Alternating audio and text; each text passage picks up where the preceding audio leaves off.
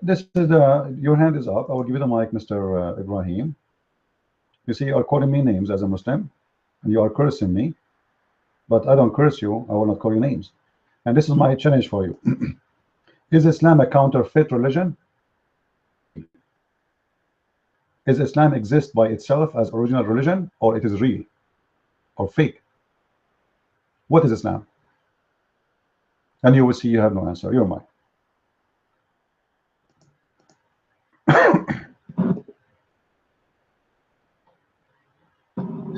Bismillah ar-Rahman ar-Rahim.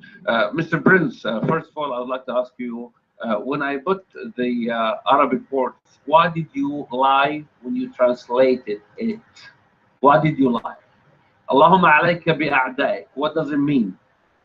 Lie. Don't take advantage of your audience to speak Arabic. Did I say that something to kill you? Why you lie? What? Allahumma alayka bi'a'daik. Just be truthful and say what that means. And don't be a liar.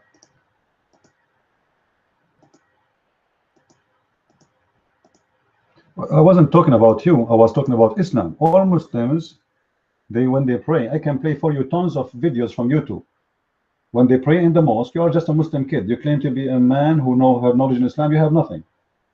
Your scholars cursing everyone who is not a Muslim. Even Muslims from different sects freeze their blood, freeze their nerve. So you said something, it's about cursing, so I translate what you said, and I say this is what the Muslims hope they pray. It's a prayer of evil. So what you said, Allah destroy, or what it means, Allah destroy your enemies. You are cursing me, right? I am the enemy of Allah.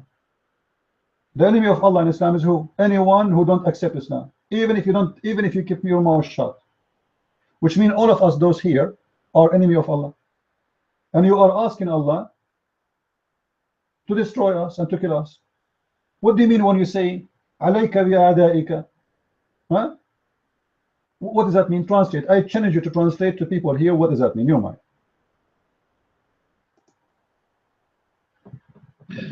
Okay, Prince, I put it on English and I said, may Allah give victory to you if you are on the side of God, and may Allah defeat you, may God defeat you if you are the enemy of God.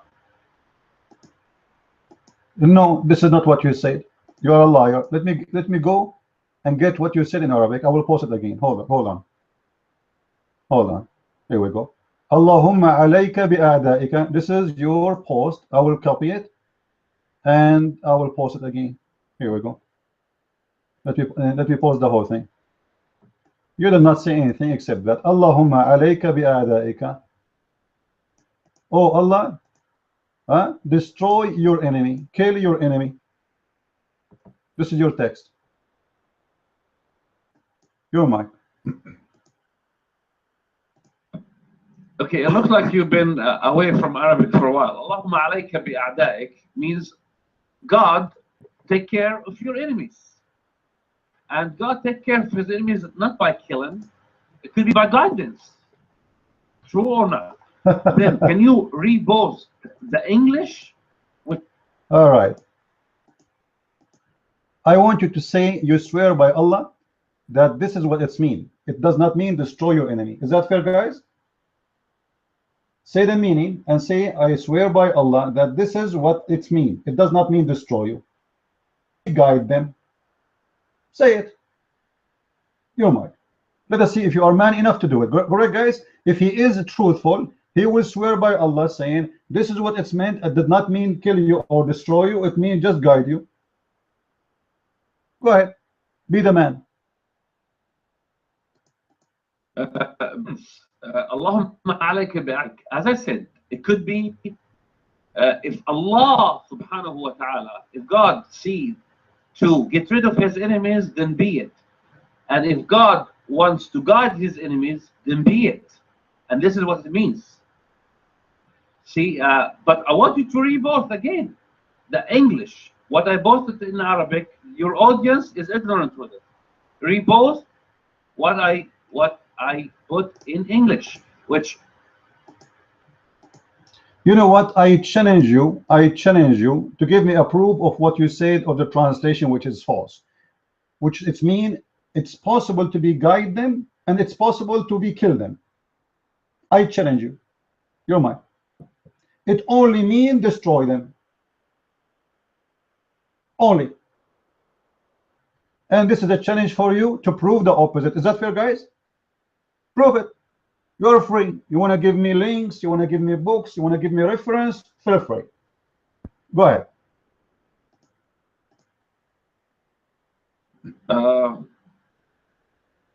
Literature, Arabic literature is my specialty. So not only. You see, Ibrahim, don't give me this garbage. What's your specialty? Give me a proof. As long as this is your specialty, that will make it easier for you. Give me a proof that this is mean guidance, not only destruction. Show me the proof. Otherwise, you are lying. I never heard someone saying that when somebody says such a statement, mean may Allah guide you. That's a big fat lie. Give me the proof. Guys, did he say this is his specialty? Did he say that? This is his specialty. So it's going to be very easy to show the proof. Don't give me a speech. The speeches doesn't count here. Mr. Specialty, I'm waiting for your proofs. You go ahead. Okay, let's put this on the side. We differ on this. I said, عليك بأعدائك, take care of your enemies, whether it's destruction or guidance. Let's put this on the side. Let's talk about the English. Did I or did not I put both?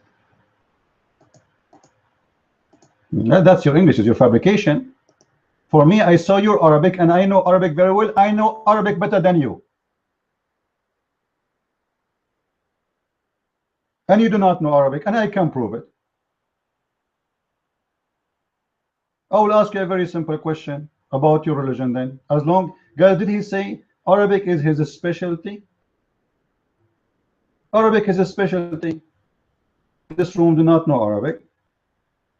So always I see there's no point reading a room which is speaking English, because people here will not know really what this conversation is about. But I will ask you something about your specialty. It says Allah never sent a messenger, but yet he speaks the language of his own people. And he is from the people. To any nation, but yet he have to speak the language of the people, and he should be from the people, not only speak the language. Can be international messenger, and he don't speak the language of any people.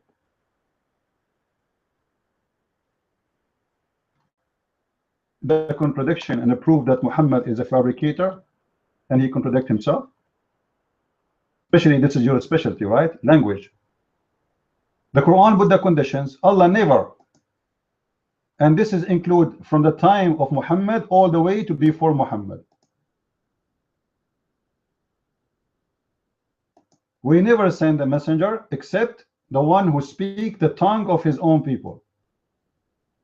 It happened that Muhammad don't speak the tongue of any people, and yet he became a messenger for everybody.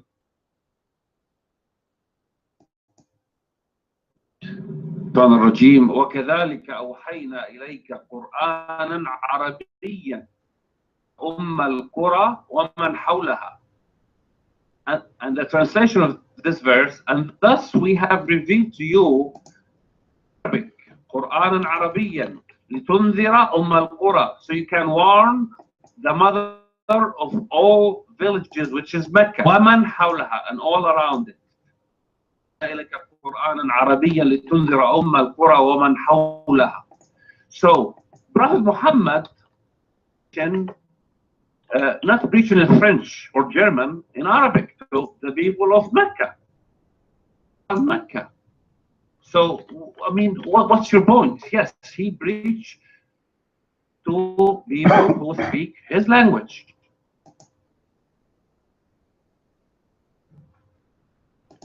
Guys, Mr. Ibrahim, who Arabic is his specialty, still he did not get my point. And he just quoted for me a verse to make my mission easier. He said the Quran confirmed that Muhammad was sent to Mecca, and what is around it. That's it. That's it. The Quran confirmed that Muhammad was not international messenger. He was a messenger for Mecca. It's a small village. Mecca is a small village. This is why it's called Qura. Small town. And what is around it. That's it. Chapter 6, verse number 92. And by the way, your Arabic reading is very funny.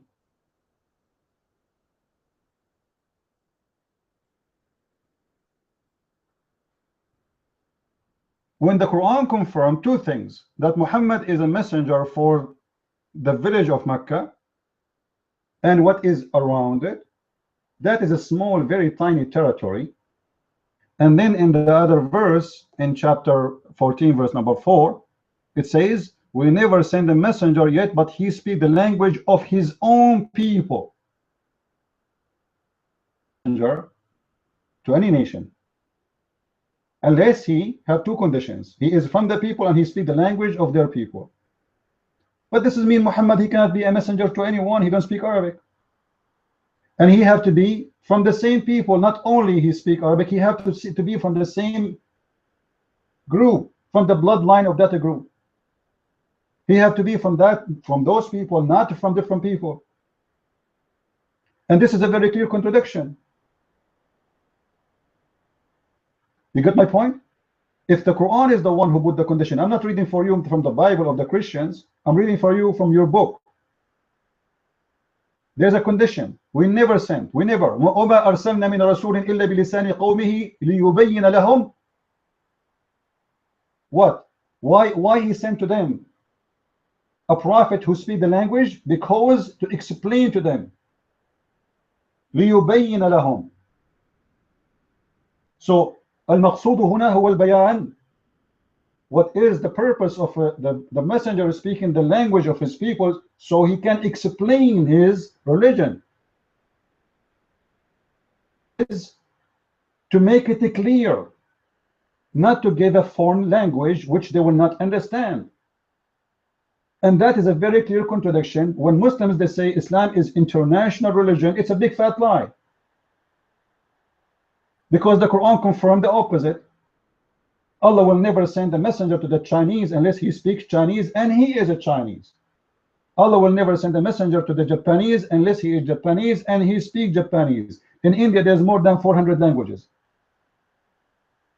Which means Allah in India alone, he need to send 400 Muslim messengers speak 400 languages. So how you explain such a contradiction? You Muslims, you live a life of contradiction and hypocrisy, and none of you even read your Quran, and you cannot answer me. You're mine.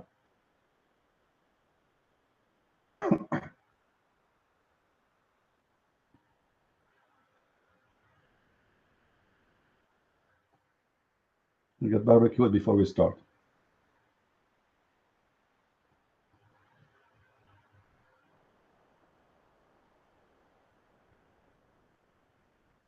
What happened?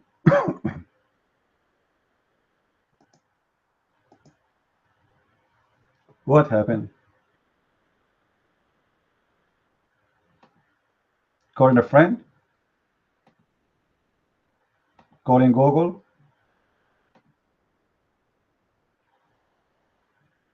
Ibrahim, are you there?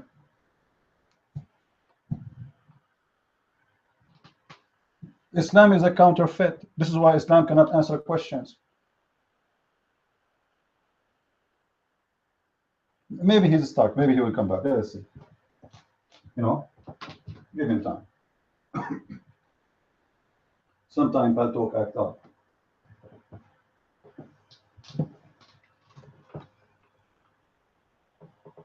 Yeah, it's all right. He will come back, I think, because bad talk sometimes, if you are using a tablet or a phone, it's not good.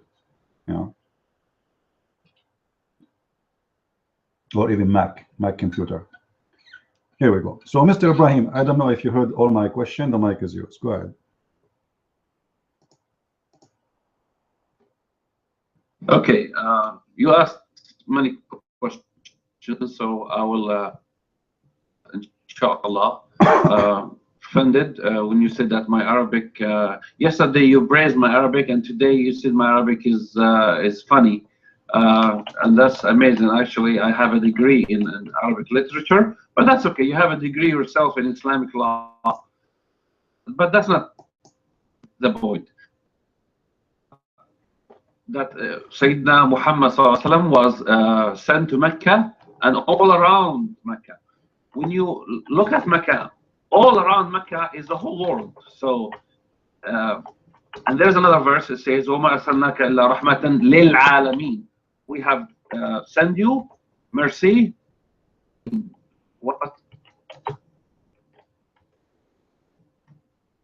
What's the meaning of al-karma?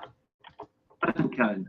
أنا إلا كافة للناس بشيرا كافة للناس. Muhammad was sent only to Mecca, only to the town of Mecca.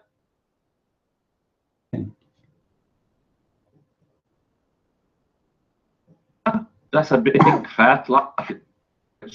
The Aramic language, which is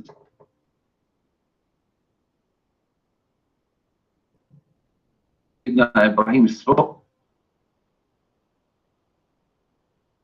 His voice is cutting. Extremely similar to. So Sayyidina Ibrahim, it was to communicate with the Arabs.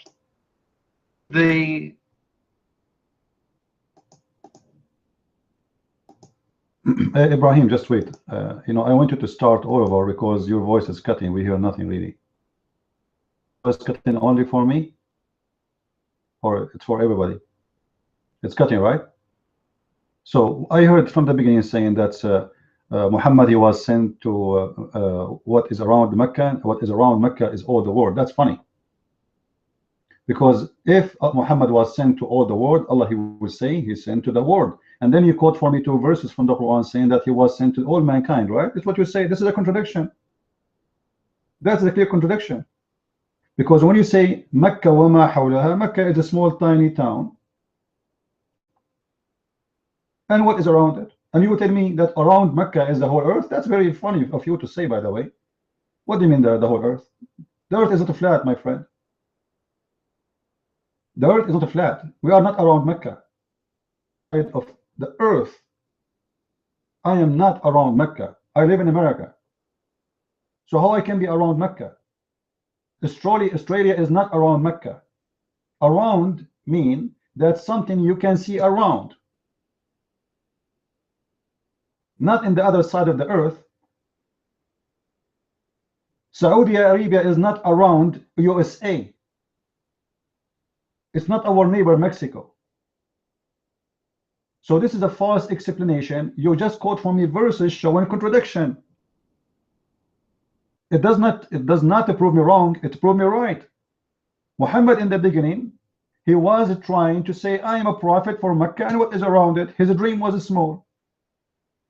Then he decided to grow with his business, the business of a prophet. So he decided that, you know what, I can be a prophet for everybody, not only for Mecca and around it, because his God is a counterfeit. He can change his words easy, and he can change the verses easy, depend in the situation to fit with him. And this is the whole Quran situation.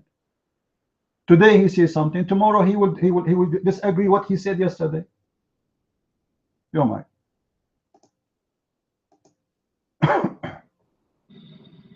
Okay, we're gonna disagree that your logic is different than mine. When I look at a point on the planet Earth and I say around that point, you could go as far as you cover the whole entire world, because there are other verses to support that.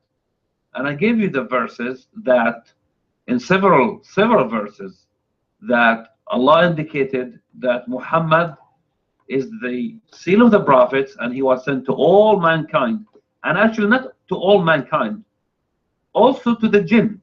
You can explain to your audience what is the jinn. So to say that Muhammad was growing his business, he was not in the business. Muhammad, when he passed away, peace be upon him, he did not leave any wealth whatsoever, and you know that. Right, right, absolutely. Religion. Yeah. So prophet, and he was the seal of the prophets, and he is the best human being that ever lived on this earth. And we Muslims respect him, and we love him more than we love ourselves and our children and the whole entire world. And you mentioned earlier that we disrespect Jesus, Isa alayhi salam, and that's a lie. Isa alayhi salam, Jesus, is our beloved. We love him more than we love our own selves. We love Isa more than we love our own children. Absolutely. So do not be lying to your audience and tell them that we disrespect. If there are somebody Muslim that make a joke and the entire Muslim population is disrespectful or ignorant, no. Isa is a brother several in your own scripture. In your own scripture, that Jesus was called a prophet. And if you give me some time, I can find those. And you have knowledge of your scripture, and you tell me if in your scripture, if Jesus was called a prophet in several occasions or not. Mike is yours. All right. I will go from the end, going back to the beginning of what we said. Jesus was called all kinds of names. Even they called him crazy. They called him master, teacher, prophet, rabbi. So, prophet for he prophesy. So he fit to be prophet. Master for he teach. Lord for his God. A miracle, he was called miracle. He's a miracle of God. The word, he was called the word. He is the word of God. Even your prophet, he called him Ruhullah, which means the spirit of Allah. The only one in the whole religion of Islam called the spirit of Allah is Jesus. Not Muhammad, not Adam, no one. Ruhullah. When you say the word, the statement Ruhullah, Muslim, they will understand right away that means Jesus. And that's amazing.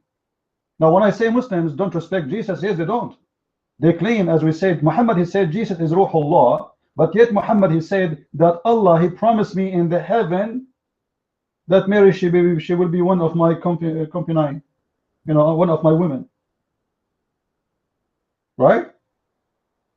Do you think it's a respect, Mr. Ibrahim, and I mean no insult to you, to say to you, I respect you, I want to sleep with your mom? Is that a respect? Where is the respect? Why a man who came more than 600 years after Mary, he says such a filthy statement? Mary is going to be in my bed. What does that mean? Allah favor Muhammad upon all mankind, so whoever Muhammad women he like to have in his bed, even if it's the mother of Jesus, Muhammad, he will have her. That's a big insult. That's a big insult to every woman, because you have no right to insult a woman who passed away a long time before you, speaking about sleeping with her when you never met her, you don't know her, and you have no right. And yet you say to me,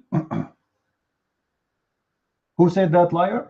Okay, let us finish all the point you said, and we will go to your prophet speaking about that Mary, she will be his one of his wives, and the wife of Pharaoh too, not only Mary.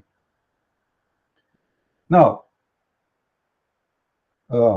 you said that Muhammad is the messenger not only for mankind, he is a messenger for the genie. Guys, did he say that? Did he say that Muhammad is a messenger for the genie too? All right. Again, that Islam is a counterfeit.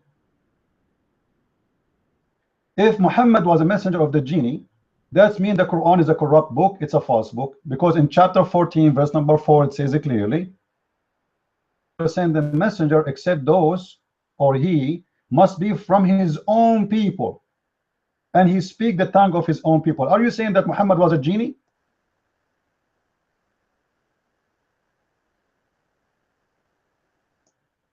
Choices: either your prophet in that verse is saying the truth and he is a messenger for human being and genie, on is a fabricated book. In different verse say the opposite, that you have to be, and this is the Muslim translation, by the way. I'm not posting my translation. Here we go. This is not my translation, this is translation of Yusuf Ali. Here we sent not a messenger except to teach in the tongue of his own people. Does it say that? Does it say that? This is not my translation, be my witness. I have nothing to do with it. I am not translating. I'm copy paste from the Muslim translation, which I don't even agree with it, but I will let it go. Chapter 14 verse number 4. So Allah, he put two conditions for a messenger to be a messenger. First, he speak the language of, and he have to be from the people. According to you, Muhammad is a genie, or in the best scenario, Muhammad is a half genie, half a human. Guys, I want you to take a note from now on. According to Muslims, Muhammad is a genie. Genie, the genies, is where the devil is coming from. The devil is a genie. So Muhammad is relative to the devil. He is from the same people. He is a genie. He is not a human. What do you mean stop? You are the one who said that. People, did he say that even the Quran confirmed that Muhammad is a messenger for not only to the human, even for the genie? And you said to me, explain to them what the genie is. Aren't you the one who said that? You said that to me, or you forgot? He is a messenger for the human and the genie. The Quran says he will never send a messenger unless he speak the tongue of the people, and he is from the people. So your prophet must be a genie to be a messenger for the genie. The mic is yours.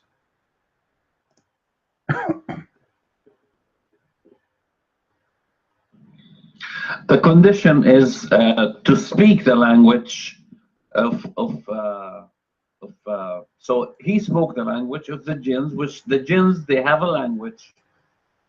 I know this sounds creepy to your audience, but we Muslims, we believe in angels, that they were created from light, and we believe that the jinn were created from smokeless fire, and we're humans, we are created from clay.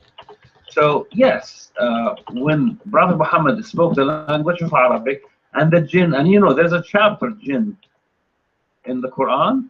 They heard the Quran, they understood it because that's their language, and they went to the other jinn and they told them that there is a messenger was sent, and we need to believe in him. So there are some jinns who believe in him, and some jinns who did not believe in him. So Muhammad ﷺ was sent to all mankind, not only the Arabs, to all of mankind.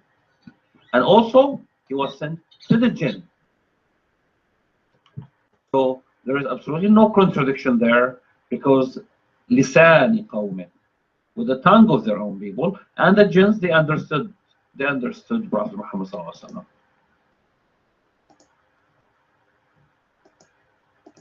Guys, did he answer? First of all, you said that Muhammad, he speaks the language of the jinn. What is the language of the jinn? Can you tell us what is the language of the jinn? What is that? Secondly, you just said that Allah, he sent in the language of his own people. So in order to be a messenger for the jinn, he have to be a genie too. It's very simple. What is the answer? I'm still waiting for the answer.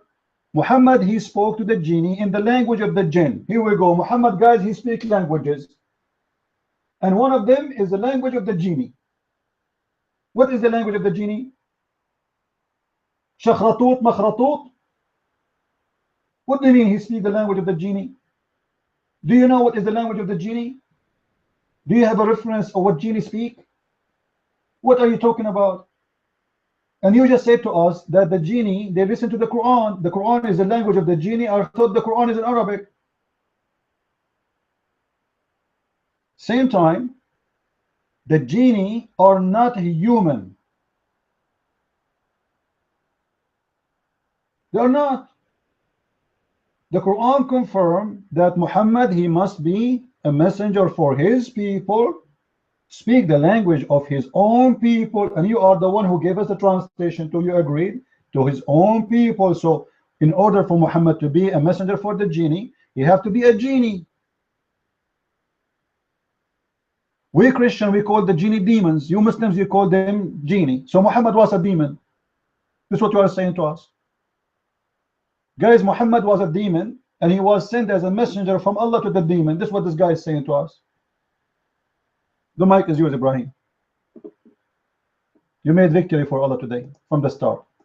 This is the translation again. And again, for those who want reference, here we go. This is the link. This is not my translation. Verse number 4. Take a note, please. Muhammad was a demon. He was sent to the demon as a messenger from Allah, and he speaks the language of the demon.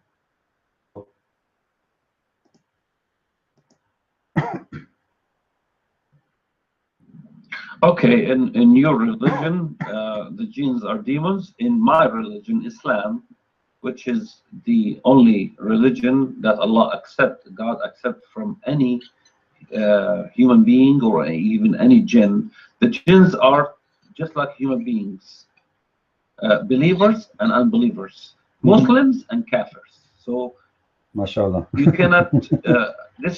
Your belief is demons, and those jinns are all bad, and they have this crazy language. In my religion, the jinns are, some of them are good, some are bad, some are Muslims, some are kafirs. And when Sayyidina Muhammad was reciting the Quran, the jinns gathered and listened to the Quran and understood the Quran, because the jinns are of a different creation. They have more capabilities than us. They don't need a translator. They understand any language. That's the way they were created. Wow. And we are told in the Quran that they can see us, we cannot see them, but we believe them. Angels, and I believe in angels. Have you ever seen an angel? Of course not. I'm very sure if you're a real Christian, then you believe in angels. We believe in angels. We've never seen them. But because we were told that there are angels, then we believe in it. But back to what you mentioned about Sayyidina Muhammad, that he was wishing that Maryam to be his wife. I would like you to give me the proof, because I have never seen about that. Now, I don't claim that I have all the knowledge in the world. I have limited knowledge. Student, if you have a authentic hadith, not a fabricated lies, so I can learn something new. That Prophet Muhammad, he wished to be married to Maryam in the hereafter, but mainly Maryam, the Virgin Mary. Be pleased with her.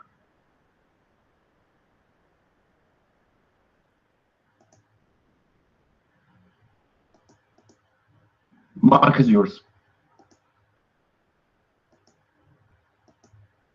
No problem. We will go for this after we finish this one. We don't want to mix things because I don't want you to jump over it. Guys, he said that there is genie who they are kuffar, and there is genie they are Muslims, and Muhammad was a messenger for the genie. But yet he did not explain to us. He said the genie understand Muhammad. They do not need translator, but still we are waiting for the answer. How the Quran says he have to be sent to his own people. You see, Ibrahim, I gave you the mic. I was expecting from you an answer. Quran say clearly, not only he speak the language of the people, he have to be from them. So Muhammad, in order to be a messenger for the genie, he have to be a genie. And obviously, you are trying to skip that point, which is exposing your religion, exposing your Quran. For your prophet, in order to be a messenger for the genie, he have to be a genie. So this is the third time I give you the mic back, and instead you skip over it and you don't answer. Oh, what you say to me, yes, the genie, they understand the Quran. I don't care if they understand or not. This is not the question. The question is so clear. How Muhammad, he can be a messenger for the genie if he is not a messenger from them? He is not from them. He have to be one of them. I am not the one who put the conditions. This is your Quran. Clear? Why I need to repeat it 20 times and give the mic 20 times? Why Muslims cannot give an answer? The verse is in front of us. I am not the one saying any of that. Be from the people,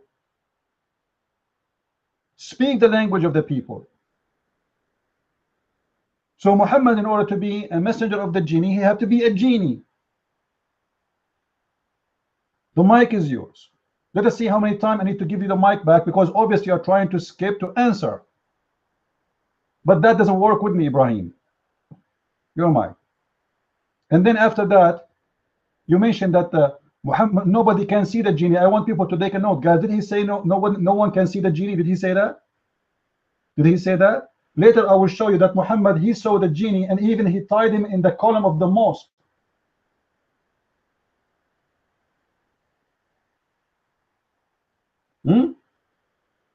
The genie is invisible. Still Muhammad, he can tie him in the column of the mosque. And he released him just a second before his friends show up. Like, guys, I have a genie. I tied him in the wall here, but you know what? I decided to leave him. Yeah. What? Show them. People never saw a genie. They want to see a genie. You capture a genie, Mr. Muhammad, and you tied him up to the column of the mosque or the house, and you release him before we come. At least let us see him. It's always a lie. Guys, yesterday, let me tell you what happened to me.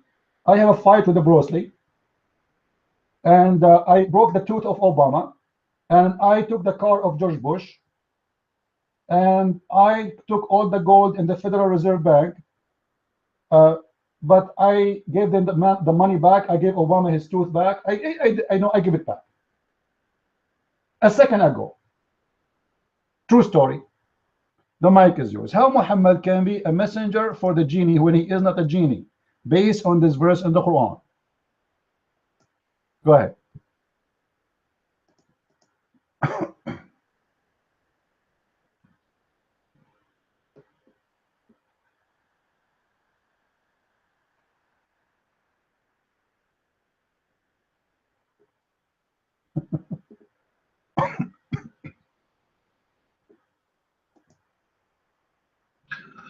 Again, the main thing is the lisan, the tongue, the language. He was sent to his people in Arabic language, and the jinns, I'm not aware that Allah was sending messengers to the jinns from their own people. So as the last messenger that the human beings will ever have,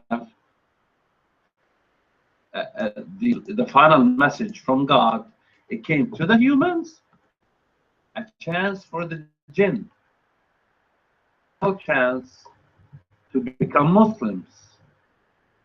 I guess if I repeat this 1 million times, you're gonna have, because you're gonna have everything I say for contradiction. So everything I say, everything I ask, you want to come back to it later. Know about Maryam and how Prophet Muhammad asked to marry her. I'd like to get this as soon as possible while I'm charging my phone. So I will get back in 10 minutes. Be charged again.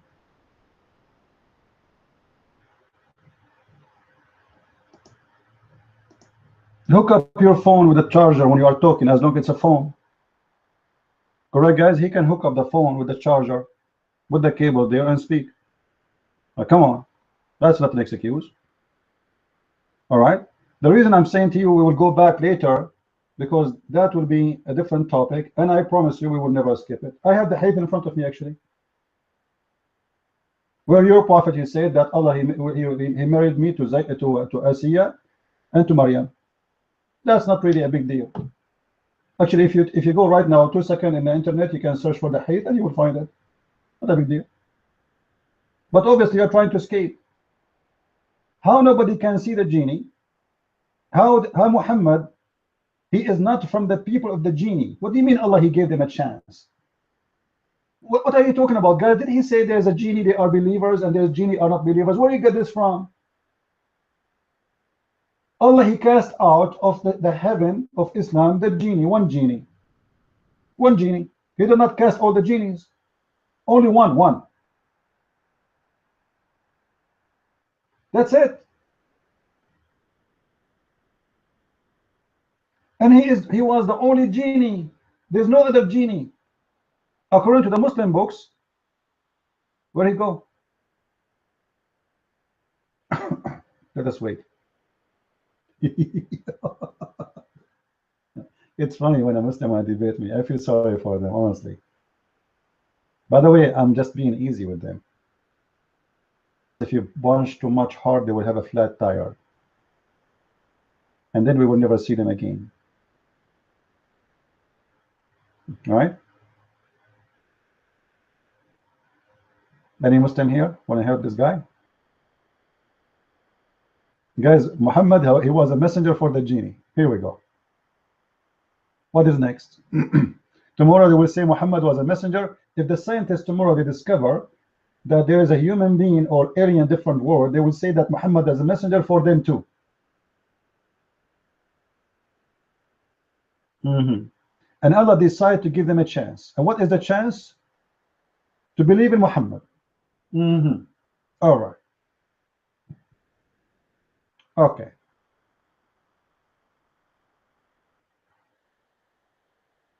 He said he will be back in 10 minutes. Is the sound of my computer coming loud? Is the fan of my computer coming loud? It's okay? Because my computer is bad. I don't know what's wrong. It's really hot. I don't know what's wrong with this computer. Let me turn it off. Scary. You can make coffee on the top of it. My laptop is old. You think there's a genie there?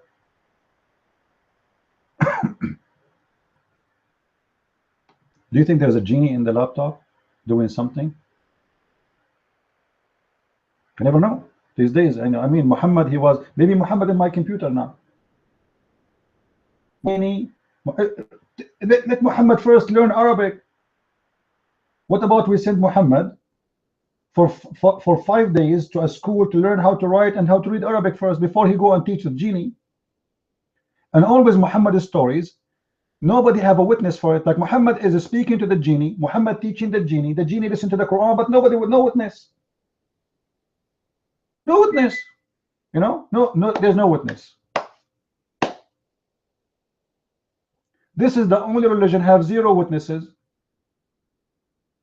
Like, you know, when Jesus he feed from little fish and bread thousands of people, there's thousands of people witnessing this miracle. It's not Jesus, he said I did, and there's no witnesses. Actually, Jesus is not the one who mentioned the story. Correct, guys? It's not Jesus who mentioned it. It was the witnesses who mentioned it. Actually, all the miracles of Jesus is not Jesus even speaking about them. You see the difference? When there is a fabricator miracle which have no witnesses, but when there is a real person, people speak about his miracle. You do not need to speak about it.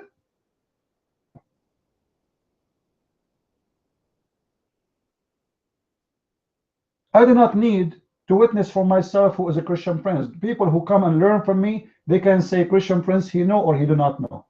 If I claim that I know, that's not mean nothing, because anyone can claim for, you know, giving a like let us say a certificate for yourself have no value.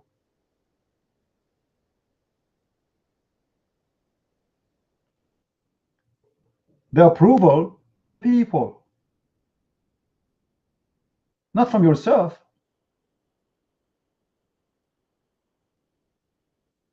So you will see the whole world is witnessing Jesus' miracles until today. And Muhammad, in his time, there's no miracles. Actually, the Quran in the chapter of the moon, it says, دنت الساعة وانشق القمر.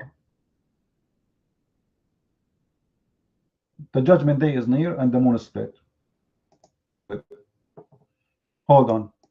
1400 years is gone. And yet, come. Now the moon is split. We never saw anyone. We never have a witness. You know, the whole world, you see how many historians there was exist in the time of Muhammad? Nobody witnessed such a thing. Have you ever heard in the book of the Roman, even the Indian, the Chinese, anybody witness? Because this is the moon. We are not talking about a lamp in the house of Muhammad was broken. We are talking about the moon. Split, but yet there is no witnesses except Muslim books.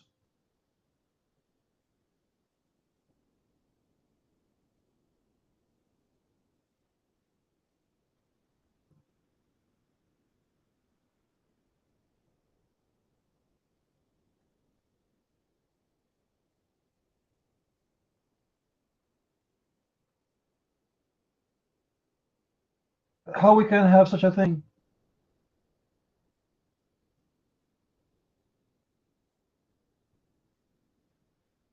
Why we don't have witnesses?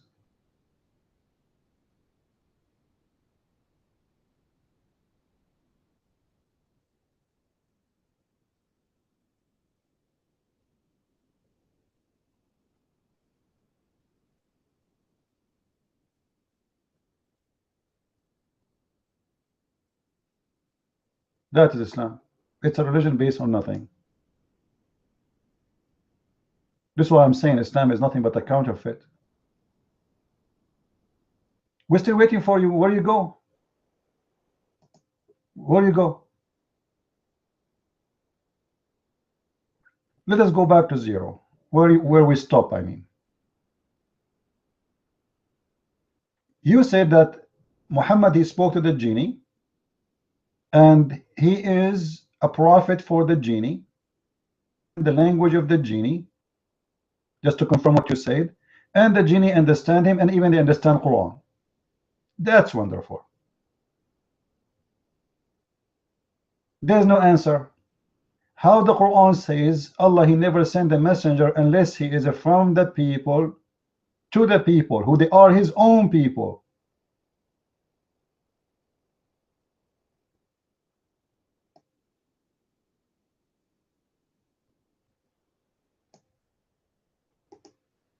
He cannot be a messenger to any people unless he is from the people. Saying that this means Muhammad cannot be a messenger for the whole world, messenger for the Chinese, for the Japanese, German, French, whatever. As simple as that. Then you said is a messenger for not only the human, the genie. That make it more difficult, because if this is true, then Muhammad, he have to be a genie. Quran confirm Allah will never send a messenger unless he is from the people, speak the language of the people, one of them. That means Muhammad must be a genie. Many times, and still you fail to answer. And I'm waiting for you. The mic is yours.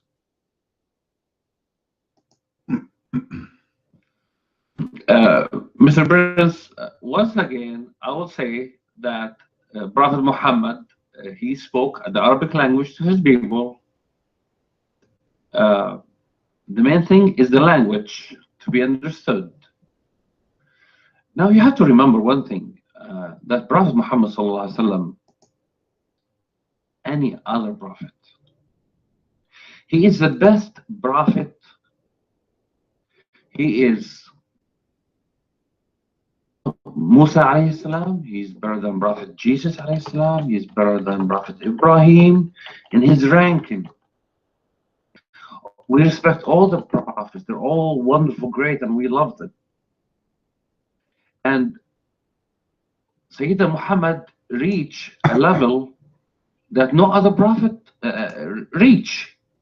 He even, when he, in the Isra wal Mi'raj, he reached a level, even the angel Jibreel could not pass by that point. That's deep. And he informed Prophet Muhammad that this is the limit. That's deep. This man. is as close as I can get to Allah subhanahu wa ta'ala.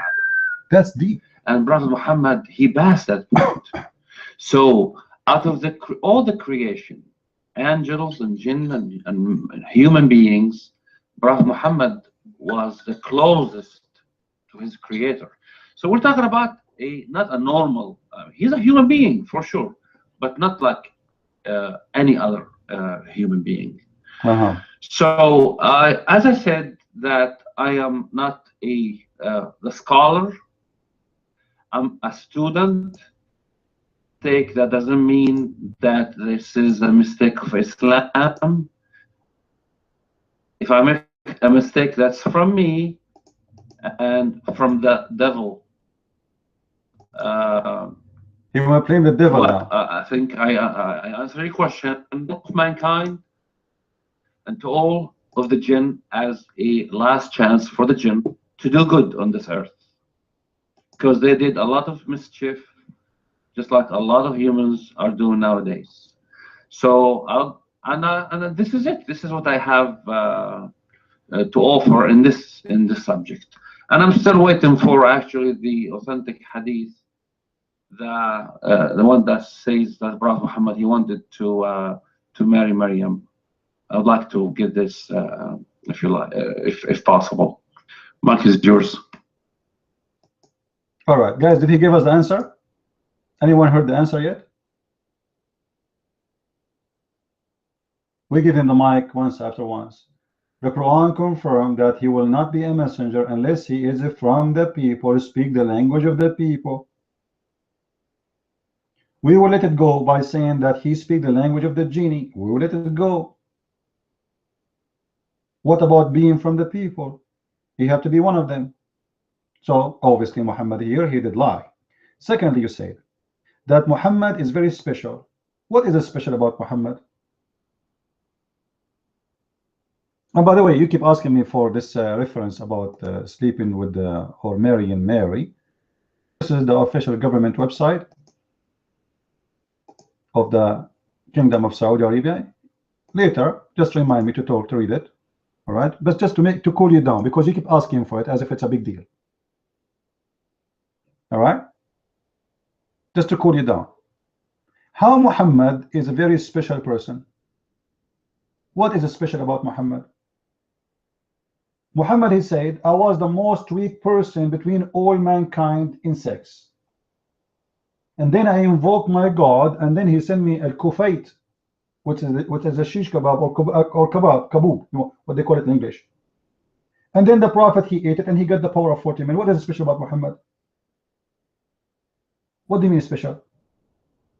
He cannot even function like a normal man. He said, I was the most weak person in all mankind, which means Muhammad, I'm not insulting, by the way, I'm just stating a fact. Don't think I'm speaking dirty.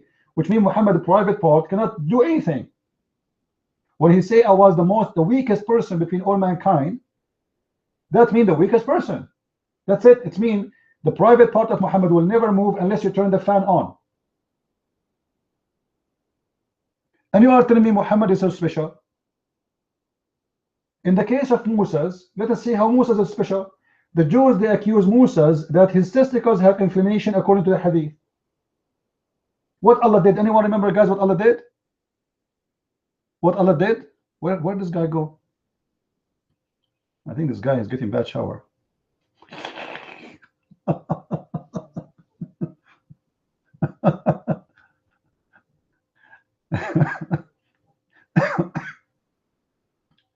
Yeah, Moses, he was accused that his testicles, they have inflammation. And Allah wanted to prove that Moses' testicles, they are very healthy. So Moses, he put his clothes in the rock according to Muhammad. And when he got naked and he went to the lake to take a bath, or in the sea, wherever it is, then the rock took the stone, took the clothes and the wallet of Moses and his iPhone, because Muhammad, he wouldn't, you know, Moses, by the way, he would not buy Android. You know, this is Moses, man. Anyway, so the rock stole all his clothes and his wallet, his credit cards, and all his gadgets, tablet, you name it, and run with the clothes. And then Moses, he have to run after the rock and screaming, saying, "Stop the rock, stop the rock." And then the rock never stopped until Moses became in the middle of the Jews, or the city of the Jews, whatever it is. And then Moses was exposed to all the Jews because he's naked.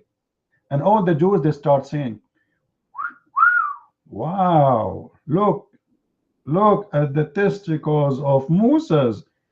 Mean, unbelievable." You know? So what do you mean Muhammad is a special man? Even his testicles are not functioning.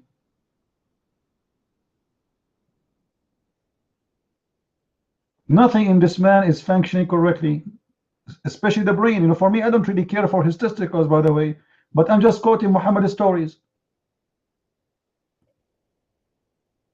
Because if it's not important to Muhammad to mention those stories, he will not mention them. If testicles are not important for this religion, the counterfeit of Islam, then Muhammad should not mention those stories.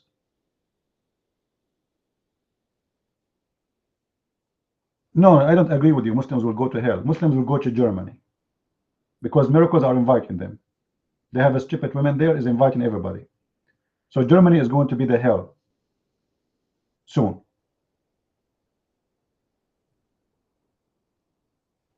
Any brave Muslim?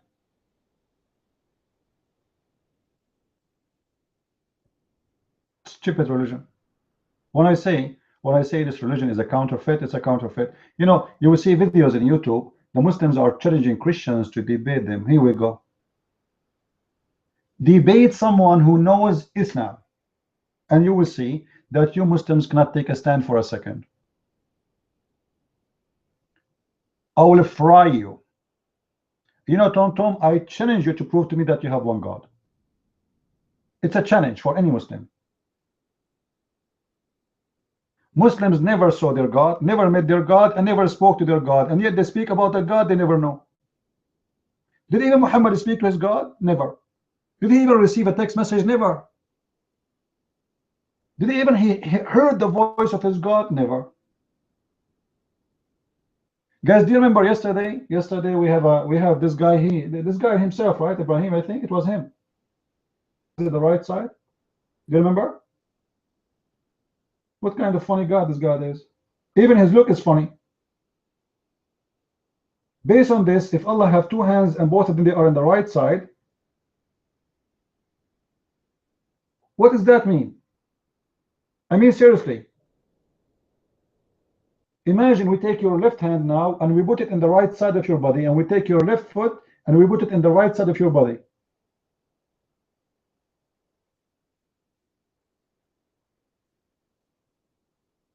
What's wrong with this God? Secondly, when we say left or right, it's right and left to who?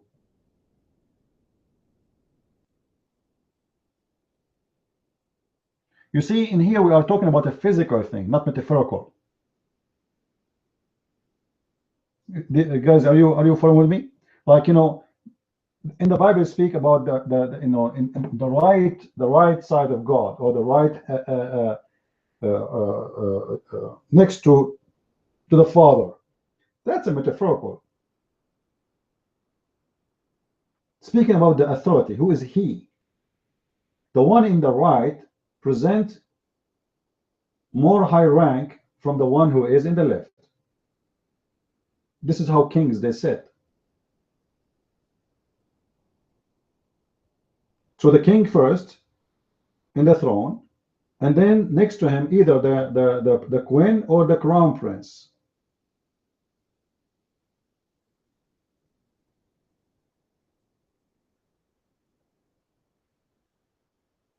But Muhammad, he is talking about something very funny. He described his God as a very funny creature. He's a physical being. He have legs, he have feet, he have hands, and he have 5 fingers in every hand. But for sure they are big.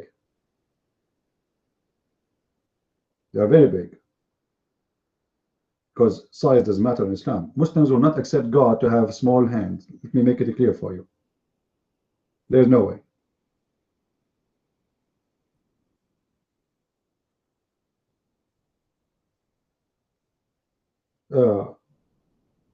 And when the more you ask questions about this God, you will find that Muslims have no idea who is God.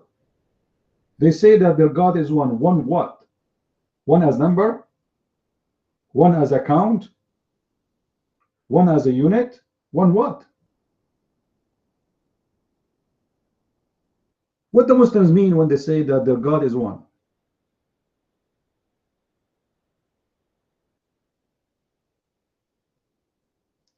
One of? I showed you that the word Tawheed in Arabic from the dictionary mean unification. Doesn't mean oneness. It means unification. It's a verb. It's not a noun. So if Allah is one, how you say that Muslims will believe in Tawheed, which means unification? If he is one, you do not need to do unification.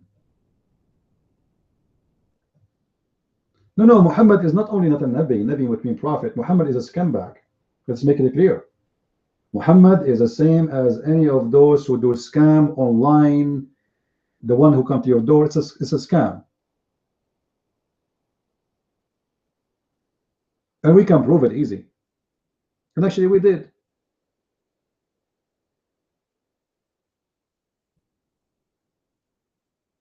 You do not need to be a genius to know that Muhammad is a scam. What kind of a prophet he promised me? If I believe in him, Allah will make my penis English size. What is that? You have to be mentally sick to believe in such a garbage. What kind of a prophet he promised me that my wife butt will be 1 mile? What I will do with her butt? What if she do poo-poo? Do you know how big the fine will be? You will get from the city for having a big poo-poo coming from 1 mile? Because there is no sewage can contain her poo-poo. And if I go to Macy's, how am I going to get her an underwear with that size? I will go to the counter and says, I'm looking for 1 mile size underwear, panty. What if my wife, she want to buy from Victoria's Secret? She is like Khadija. She like to be fashion. Well, we can get her 1 mile panty. And if her ass, excuse my language, is 1 mile, how about her breast? Oh boy, I can open milk manufacturer here. I can sell a lot of milk to Sam's Club, Costco, you name it. I installed those hosts in her nipples, and the milk will be running all day long. And big tanks are saving the milk, and we ship them, and we ship overseas.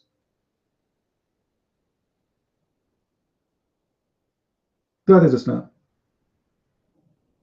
You do not need to be really a genius to know it's a stupid religion. And then the Muslims, they made tons of videos on YouTube speaking about the miracles of the Quran. Now, all of you, you know, I made a book. It's called Quran and Science in Depth. You can get from Amazon. Showing you that this is not only, it's not a miracle as they claim, it is the most stupid, funny stories ever.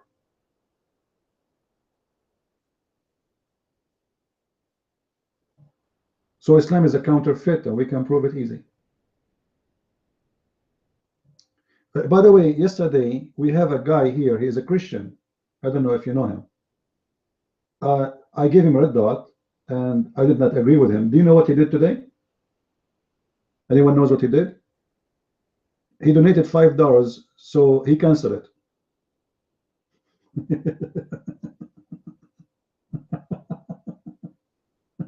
Oh boy,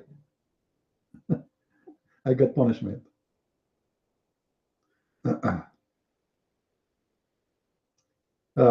if any of you ever make a donation for me, and if you think I'm going to compromise because you made a donation, get out of here.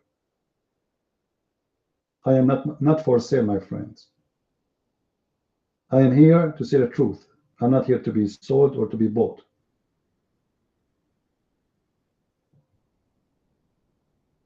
No, regardless, the Lord is my provider anyway, but it's a shame. If you think that I am not Muhammad, you see Muhammad, you pay him, he pray for you on your behalf. He say things for you you like to hear. I am not one of those people. I don't care who you are. I say things as it is.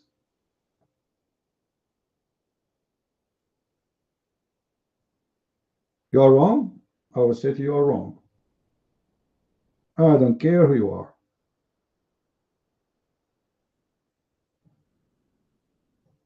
That's me.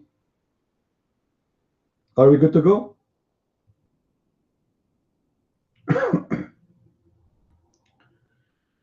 What forgive? What for mercy? Tom, what forgive? Tom, is it true that Allah will insert in your anus a chain which is bigger than the whole iron in the earth? Every ring of it? So what mercy you are talking about? What forgiving and mercy? What kind of God he will insert? What's wrong with it? Is your God watching a terror movie? I mean, where can he get these ideas? Inserting in your anus a huge chain which every ring of it is bigger than all the iron in the earth.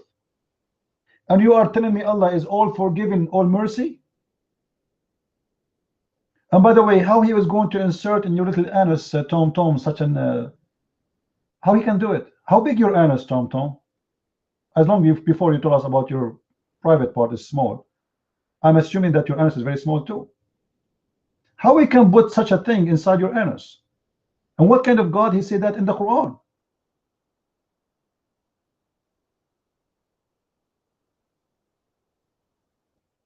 What's wrong with this God? Do you think he will use Vaseline? Guys, every ring, just to close your eyes and imagine this. We have an anus. I know you don't like to imagine that, but to make you see the picture, I always advise you, okay, to imagine it. There's a little anus of a human being. And I mean no insult, I'm just stating the fact. And then we have a chain, and every ring, I'm not talking about the chain, all of it now, the ring, each ring of them have more iron than all the iron in the earth. That's very deep.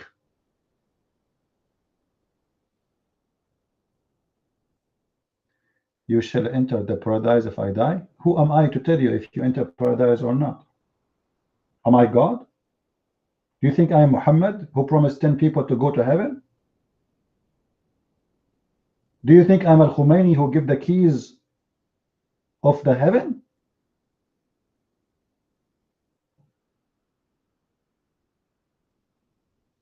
Pray to God to save you. Who am I to think or not to think? None of my business, my friend. I leave what to God to God. I claim nothing of my own. Okay, you know what? Just wait. Why you want to become a Christian? I'm not here to convince you to become a Christian. I want you to stay a Muslim. Because if you stay as a Muslim, brother, your penis will become so big and you can wage war with it. You can destroy America with your penis.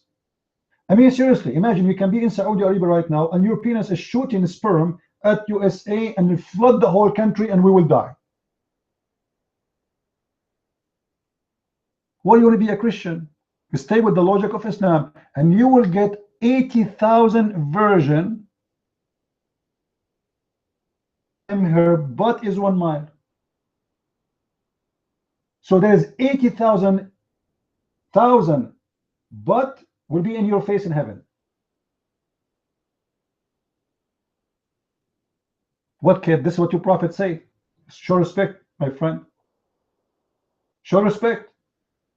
This is what your prophet said. Your prophet is the one who said that Allah will give you in this penis as an index palm tree, not me. And I'm assuming if Muhammad is using it this way, that's mean you will have little branches in the top of your penis too, like a palm tree. It's going to be very funny. And I'm answering the question, who told you I want you to be a Christian? Who said I want you to be a Christian? This is your business. It's your choice. You want to be a Hindu? Be a Hindu. Actually, in the other day, I was making a speech in the city of Bombay. By the way, I've never been there. And I told the Hindus that the biggest chapter in the Quran is the cow chapter. All of them, they convert to Islam, brother. MashaAllah. I wish I never mentioned that.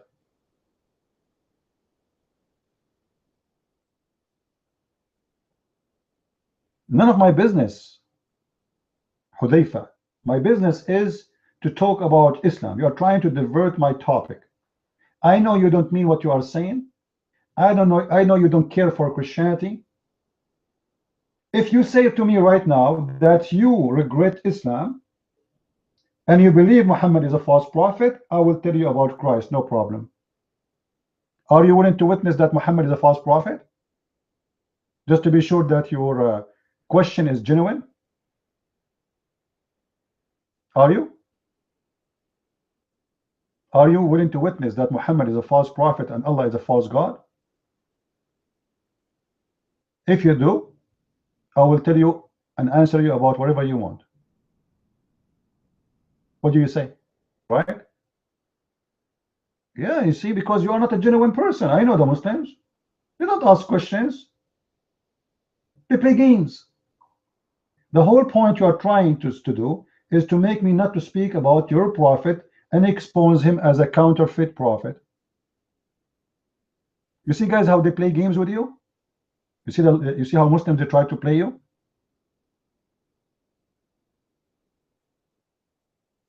There's no serious Muslim. They can't answer about their religion. They can't explain to you their religion, and they try to divert you from talking about their religion. Like if this room run by someone else, you will see the room right away will change, and they'll start telling you about Jesus, etc. This is what the Muslims want. They want you to stop exposing their prophet. They are not interested of Jesus. They are not. They try to fool you, make you not to talk about Islam no more, because speaking about Islam hurt. Are we learning, Christians? Are we learning not to get, how we can speak to Muslims? Their games. They are not asking you questions. Don't think I am not interested to tell a Muslim about Jesus. No, that's not the story. But I know them. They are not genuine people.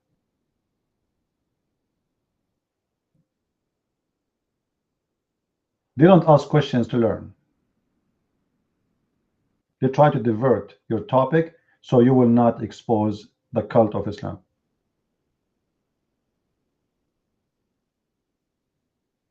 Get a job?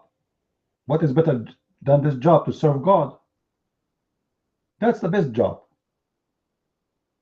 What are you talking about? People make falafel, people make hamburger, people make shoes. I give people the truth.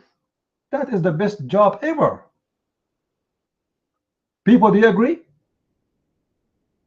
Do you agree with what I'm saying? That is the most honorable job ever you can do. Saving soul, lost souls like those Abdul, who they are dreaming about naked women in the heaven, who believe that someone like Muhammad, perverted-minded man, that he's a prophet of God, showing you that there's no salvation but with the Messiah. He is the only good. That is the best job. What is the job of your prophet? Can you name for me the job of your prophet? Rapist, caravan attacker, gang leader, thief. Even his followers, they accuse Muhammad of stealing what? Anyone tell me? What the Muslims accuse Muhammad of what? Stealing what? Underwear. The prophet of Islam, based on Islamic books, not on us, he is underwear thief. and it's red, which is very funny, by the way. The prophet, he is seeing red panty. That's amazing. I know it's hilarious, Tom Tom.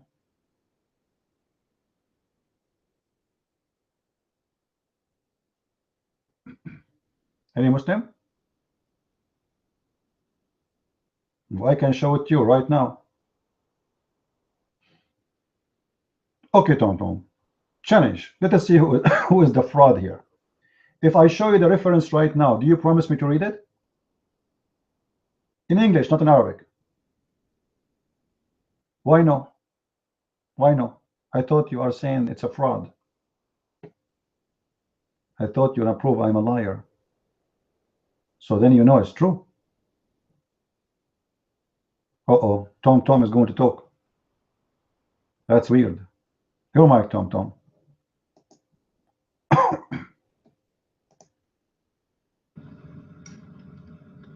Bismillahirrahmanirrahim. Alhamdulillahi Rabbil Alameen. In the name of Allah, the most gracious. All right, cut the crap. Go to the topic. In the name of the devil. I got it.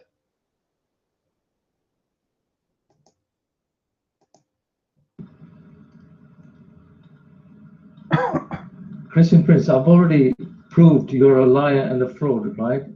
The hadith where you said where visitors came to Aisha's house and her sister offered milk, you said that was suckling. The visitors suckled her nipples, right? You are disgraceful, right? Hold on, hold on. You proved that I was lying? When you prove it? Read the hadith for me. Go ahead. Guys, do you want to hear it? Do you want to hear it? As long as you prove it before, you can prove it again. I never saw you proving anything. Read the hadith for us. Go ahead.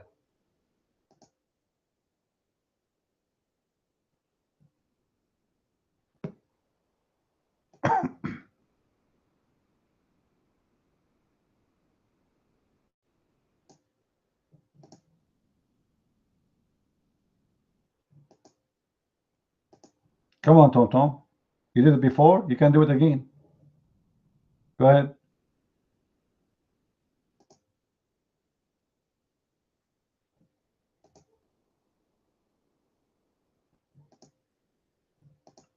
Guys, am I heard? Am I heard? Tom Tom, if Monica Lewinsky can do it, you can do it. The mic is yours. Go ahead.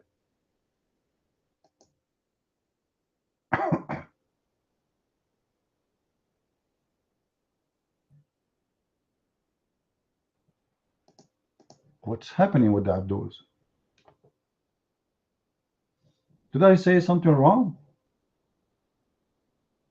If you die in disbelief in the day of the judgment, remember our discussion. I will remember it very well.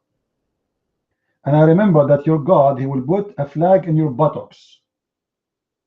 I will take my Sony camera to take a picture of you when Allah, he put the flag in your ass. Do you want me to show you the hadith? Do you want to see it? Hudayfa? I never heard of a God who put a flag in the ass of people. And what they excuse, he will recognize them.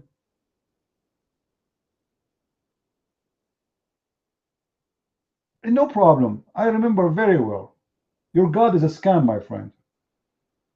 But remember that your God, he will put a flag in your ass. That is a proof that your God cannot be God. Guys, if God is almighty, do he need to put a flag in the ass of a person to know he's a believer or not? What's wrong with this God? Look what he will do in the day of judgment. First of all, everybody will be naked, men and women. Then they will be covered by their sweat, which is very funny. And the sweatness of your body will be arrive to your ears. All right. Which is very funny because that assumes that all people, they have the same height. Correct? Do you understand what I mean? If somebody is 6 foot and somebody is 5 foot, and then we have to cover the guy who is 6 foot high to his ears. The guy who is 5 foot, he's dead already.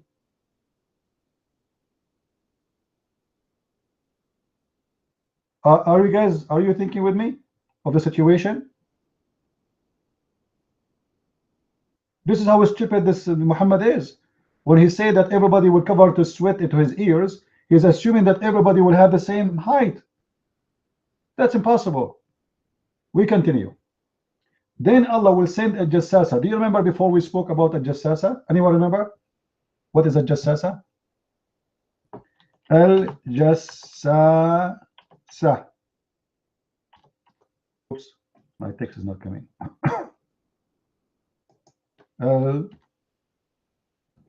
Happened with my text. Okay. Al jassasa.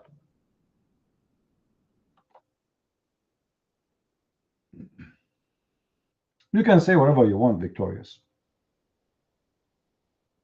What I know that the Christians, they love me very much.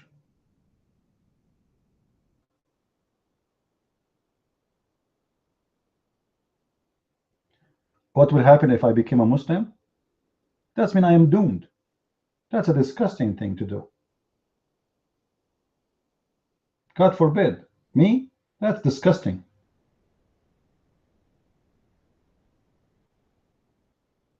There's no intelligent human being he accept to be a Muslim for a second.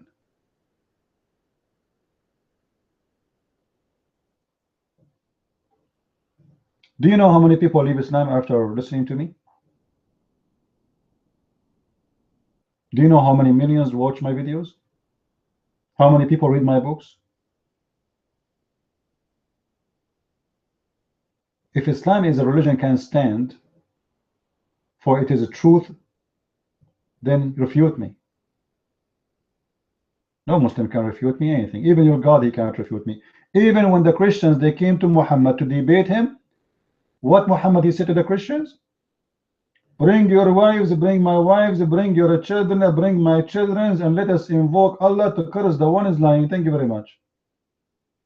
Like what?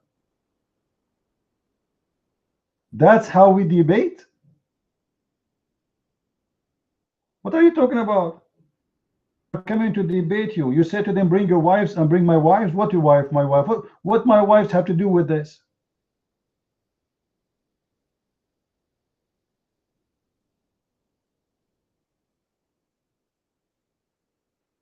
Tom, the mic is yours.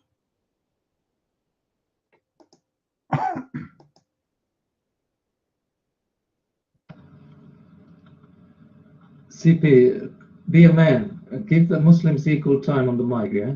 Stop red dotting them every 2 minutes. Right. Give them ample time to speak their mind, get their views across. You're a coward. You know, be a man, for God's sake.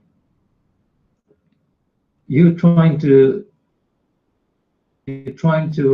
twist the Quran and the Hadith. Yeah. Whether you like it or not, Allah subhanahu wa ta'ala is God Almighty, and Prophet Muhammad sallallahu alayhi wasallam is the final messenger and prophet to mankind. Okay, you might not agree with that. Fair enough. That's fine. You have free will to, you know, to reject it. But there are billions, 1.5 billion people who believe in the message, who believe in the revelation. Stop mocking and Islam, the Prophet, and God Almighty. You know, you're digging a hole deeper and deeper in hell.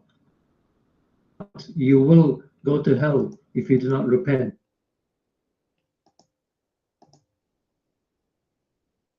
Okay, Tom, I want to repent, but I am worried about the size of the penis Allah will give me. I mean, why Allah want to give me such a penis? What I would do with it exactly? Do you have an answer? Why, if I am saved, Allah will increase the size of my penis? What if I like it the way it is? Can you answer me? We have just the questions. You Muslims can't answer. No, Muhammad, he said, if I convert to Islam, I will have endless penis. Give me the reason for Allah to increase the size of the penis to be endless. Guys, is that a fair question? I have a questions, and if you answer me and you convince me, I will convert to Islam, no problem. But for me, it sounds very stupid. Because if your wife is in front of you, what do you want to do with the endless penis? Your penis will go to China and make you turn and go back to your wife? What kind of, what for? It's just a small answer. I mean, I'm not talking about the small penis now. I'm talking about the small answer, but the question is big. Very big. Endless. Stop telling me about heaven. This is hell. Imagine you are what do you want to you want to make me 60 meters tall, but still the penis is endless. How you can carry it? You see the kangaroo, he have a tail in his back, he can stand in it, but this is in your front. It doesn't work. It's not in my back. How you can walk with it? No, we don't want to talk about Abdullah ibn Salam, etc. Because the Muslims hardly can cover a little conversation. Don't make it complicated. You know, the Abdul here we have today is tiny one. You know, the Bowder Abdul. Muslims have sizes, by the way. There's Bowder, and there's 2 Bowder, and there's a 3 Bowder. Now the 3 Bowders is the biggest, and that is Shabir Ali, supposedly. The 3 Bowder, you hold it in your hand, you don't see it. This is how big it is.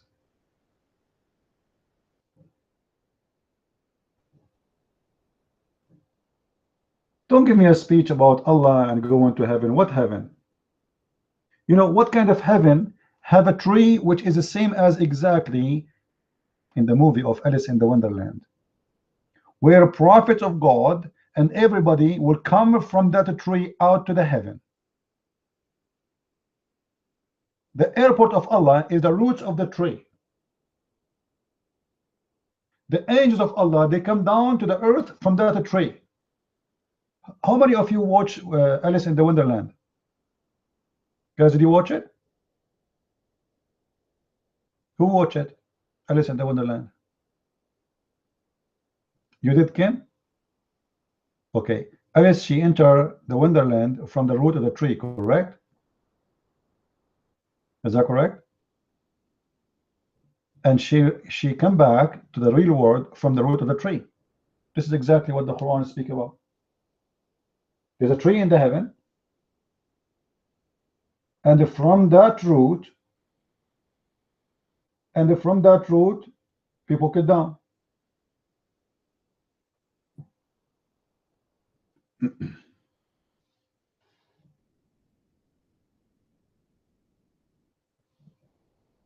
Well, Islam is victory. Just to show you how stupid what you said. If in the Old Testament, stoning to death is the punishment for adultery, and it is bad, why your prophet is copying it?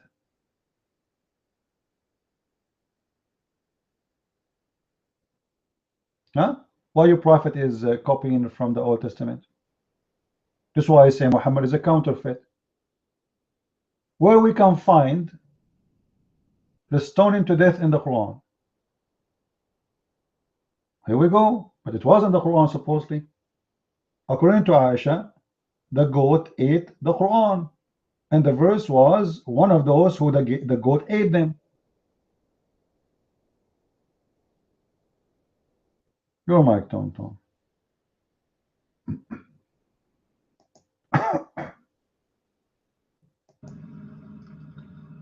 God Almighty has only sent one message God and Almighty? one law. Sharia law is the same as the law which was given to Musa alayhi salam. It's you people who don't understand that. All right. Give me the law in the Quran for rape. God, did he say it's the same law? Same as Moses? Moses have a law for rape. Don't tell me your God, he forgot to mention rape. Quran is a perfect book, right? What is the punishment of rape in the Quran? You mind?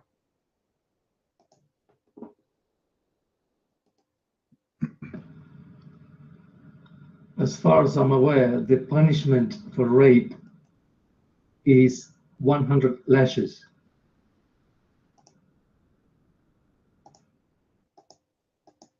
Huh? Are you sure? Are you sure? Show me. I want to see that. You see, I'm speaking to you like Muhammad now, because Muhammad, he lost his tooth. Show me. You remember when Muhammad, they beat his mouth and they broke his tooth? So show me the proof, you Mike, where we can find in the Quran that if you rape, there is a punishment of 100 lashes. Mr. Tom, he will teach us. Amazing. I never heard of this before. I confirm. Take a note. Record my voice. I never heard this before. Never, never, never. You're mine.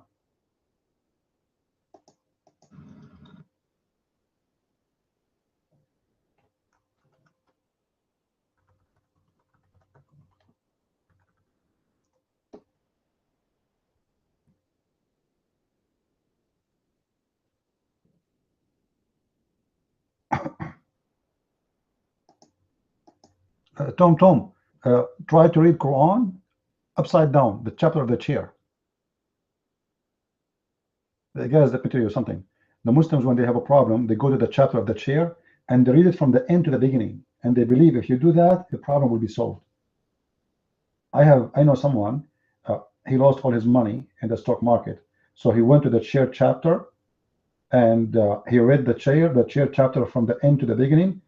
And second day, he got a sue letter from people who he borrow money from them. It was amazing. The problem solved. Are you there, Tom? Show me, man. Are you searching Google?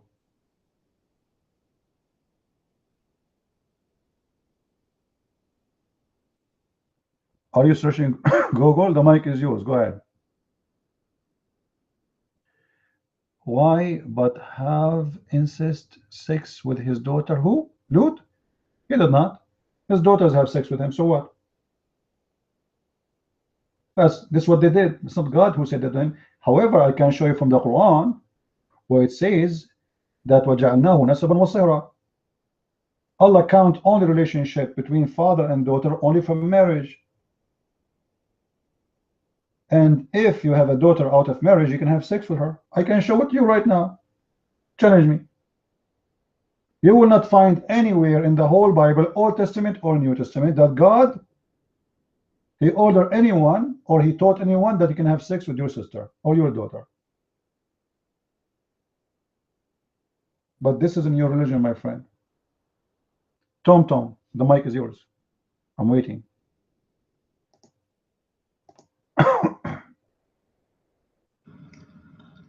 Yes, if you have read the chapter An-Nisa, chapter 4, you will find all the answers there. It clearly states who you are allowed to marry, right? It also states the punishments. If you have read the Quran, you would know. You know, Tom, this is very, very deep answer, man. I'm glad you said to me chapter 4. You did not say that read the whole Quran. What do you mean chapter 4? Let me give you the verse. You are a liar. There's no such a thing. The 100 lashes for adultery. It doesn't even say it's for adult, married one, not married. It doesn't say anything. Show me where it says the punishment of rape in the Quran. I accuse you to be a liar. I want to see it. You're mine. Don't tell me go read whatever. We'll go read. Show me. I'm waiting. You're mine.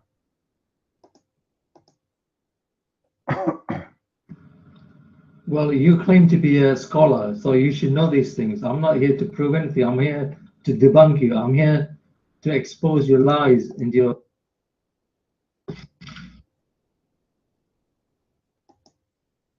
Gary, great, you're jumping. Tom, you did not expose anything. In order to do it, you have to show me the proof. Correct, guys? Show it to the people. Show them that the Quran says if somebody did rape a woman, he will be lashed 100 times, as you said.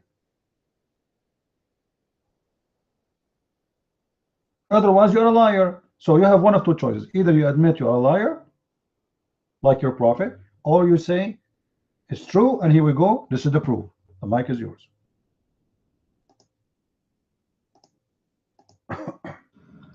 Like I said, you claim to be a scholar of Quran and Islam, whatever. You should know where this verse is. The verse. Abdul, I just said I never heard of it. Guys, did I say I never heard of it? I said I never heard that there's a verse in the Quran saying that if somebody did rape someone, he will have 100 lashes punishment. I never heard of it. I said that clearly to you. Prove that it exists. What's wrong with you? Are you sick? Let me repeat. I never heard of such a thing in the Quran. I never saw such a thing in the Quran.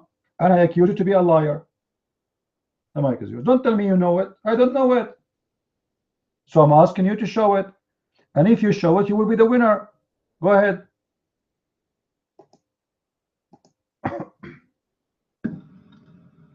If you don't know, then CP, then you're a liar and a fraud. You're not a scholar. That's false. The one who says something he cannot prove it is the fraud. Do we agree, guys? The one who says something, who claims something, when we ask him for a proof, he don't do it. He's the fraud. How I can prove it if it's not there? I'm not the one who claim it. You are the one who claim it. Are you an idiot? You are. You are the one who mentioned it is there, so you have to show it to us, and then people will laugh at me. People, do you like to laugh at me? Say yes, say yes. Do you like to laugh at me? No, don't give me one, say yes. Make the Muslims happy. You see, they don't laugh at me. Show us the reference. Shoma, go ahead.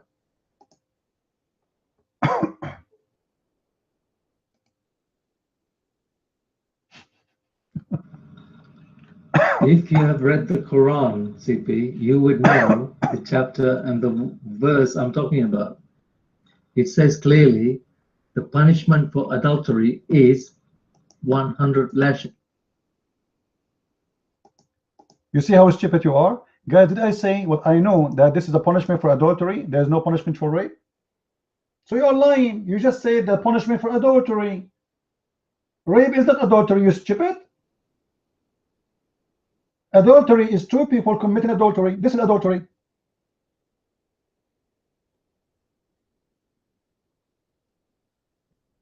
Is that correct, guys?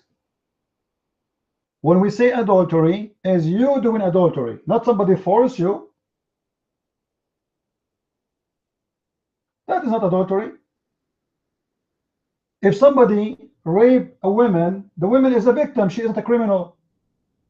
100 times. Stupid idiot, like he's a prophet.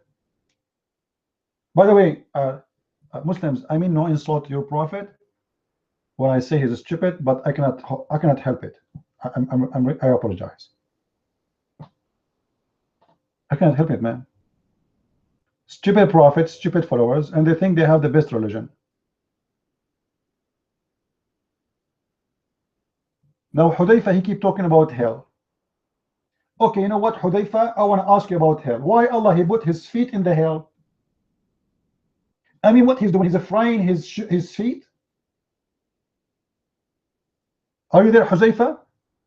Have you ever heard of God? He put his feet in hell, and the hell will say qat qat. What qat qat mean? Anyone want to translate to me? What? What is that? Are you there, Huzaifa? According to your prophet, your God Allah is in hell.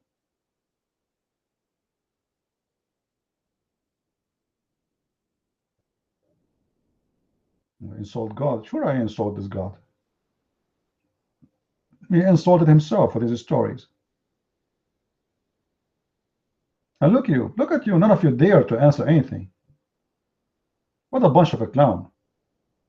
Clown prophet, clown religion, clown hadith, clown books, and when you corner them, they say to you, brother,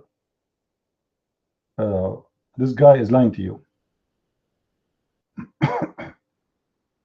And look at this guy, what he's saying to you. Look, when you see people making fun of your Quran, or leave. Hypocrite. Huh? They can't answer.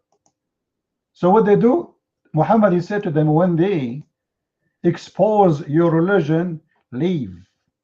He didn't say answer them, because they cannot answer. They cannot. Cowards.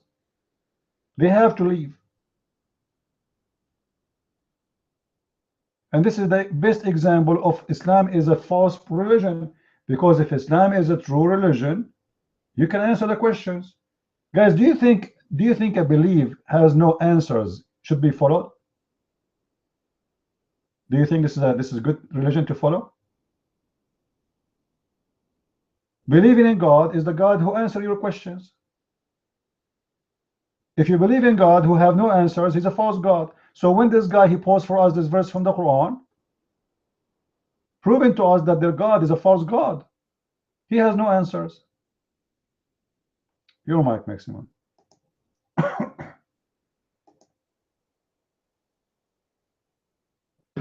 Yeah, there was a topic that just got brought up in the room about this you know, the penis in heaven and all that stuff, and all this sex about you know, really having sex in heaven. Well, this is something that might interest you Muslims. In 1 Corinthians 15:50 through, it says right here,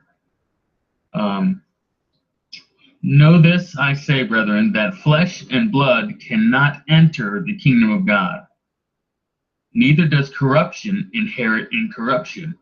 Behold, I show you a mystery. We shall not all sleep, but we all be changed in a moment, in the twinkling of an eye, at the last trumpet. For the trumpet shall sound, and the dead shall be raised incorruptible, and we shall be changed. For this corruptible must put on incorruption, and this mortal must put on immortality. So when this corruptible shall have put on incorruption, and this mortal shall have put on immortality, then shall be brought to pass the saying that is written, death is swallowed up in victory. So if you're thinking that it's going to be like a fleshly type of thing in your heaven, according to what this verse is saying, there is no fleshly body gonna be like, it's not gonna be like this down here, like what you're accepting. Okay, there's not gonna be no that kind of desire up there, because according to the Muslim ways of addressing sex is like, that's your God. In Islam, is sex is your God, but no flesh can enter into heaven. Okay, period. So anyway, I just wanted to address that fact. Mic is open. Okay, assalamu alaikum, peace to everybody. I just would like to, ask a question, but before I ask my question, I just want to say that, I'm not insulted, because when you insult the Prophet and Allah, I'm going to leave. I want to actually speak to you guys. We can argue, you can give us your points of view or whatever, but there's a difference between, having different points of view and insulting each other. And so my question is this, right? Since the topic is about Jannah or heaven and sex and all this stuff, it is true that in Islam, that the believers are promised, wives in heaven. Now, my question is this, right? Why would Jesus, may peace and blessings of God be upon him, not get married in the worldly life? And all these priests, right? The fathers, all these church priests, they're following his teachings, his sunnah, the sunnah of Jesus, right? Which is not to be married on this worldly life. So why would they do all of this if there would be no reward in heaven? Isn't Allah a just God? Isn't the creator of this universe just? In the next life, he would grant the believers, those who were chaste in this life, he would grant them reward in the next life, in heaven. And that's the point of heaven is, you get reward and you get whatever you want. Isn't it blessed that you would have wives in heaven? So why is it so, vile that somebody would receive a beautiful spouse as a gift from the creator of this universe? There's no shame in this. I don't know why you make fun of the Muslims, because the Muslims believe that God will give us, and in Islam, heaven is described very in detail, that we will be new beings, right? That we will be muscular, beautiful. Different creation. We will not feel pain. We will not feel tired. These are all gifts from the Creator. We will not bleed, right? This is the same concept in the Abrahamic faiths. So I don't think there's any evidence that you can bring forth to prove that from Christianity that can prove that there will be no spouses in heaven for the believers, right? So you guys aren't making sense. It's not a filthy concept. I don't think it's filthy, Renana. Why would somebody be deprived of enjoying sex, adultery, and fornication if they're going to get no reward in the next life? That would be unjust from the Creator. You as a believer, as a Christian, you don't have sex, do you? Like, you don't go outside and fornicate unless it's with your wife. This is a form of discipline. This is a form of purity. This is a form of chastity that you indulge in. And Allah, the creator of this universe, will reward you for this in the next life. So there is no shame in receiving, reward you with a spouse, with someone you can love and make love with. There's no shame in this. And that you will be a new creation. There will be no, none of these worldly feelings of despair and sorrow in the next life. This is the Islamic, definition of heaven, that you will have all that you want. That you will live in pure bliss in the worship of God. You can see the angels. It's going to be a whole other life. What's the shame in getting whatever you desire in the next life and getting it from the Creator himself? I don't understand what's the issue here. Why is Islam being demonized? Because we believe that the Creator is a giving God, is a merciful Creator, right? And that's the teaching of Jesus, is to be chaste in this life so you get reward in the next life. Why are you lying about Jesus's teachings? Jesus never taught that you're going to be celibate for eternity. This is crap, what you're saying. This is not the teachings of the first Christians, the early Christians. Okay, you ask us not to insult, and you are calling our teaching crap. Correct, guys? I gave him all the time. I'm listening. You are now insulting. Do you want me to call your Quran crap? What you call is a crap is in the Bible, but you are an ignorant. The Bible says it clearly. Guys, somebody post for me Matthew chapter number 22.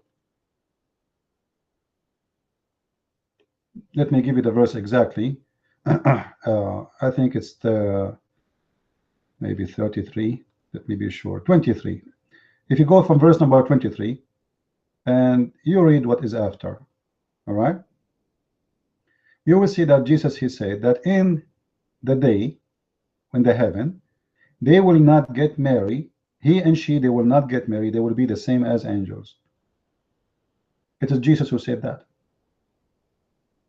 And it's in the Bible. Actually, brother Maximum, he just quote for you that the blood and the flesh will not be the same as, we will not enter with the blood and flesh. We will not enter with desire. All those desire will be thrown out. Happiness of God is not about sex and penis. You Muslims describing the reward of God is by Las Vegas. The standard of reward in Islam is nothing but Las Vegas, and you are speaking about a spouse when the fact this is false. There's no spouse in Islam. What do you mean spouse? Your prophet, he said, for every 40 nights you do jihad, Allah will give you 80,000 women. They are made just for one reason, for sex. If your God want to give you a spouse, let me give you. You spoke, I give you the time, and you're done, right? Let me answer you. Guys, if this God, he want to give a spouse, he will give you your wife. That's it. Why you need unlimited number of women? What for?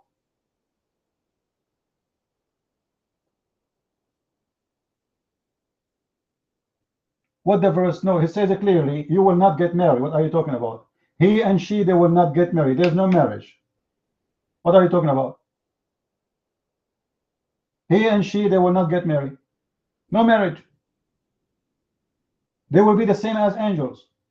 Angels don't get married. However, in Islam, they get married.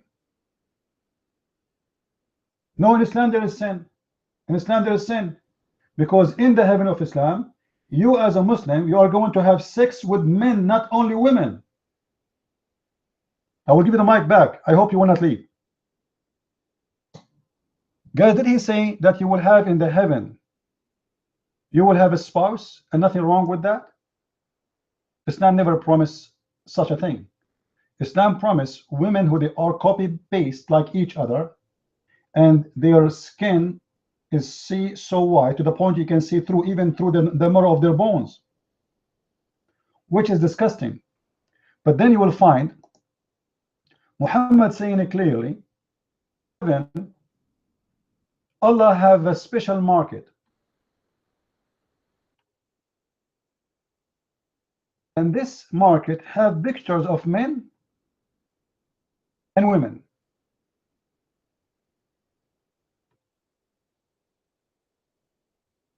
And in this picture of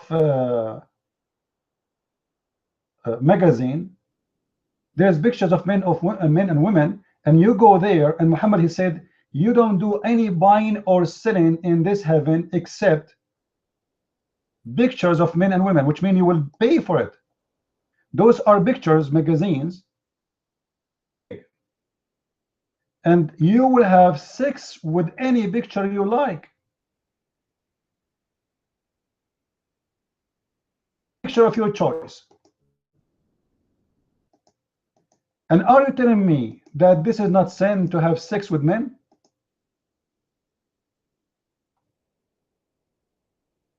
Do you see it, guys?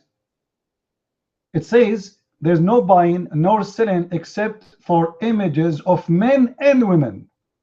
So whenever a man he desire, it doesn't say whenever a man or woman desire. No, it says whenever a man he desire, he enter it. So who is the customers? Men. And who is the one is doing the service? Men and women.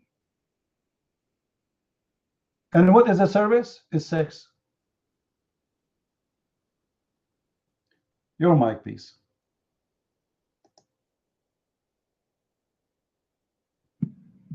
Okay, so that's your understanding of the hadith, which of course I do not agree with.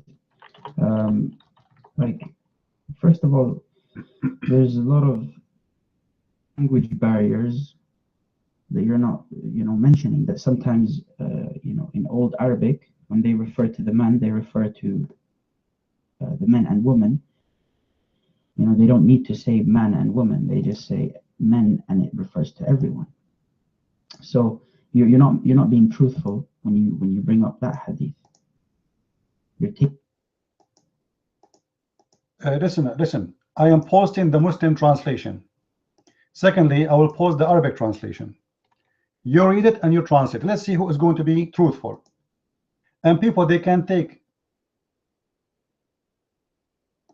this hadith and read it their own. Is that fair, guys? Here we go. This is the hadith in Arabic. You read it and you translate. It says clearly the word رجل. فإذا اشتهى الرجل صورة دخل فيها. If the man he desire a picture, he enter it. It says a rajul. Have you ever heard in Arabic someone saying to women rajul? Are you crazy? Oh my.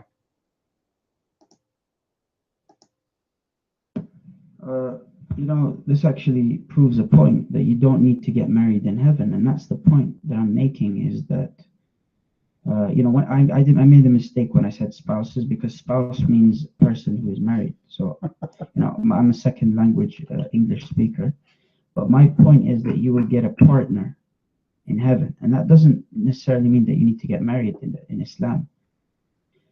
You know, and this hadith proves it. You've actually proven that in Islam you don't need to get married in heaven. So, and that's the point. Your verse from the Hold on, please, hold on. Guys, did he say this hadith prove it? He agreed with it. But the hadith says there's pictures of men and women, and if the man desire, he will enter the picture and have sex with it. You Muslim men will have sex with men and women.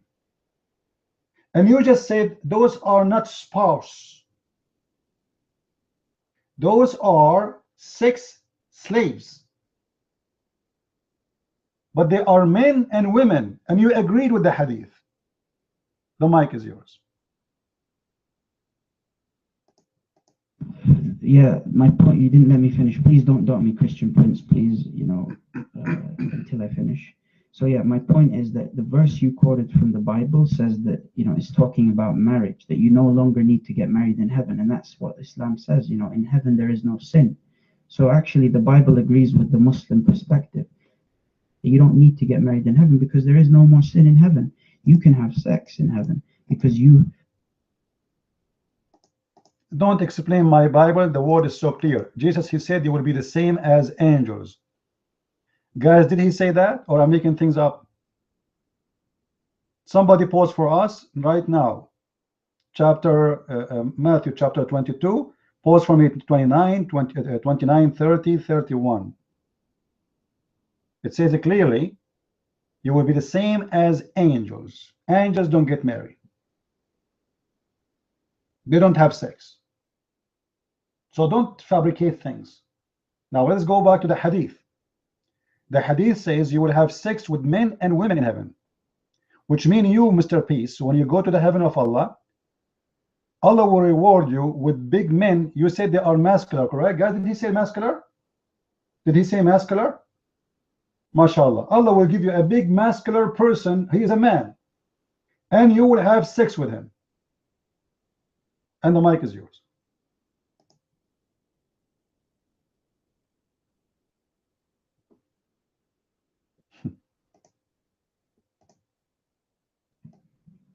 Yeah, first of all, you haven't, you know, you've not given any reference to the hadith that you've posted. I've never read this hadith before, so I'd like to see the reference. Yep, Christian Prince, I'm waiting for the reference. You see, keep posting. I don't know, you're acting like a kid. A second ago you approve it. Guys, did he a second ago approve it? He said the hadith you post confirm what we say. You approve it now because you're in the corner. Suddenly you're asking for the reference. Before there's no need for reference. You agree with it, no problem. Now suddenly you have never heard of it. That's hypocrisy. This is from Jami' al-Turmudi, hadith number, book number 38, hadith number 2747.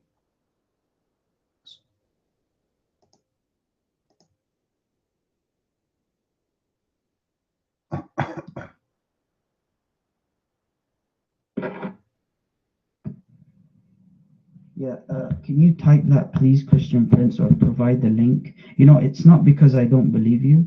It's actually just so that I can look into the source.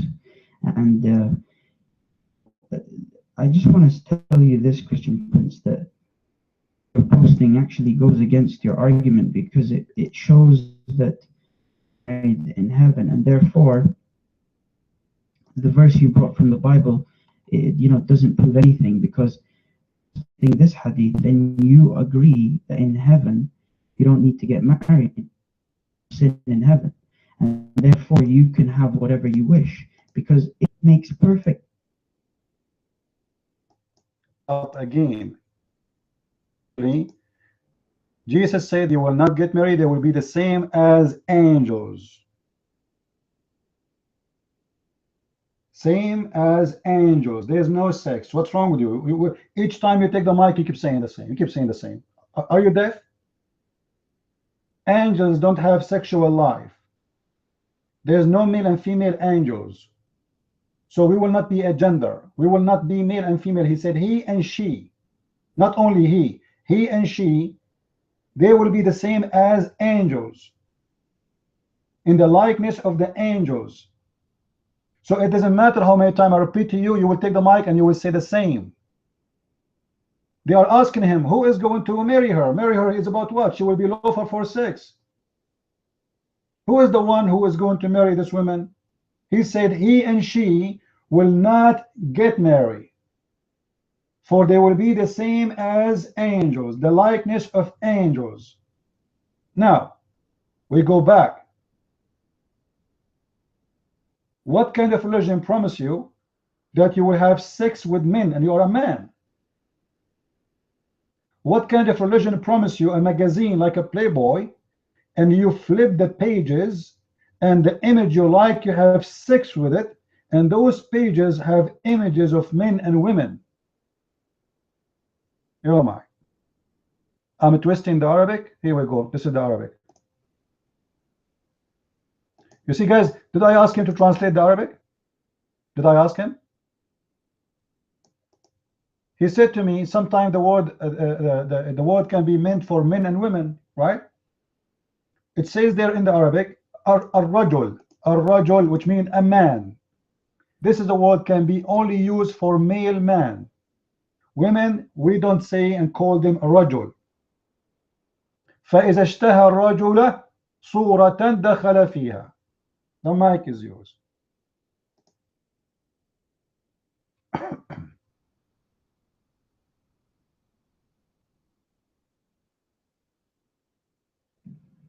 Okay, you still haven't shown me, Christian Prince, where in your Bible it says you cannot have sex in heaven. So I actually want. Here we go again. Here we go again.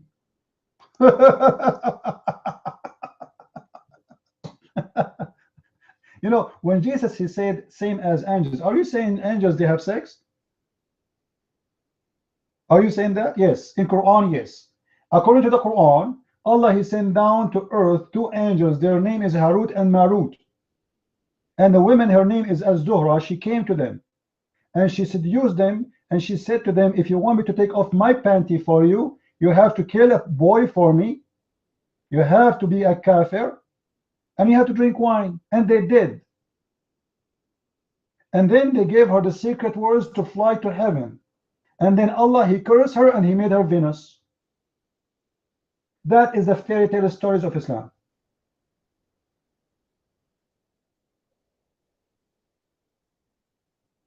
He is talking about marriage. You will be the same as angels, which means he and she, they will not have gender. That's what it's meant. Angels are free from desire. They have no gender. They don't get hungry. They do not need to eat. They do not, all those things we have it in earth, we do not need it in heaven. So, and Maximum before, he quote for you different verse from the Bible, saying clearly that we will not enter with the flesh and blood. So we don't have a flesh anyway to have sex. God will make us different creation, new creation. And happiness in the Bible have nothing to do with food and sex. That is a demon belief. That God is about sex. When God gave you sex on earth, he gave you to make a family, to produce babies. He did not give you just for entertainment. He gave it to you for a reason. Everything we have is for a reason. We have a stomach so we can survive. We have eyes so we can see. We have hair so it can protect us. We have a skin to protect us. It's not made for no reason. God is all wise, and he gave us things for a reason. Even the nail in your fingers, there is a reason for it. There is nothing in your body does not exist not for a reason. And that reason is for a very simple thing: to survive. To be able to live in this earth. Because your existence is based on food, air, and water, and hot and cold. So in order to survive, God, he provided you with things to survive. So those things was not really a reward of gift. It was a survival, not a reward. When God, he made a man or a woman, they have a sexual desire just to make them as a creatures to seek it, not to hate it, in order to guarantee that they will reproduce babies. Guys, is it clear? But obviously in Islam, it is the opposite. Sex is reward. Sex is nothing but a reward. It's just a fantasy. And this God, he don't want you. Like you see, if the God of Islam, he said, I will marry you to a woman you love. A woman you love. You see, God, he created Adam and Eve. Adam and Eve, one man, one woman. How come this God, he is not bringing us to the original state if it's a reward about sex? When God, he created Adam and Eve, it was not the purpose of sex. Nowhere speak about sex. Eve is a companion of Adam, and Adam is a companion of Eve. Actually, the Bible says clearly that Adam and Eve both are called Adam. Is that correct, guys? The Bible says clearly that both are called Adam, which means male and female are called Adam in the Bible. There's no difference. Then when we go back to heaven, you will notice that according to Islam, Allah will make us a lot more horny, will make us sex addicted, and will create for us women who he himself will sleep with them too if he wants. When I speak, if you want to have a partner, we will choose it from within ourselves. And then we go to the interpretation, we find that ourself is the black-eyed women or the angels. Allah will have sex with the angels too. So it's obvious that we and Muslims, we have nothing to share, because not only our God is different by nature, not only our God is different by ethic, Islam teach filth, and the reward of Islam is nothing but sexuality, gold and silver, diamond and rubies, and food. And this is nothing but a promise of a man who lives in this earth. Because what the value of silver or gold in a place where everything is for free? In the other side, Jesus, he promised us to be same as angels, which means he free us from the nature of the man, the nature of the human. We will be free from our weakness. We will be free from our addiction. We will be free from temptation. We will be free from all kind or all reasons to fail. So what Jesus promised us in heaven, we will be free. What Islam promised Muslims is a slavery. You go to Islam, heaven, you are a slave of your sexual desire. You are horny. You have to have sex. You can't stop. Even Muhammad described that there's an angel who rub in your shoulder, ask you to stop to change the women because she is too much. Like she cannot continue. And this is why Muhammad, he promised that every Muslim in heaven, he will have the power of 100 men in earth. So on earth, you were a little bit addicted to sex. In heaven, you became 100% sex slave. You and the women who you sleep with, because both of you are meant for sex. So imagine you spend eternity just having sex. And sex with men and women. I'm not insulting you and your wife, and you have no wife. You Muslims don't even have marriage. The Quran, you see the Quran, it says wankahu, go and if, the F word, 2 and 3 and 4, and whatever you own of your hand. This is the F contract. This is not marriage. This is why you Muslims, you can cancel the contract anytime you want. And even your prophet, he allowed you to have a contract for muta, which is not marriage, which is hiring the woman to take off her panty for you. You sleep with her, you pay her. When the time of the agreement with this prostitute is over, she go home, you go home. That is Islam. You're mine. You know what? Just let us hear Maximum. I think they want to read some verses for you from the Bible. And Gray, and I will give you the mic after. I hope you will take notes. Go ahead, Maximum. Yeah, here in Luke 20, it specifically talks about a wife and what happens. Just listen to what the Pharisees ask, and then Jesus responds. I'm going to go from Luke 20. I'll start at 29. This is the Pharisees testing Jesus, and it says right here in 29. There were therefore 7 brethren, and the first took a wife and died without children. And the second took her as a wife, and he died childless. And the third took her, and in like manner the 7 also, and they left no children and died. Last of all, the women died also. Therefore, in the resurrection, whose wife of them is she? For 7 had her as a wife. And it says right here, Jesus answering said to them, the children of this world marry and are given in marriage, but they which shall be accounted worthy to obtain that world and the resurrection from the dead neither marry nor are given in marriage, neither can they die anymore, for they are equal to the angels and are the children of God, being the children of the resurrection.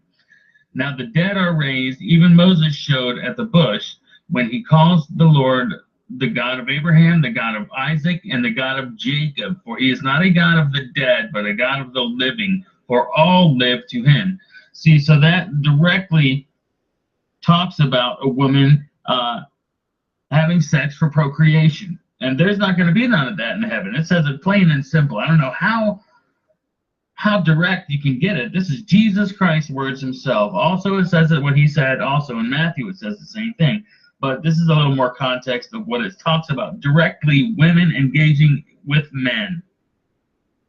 But this is not in heaven. So you Muslims have the thing about sex in heaven, but we as Christians, our dream and our want forever is to praise Jesus Christ forever as Lord and King. That's our desire. Now, Muslims, of course, Muhammad had totally bastardized the gift of sex that God has given to those who procreate and make families. But of course, Muhammad has corrupted all of this. What does a Muslim woman get in heaven? Nothing. She's a sideshow. Yeah, see what I'm saying? Nothing. I don't call that heaven at all. I call that demonic evil. You can call me a liar, but the books don't lie, Peaceful. You can make up whatever the hell you want to, but it just doesn't. Everybody's looking at you as a fool. Anyway, go ahead, Gray Wolf. You're next, I guess. Thank you.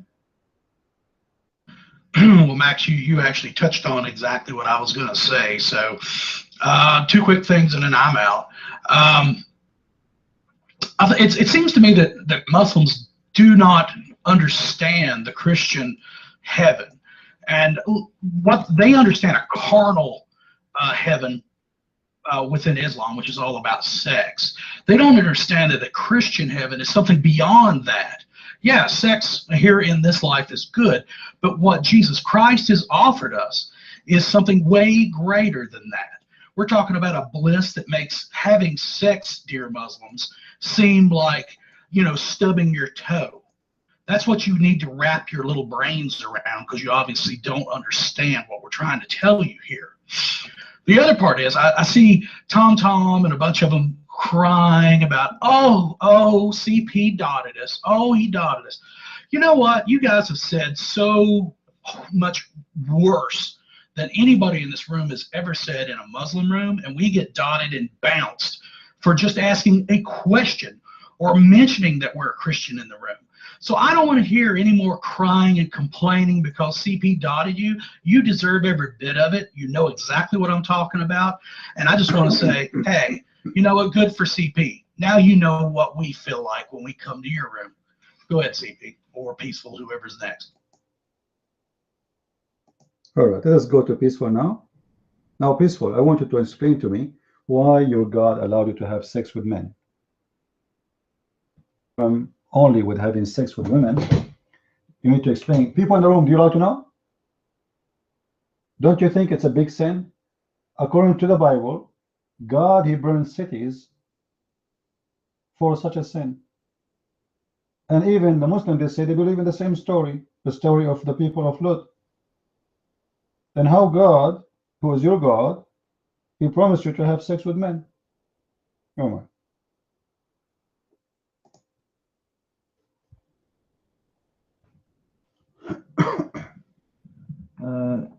Okay, I just want to address Grey Wolf for a second, because he actually mentioned a really important point. Grey Wolf, actually the highest level in heaven in the Islamic perspective is Jannat al-Firdaus al-A'la, which means the highest celestial gardens.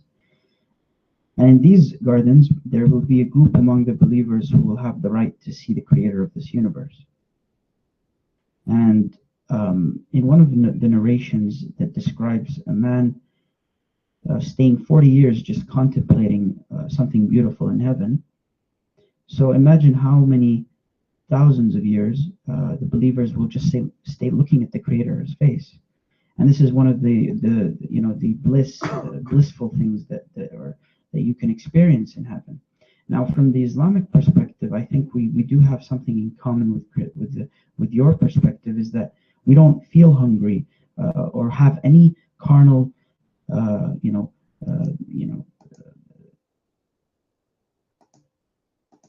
Hold on. If you don't feel hungry, so why you eat? Why you are eating? Go ahead. I was going to get to that, Christian Prince. Please don't doubt me. I was going to get to that. Be patient, sir. Yeah, and from the Islamic perspective, you see, when it says like angels, it doesn't mean we become angels, but we embody some of their characteristics. For example, in heaven, we don't need to sleep from the Islamic perspective. We don't need to eat. We don't need to have sex, but we can have anything that we desire, and we can enjoy anything. We can enjoy food in heaven, but we don't need to eat that food. We can enjoy sex in heaven, but we don't. Okay, here we go again. Show me the proof it says you do not need. I want to see that. But I want you to answer my question. You are giving me a story about nothing. I want to know what kind of God he promised you to have sex with male member having sex with male member in heaven. You are trying to avoid to answer, right? So you want to talk about everything except that. How and what kind of God he allowed such a bad sin to happen in his heaven? Go ahead. Like I said, Christian Prince, I first of all need proof that this hadith exists. Okay, you are not listening. Here we go. I will pause the hadith again. This is Jami' al-Turmudi, and this is the hadith number in Arabic and in English. What do you want me to do? I gave my reference, and you said you agree with it. I will find you a link, no problem. Now answer me. You agree with it before, so now don't tell me you don't agree with it now. You are the one who said, well, this hadith prove what we are saying. This hadith prove what we are saying. I will give you the link in a second. Take the mic and start answering.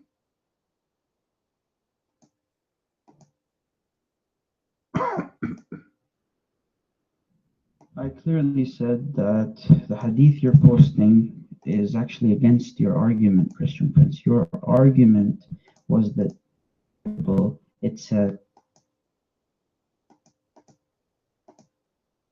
Abdul, listen, you cannot use a hadith is made by your own prophet against me. Believe in. This is what you believe in. So speak as an intelligent man, please. Somebody we can use created by the one who opposes him. That's very funny. Where do you get this knowledge from? Am I?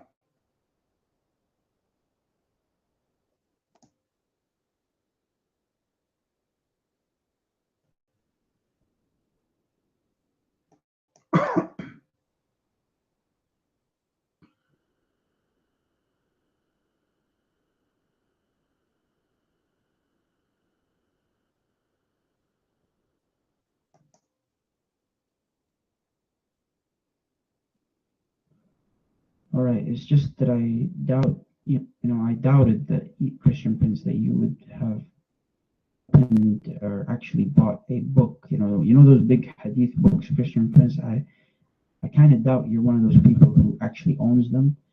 So I was guessing that you copy pasted this from somewhere on the internet, and that's why I was asking you. Well, Mr. Peace, I read it from the internet. I have the book, I don't have the book. That is very stupid of you to say. Because there's nobody in the world he can afford to buy all the Islamic books. I'm not that rich man.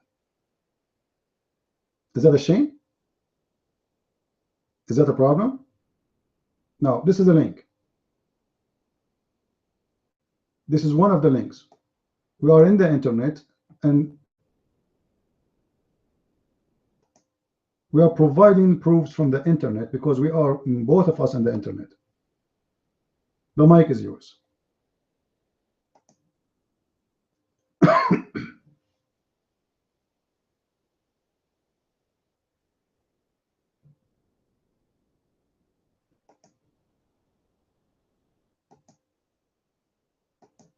What happened? Read for us.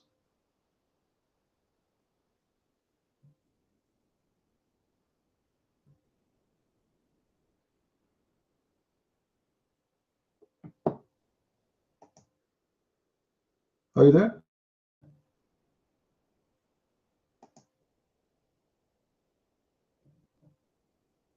All right, I found the hadith. It says that the chain of narration is weak, but I'm not going to attack you from that perspective. Let's say this hadith was strong. Wait. Even if it's weak, according to Islamic scholars, weak is accepted. It's not rejected. Just to make it clear. I can play right now for you a video from Muslim scholar saying a weak hadith, it means it pass. And we played this video many times in the room. Is that correct, guys? You heard it. You know what I'm talking about. A weak hadith, it does not mean it is bad. It pass.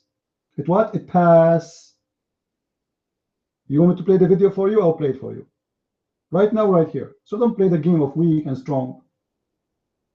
Outside, not on my door. So this is a hadith mentioned in your books. It is true, it exists, and your prophet, he said that. And the Muslims can't reject it. So answer. What kind of God he promised you men to have sex with? Go ahead. Okay, so first of all, I am not a scholar in Islam to make a fatwa claiming. Let me finish, please, Christian Prince. You have to respect my fear of saying something wrong about Islam because of how much I respect this religion. I don't say things that I'm not sure of, and there is one thing that I am not sure of is what the women do get in paradise, because I've never heard a scholar speaking about that. But I do know this, and this is something that I do know. This is 100%, I'm 100% sure of this, is that in Old Arabic, and this is something that I said when you first brought the hadith, in Old Arabic, when you say or refer to the man, it actually embodies the women. And that's why when you say jama' in Arabic grammar, okay, this is something that you're not telling the room, but in Arabic grammar, when you refer to the men in plural, it includes the woman. But when you refer to the woman in plural. No, this is not true. This is that the word by nature, as an example, if you say, oh, you believers, and you speak about supposedly men, believers, it sounds like men, you include everybody. But when you use the word rajul, you mean men, because you specify the gender immediately, directly. When you say women, you specify the gender immediately. So don't play the game. Arabic is my language. When the word is not about really a gender, all right, I say, oh, you believers, the woman is included. As simple as that. But when you say the word man, when you say, oh, men, you mean men. Otherwise, prove me wrong. Go ahead.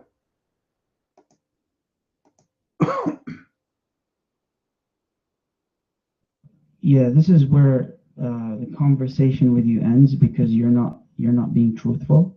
Okay.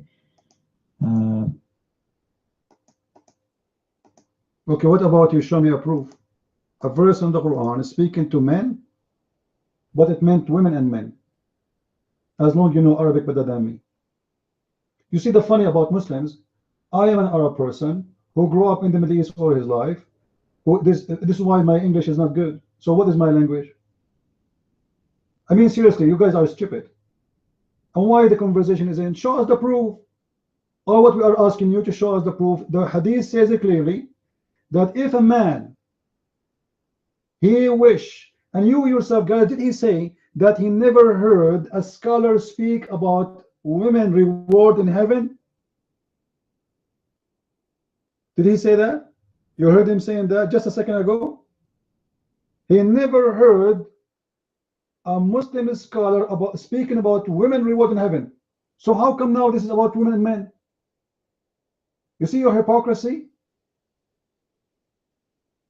All your life is a Muslim, you never heard. Suddenly, this hadith is specifically is about men and women.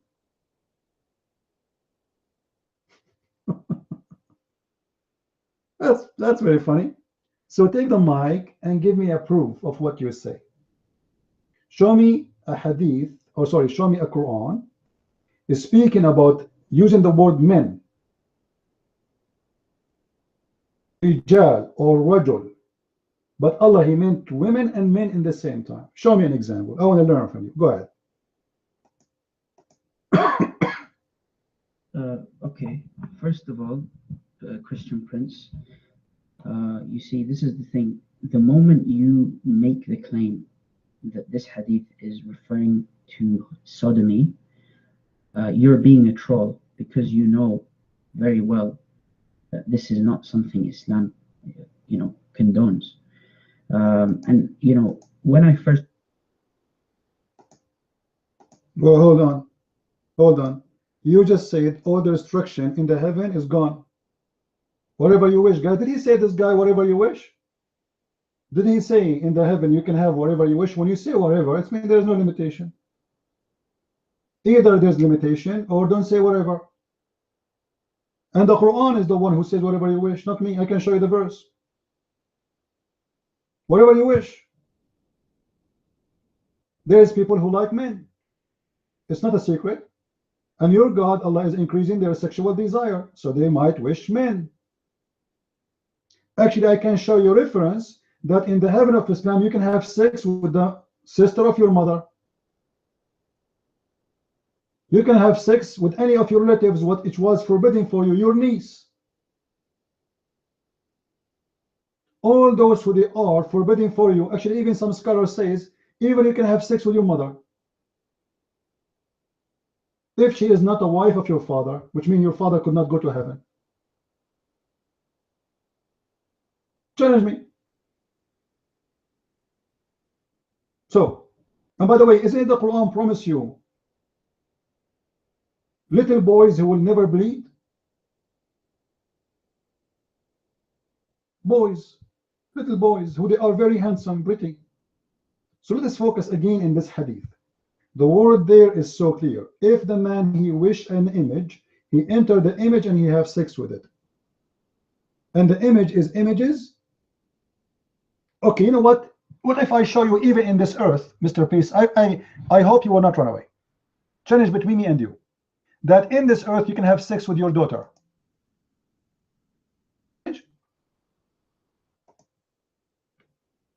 According to Islam, you can have sex with your daughter. And he will run away or he will stay. You run. See the potato? Okay.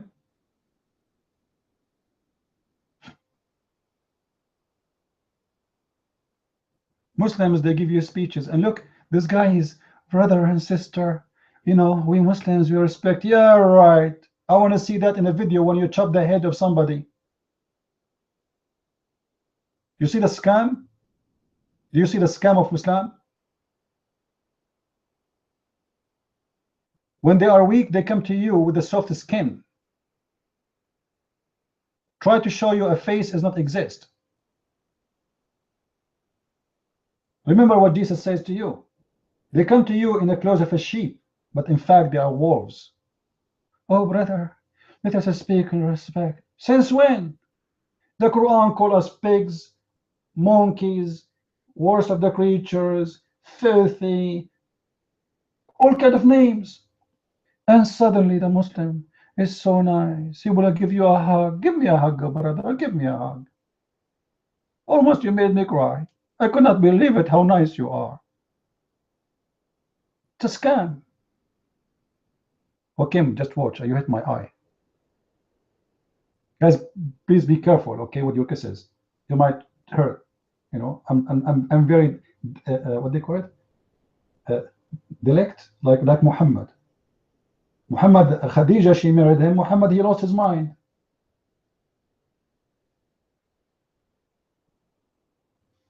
They are very sensitive, like Muhammad. Habibi Muhammad. And they want to justify for us that this God, he want to give us hundreds of thousands of women for sex. There's nothing in the world can justify that. If a woman cannot satisfy you, trust me, 80,000 women, they will not. It means you are not happy. Is that correct, guys? As long as you still want more, it means still you are not satisfied. It means still you are not happy.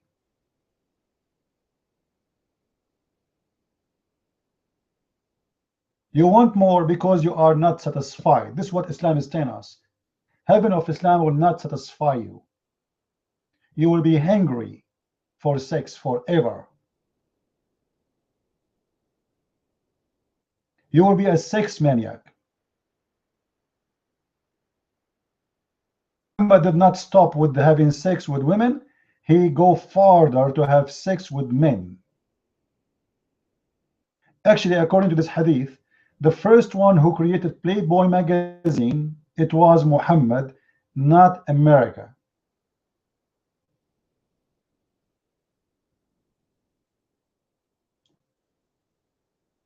Years ago, before Playboy magazine ever existed, Muhammad, he had it not only as a magazine, as a market. Big, huge market. And you will notice in the hadith it says the following. Indeed, in paradise, there is a market. It's a market. It's a bazaar, which there is no buying nor selling except, which means you have to pay for it. How you call it paradise? Still, I have to pay. I thought in paradise everything is for free. You see the stupidity of this guy? It's a sex market, exactly. And what is in this market? They hang for you. I don't know the size of the image, maybe in the full size. All right, not like a magazine. So you go inside the store. It must be a very big store because we have 1.5 billion Muslims. And by the judgment day, maybe we'll have 7 billion. We do not know. So all of those Muslims will enter heaven, and this mall can take them all. And it's full of images of men and women. And if the man, he wish to have image, he enter it. That's a very fancy fantasy. Those ideas, actually, you can find them in 6 movies, maybe. Correct? Like you see an image, you enter it, and you have sex with it. It sounds like a 6 movie, 100% porn. What those people are going to this market to do? There's nothing there except pictures. That's it. There's pictures of men and women. This is a market. You aren't going there. Every customer going there is going there seeking sex. Simply as simple as that. This is a sex market. No hummus and no falafel. Sex.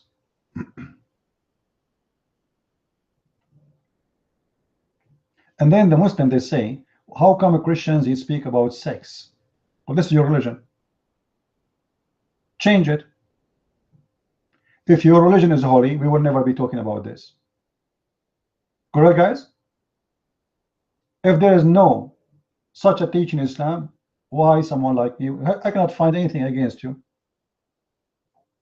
regarding this topic. I will never mention it because simply you don't believe in this. But this is what Islam is about. Everything in it is based on sex, from the beginning to the end.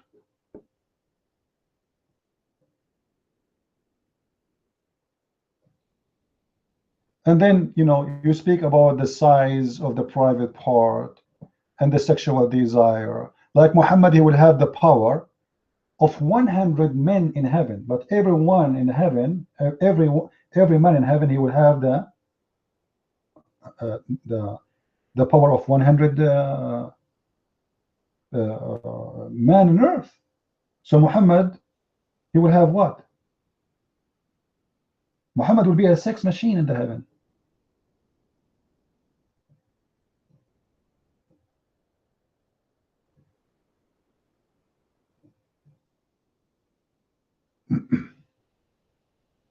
Any Abdul? Do we have any brave Abdul here? Guys, somebody can make me some tea? My throat is dry. Oh boy, I wish I'm a Muslim now. I will have 4 wives. One, she is doing a massage for my feet, and the other one, she is making me hummus, and the third one, she is making me tea, and the other one, she is putting white out in my screen to correct my grammar mistakes in Arabic.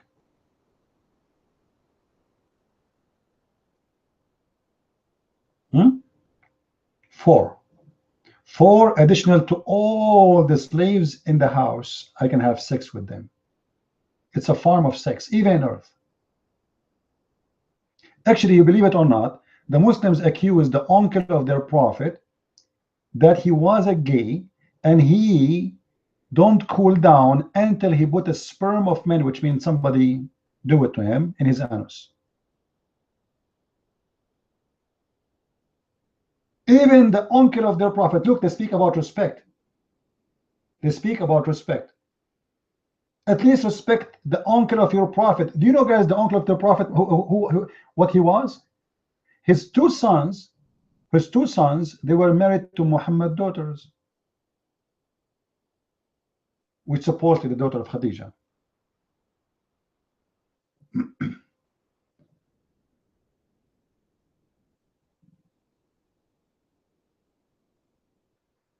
And yet a Muslim, he want to speak about respect. Right away, when you start beating the religion, cornering them, they play victim. Immediately, they switch from a lion to a little cat.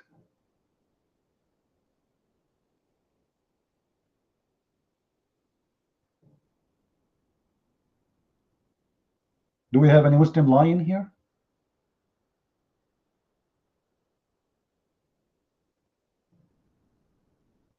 Any Muslim lion?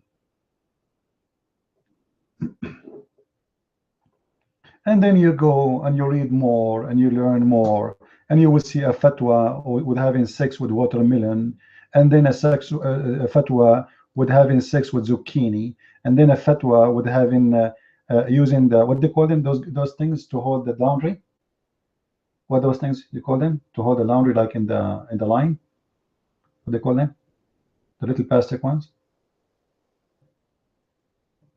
Pigs. Okay, I don't know what they call them.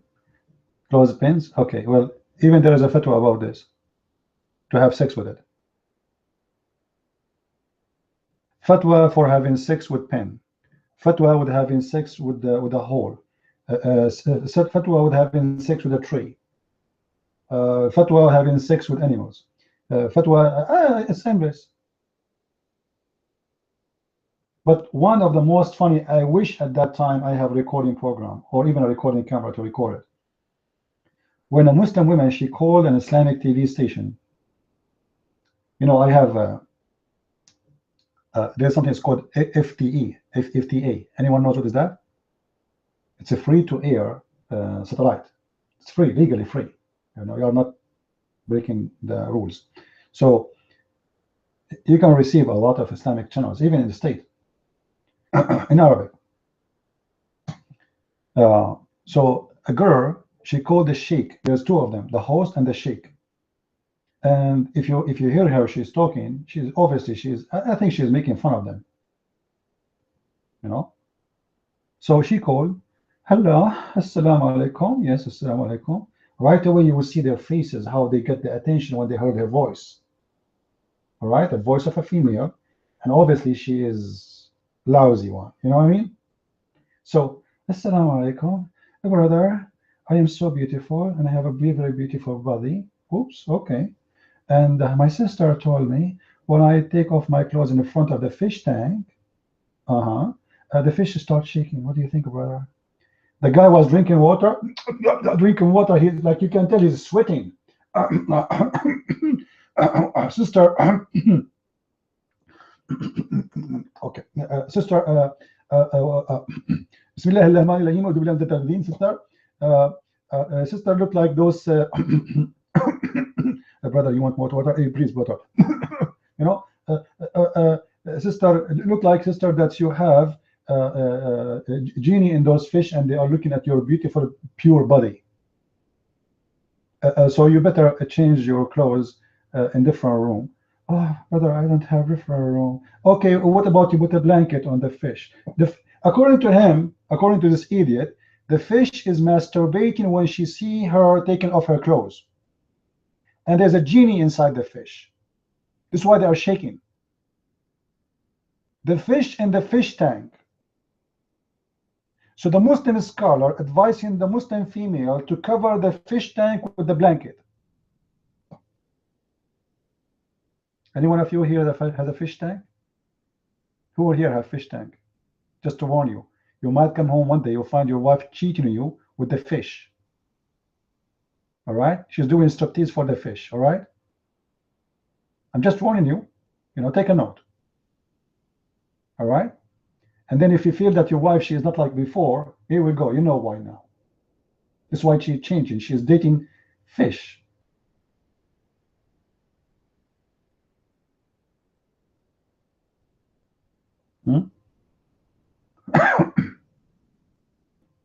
Like there's a video actually. Let me show you. Let me play this video for you. Let me see where I can find it.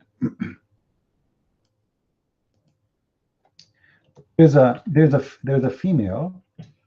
She asked Zakir Naik. You know Zakir Naik, peace upon him. She asked him, "We are Hindu, and you know what she is saying simply that why Muslim trying to convert Hindu to Islam, but we Hindu we are not trying to convert you to Islam." So I will let you hear the question and the answer. Do we have any non-Muslims on any of the mics of the sisters? Okay, we have one in the right-hand side. Is it sound clear? Sister. Is it sound clear? Salam alaikum ji. I'm a Hindu. Amuta Ramesh. I'm a diploma engineering. Sorry to asking this question. Hindu believes their religion. Muslim believes their religion. But when both are meeting, Hindu will not trying to convert in Hindu. But the Muslims, why do they are trying to convert in Muslims? Let me hear. Okay, the question now. Answer. If I understood the question correctly, when Hindus meet Muslims, they don't try and convert the Muslims to Hinduism, correct? Yeah. Correct. When the Muslims meet the Hindus, they try and convert the Hindus to Muslims, correct? Correct. Sister, it is like giving an example. There is a student who goes to school. Maybe it's in the 7th standard or 8th standard. There's another student who goes to postgraduate college. Maybe he's doing his master's. Now when they meet, will the school student try and teach the postgraduate, or the postgraduate will teach the school student? If that's deep, brother, that's deep. Why the Muslim try to convert the Hindus into Islam? Because the Muslims are the postgraduate and the Hindus are still in the elementary school. This is the answer. And the Muslims say, Allahu Akbar. You believe it? You believe it? How stupid this answer? What does this have to do? Who are you to say they are postgraduate or postgraduate? The Quran says that women have a sperm coming from their ribs. Is that what you learn in the postgraduate? In the postgraduate school, somebody have a master. And the funny, this guy here, he's a doctor supposedly. What postgraduate? Postgraduate teach you that God will give you male to have sex with them? That is, where is the ethic of Islam? Where is the postgraduate ethic? Cheating, lying, killing, everything is approved in Islam. And then they want to say to the Hindu women that they are the postgraduate, they are the higher, and you are the lower, and you are nothing, you are just a Hindu. We are the Muslims, we are the postgraduate. When their prophet, he is a child molester. Even the hadith confirm that when he took Aisha to his house, she was playing with her dolls. Was Aisha a postgraduate with her dolls? Huh? Did Muhammad choose a postgraduate wife? Scam. You see, they will not allow someone who knows really Islam to debate them. Actually, I contacted this guy in his Facebook page more than 3 years ago. And I posted a video in YouTube before. They said to me, Zakir Naik have no problem to debate you. You have to fly over and bring with you 2,000 people at least. 2,000 people to fly? Why? I have to bring 2,000 people with me. What for? No, 2,000. And it's recorded in YouTube in video. And I said, like, are you going to record, debate me, or are you going to debate my 2,000 people? Why you want it, you know?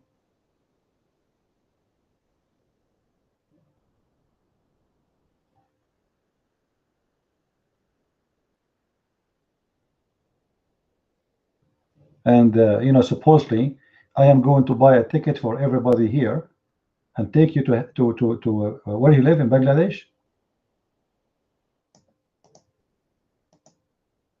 I don't know where you live. I will buy you a ticket, all of you, and I will bring you over all the way there.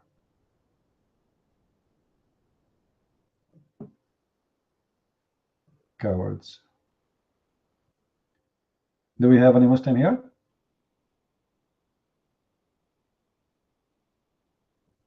Any Muslim?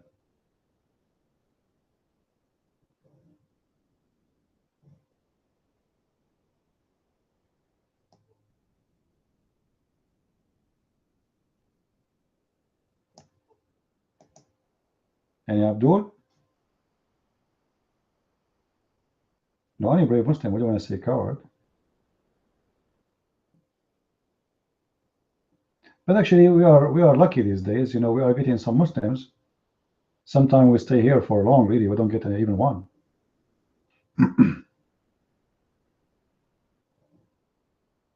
Yeah, prior time, the hypocrite people.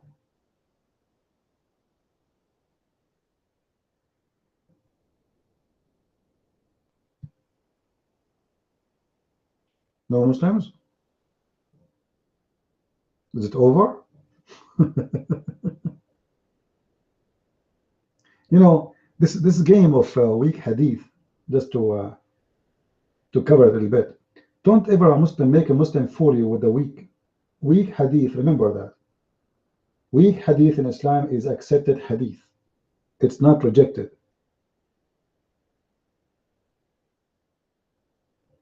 When a Muslim he says to you weak, tell him shut up. Weak hadith is a good hadith. Same time, you will see they start saying weak to any hadith you gave them. As an example, the hadith I mentioned, this is not weak. This is Jami' al-Turmudi. Jami' al-Turmudi, Sahih hadith. Sahih in Arabic means correct. So if you call it correct, all those years since this book is written or those books written, how come today it became weak? All those years, all those past years, hundreds of years, those books was correct, and suddenly now they have weak.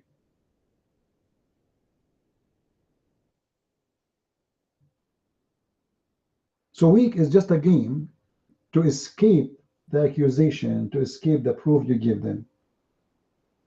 Anything they will see it's stupid or disgusting to expose their prophet, they say to you it's weak.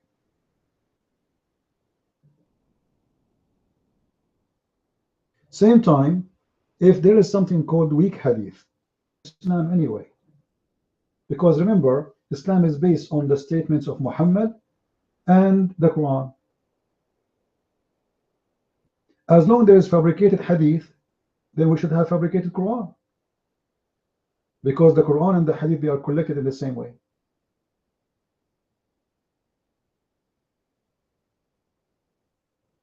Actually, the Quran itself is a hadith. The Quran says the best of the hadith is the Quran. It's a hadith. And that is confirmed that the Quran is not really an accurate book, because Uthman himself and the Muslims agree, he burned all the other Quran. Why? What other Quran? If there's only one Quran. You see, when the Muslims, they say to you that we recite the Quran and we memorize it by heart, then how you explain there's many Qurans and Uthman he burned it, if they are all the same? You don't burn the same book.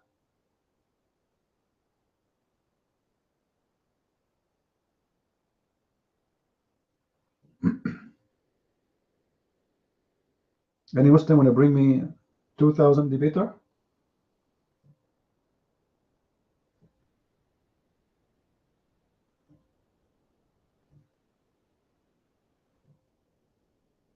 Anyone?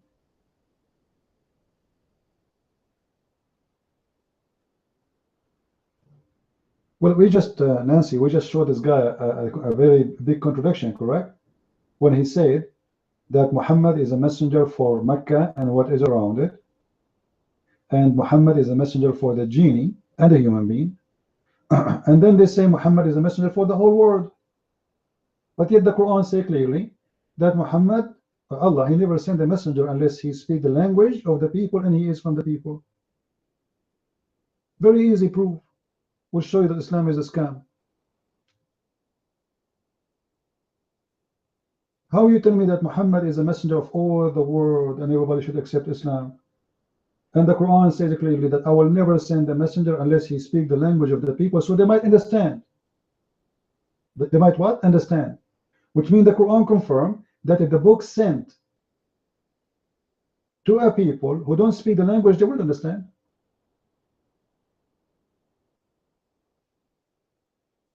If you remember the hadith,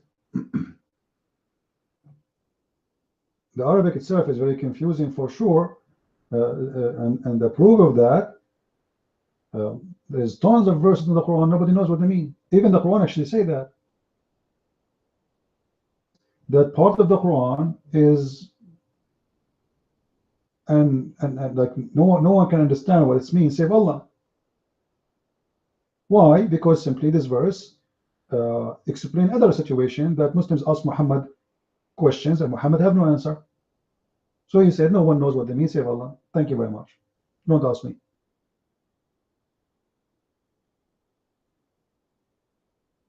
In the same time, you will find there's interpretation for the Quran. Then there's interpretation of the interpretation of the interpretation, and then interpretation of the interpretation, and after all the interpretation, still Muslims do not know. Nobody knows what the Quran means. No one knows what the Quran means save Allah. So what's the point of this book?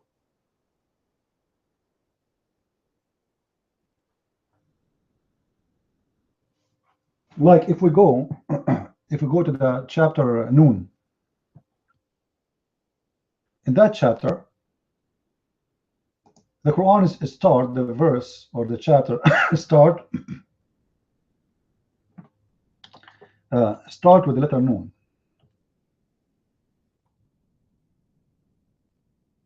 Verse number 1. If you go to the interpretation of this verse,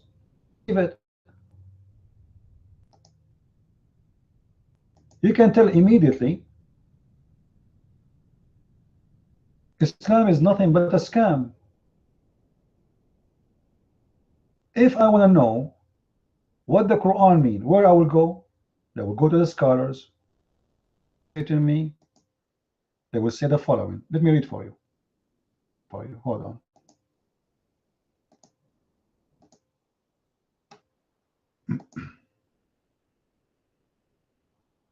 And I will share with you in the text in the room. Here we go.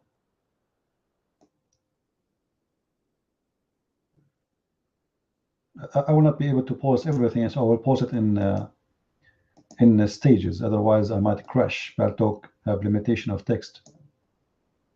Try to post long text. It crash my Bartok. Yeah, nobody want to make me tea. I'm here alone. Somebody help me. Read with me, guys. This is Ibn Abbas, the cousin of Muhammad. This is just to explain the first letter in the Quran in that chapter, Noon. Interpretation of Allah saying Noon. Noon, he says, Allah swear by Noon. Okay. Which is the whale that carried the earth on its back, while in water. Wow. And beneath which is the bowl. And under the bowl is the rock. And under the rock is the dust. And none knows what is under the dust. This is all from the letter Noon. Knows what under the dust save Allah. But that story did not stop. The name of the whale is Loish. And it said it is name Lutia. The name of the bowl is Bahamut. And some say it is the name is Telahut or Leona. Look how the name changed. The whale is in the sea called Adwad, and it's like a small ball in a huge sea. The sea in a Hollywood rock, whereby there is 4,000 cracks, and each crack water spring come out from earth. Let me post more now. It's not over yet. Hold on. You think it's over? No.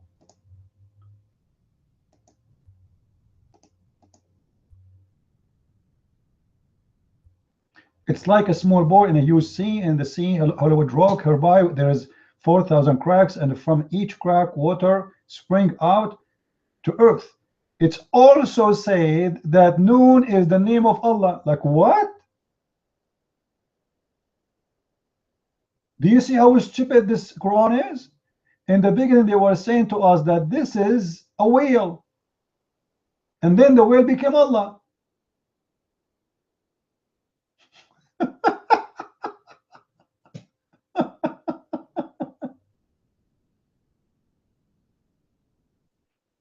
You know, which one is the one to follow? Is it a whale or it's God? This is very confusing. How we will know now? Allah swear by a whale. Why? And this whale carry the earth? Obviously, this is a fairy tale story.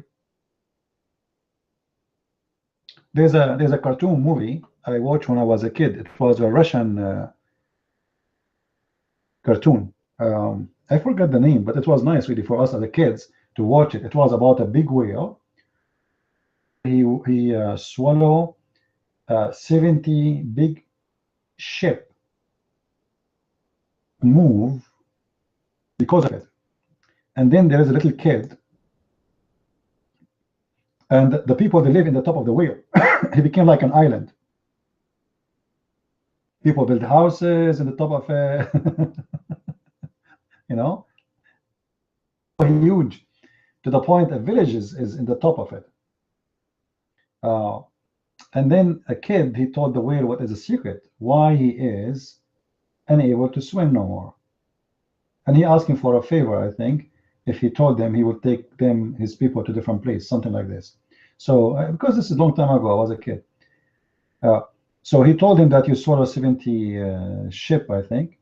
And then the whale, he throw out the ship from his mouth, and the funny became all and everybody inside the ship alive still.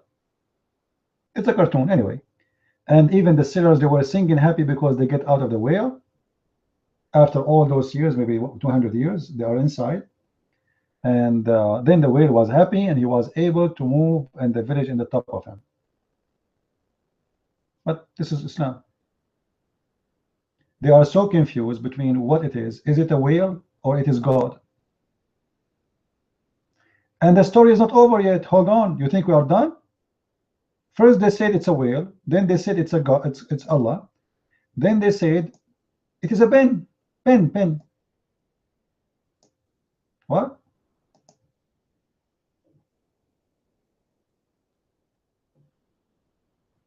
Let us read what it says. What else it says? You see how many choices there is? How much the Muslims are very sure what this means? And those are scholars who speak Arabic very, very well. Not someone coming from Pakistan or India. And it's also said that Noon is one of the names of the Lord. It stands for the letter Noon in Allah. Letter Noon in Allah? From a name Ar-Rahman. That's deep. That's deep, man. What do you mean start for it? Then it continue. And it's also said, that Noon is a lingual. Like what? Look, it was a whale. Then it became God. Then it became inkwell.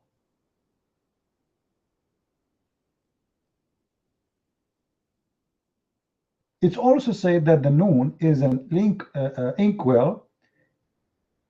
It is with the pen that wise remembrance, i.e. the guarded tablet, was written. And it's also said, look, hold on. A second ago it was an inkwell. No, still there's different opinion. Also, it might be a pen.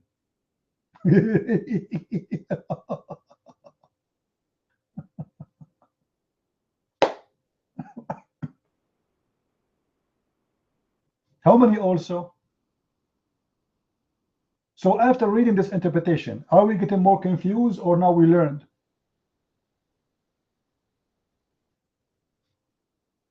Where's the interpretation? If I was before not confused, now I am 10 times more confused. There's a huge difference between a whale, known God, then you make this God a inkwell, and then you make this inkwell a pen.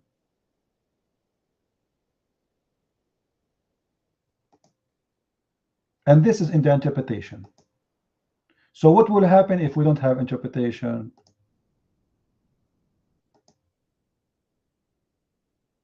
And the funny, the Quran says that the Quran is so clear.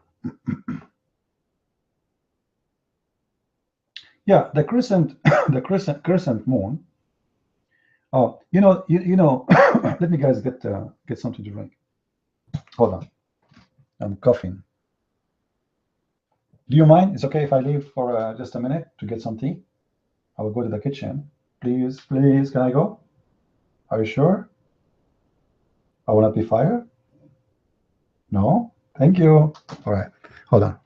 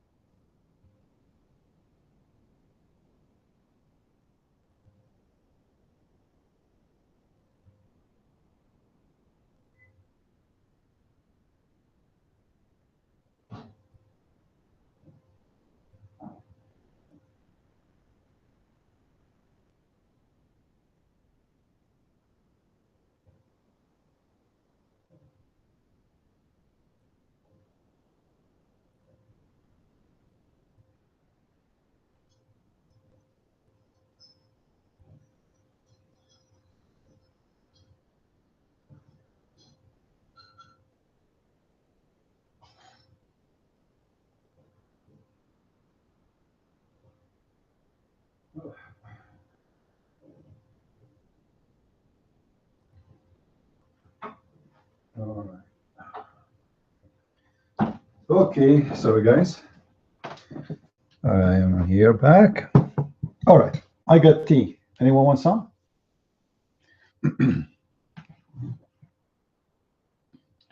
I got tea. That will cool it down. So what was the question?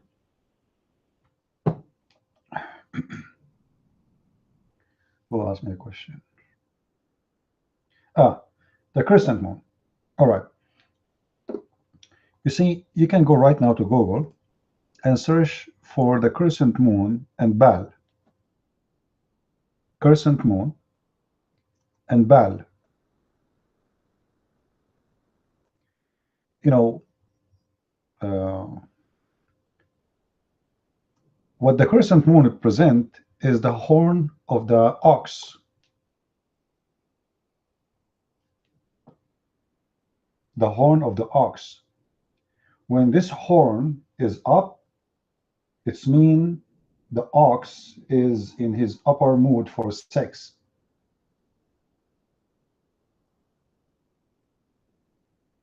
And this is how they explain the crescent moon. It's a meeting time or mating time. So the god of the moon and the god of the sun, they are having sex. And that when the horn they appear. You see, the human being in the old days, he tried to explain things he see around him in a simple way.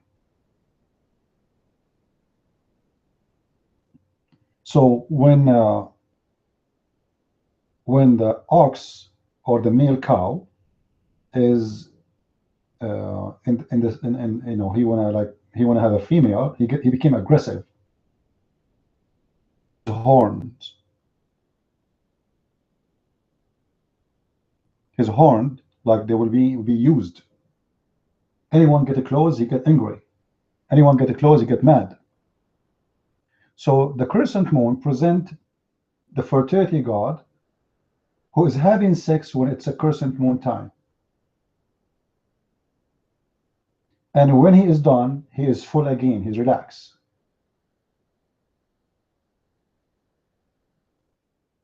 The Sabian, I don't know if you know what the Sabian are, which is mentioned in the Quran. The Sabian used to, they believe that when the moon he leave, which means he leave his occasion. And they go to wait for him in different town where they receive him again. And then when he leave, they go to the other town, which where they came from, to receive him the second time. So the crescent moon present in all old religions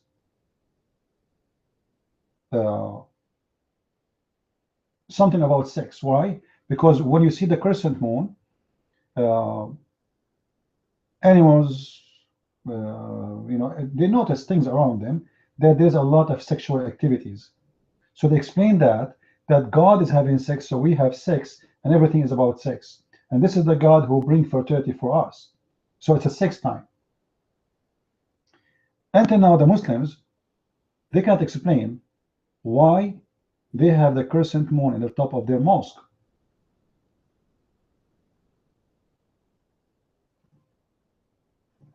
You know, ask any Muslim why. If you don't worship a moon god, why you have that in your in the top of your mosque? Why it became as simple for you? We know why the Christians they have the symbolic of the cross.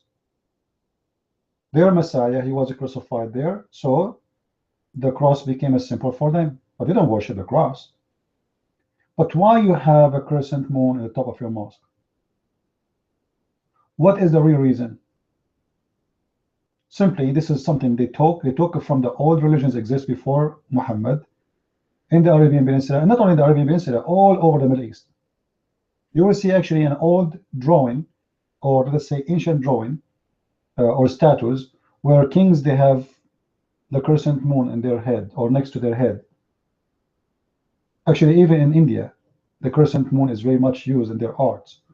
It to present something have to do with the sexuality too. when the Muslim they celebrate Ramadan as an example. Ramadan, the month of fasting, and the time to stop fasting and the time to start fasting. All of it is based on the moon. The beginning of the month and the end of the month. However, the Quran don't use the word month. The Quran use the word shahr. Now in Arabic today, the word shahr means moon. Kichu. Are you a Muslim, Kichu? What's wrong with this keyboard?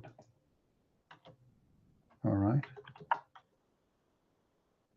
Word shahr, which is look like this in our English. Shahr. Shahr, Arab today in the Middle East, they use it as a word mean month. But the fact the word shahr, it's not a word mean month. The word shahr, it's a word mean moon.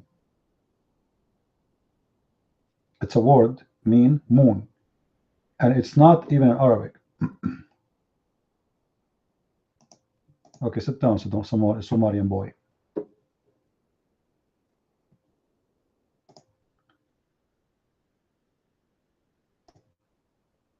Let me give you an example about it and why I'm mentioning this. If you go to the chapter 2, verse number 185, Shahru Ramadan. Shahru Ramadan. They translate the word shahr as month, but this is false. Look what the Quran is saying. I will go with the Muslim translation first, just to show you the corruption in the translation.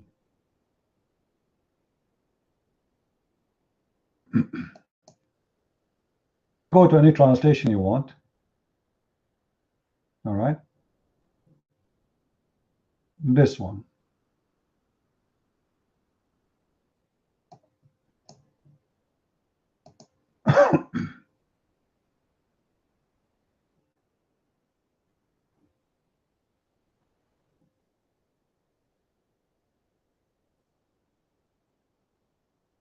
I can't even find one close translation for a true translation.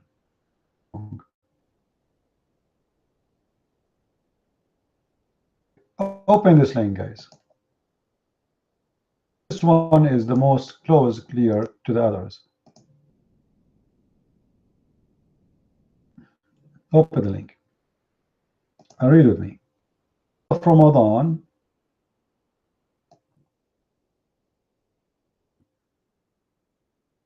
let me post.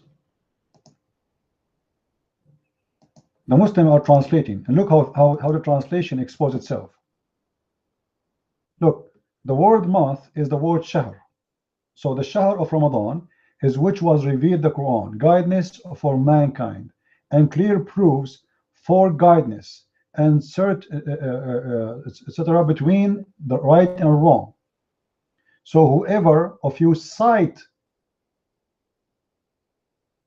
shahr, which is what? The crescent moon. Do you see it? The word shahr, it's not really a moon. Sorry, it's not a month. It is a moon which is in a certain shape. It's the crescent moon. You see this translation? So why the Muslims want to fast when they witness the crescent moon?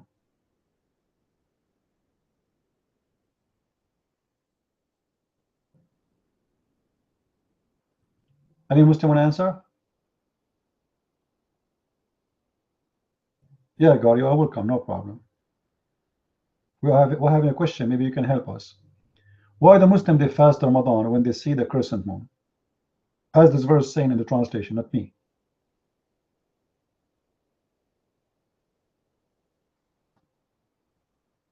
What the crescent moon have to do with the fasting?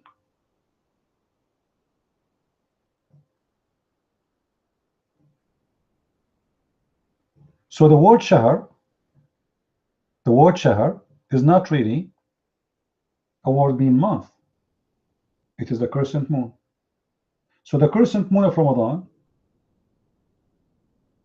or generally speaking, we can say the moon of Ramadan, whoever of you witnessed this moon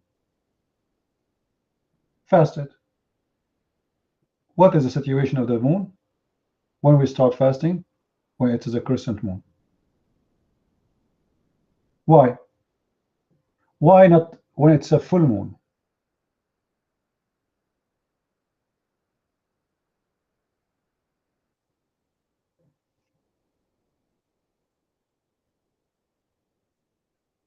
Go right now and search all religions, specifically Baal, the moon god, Lah. You will see all of them. They are connected. They are just other names for the same god, who is the moon god, who is the god of fertilities, and have sex. This is why the Quran speaks about the Arab worshipping a god. His name is Allah, but he have 3 daughters.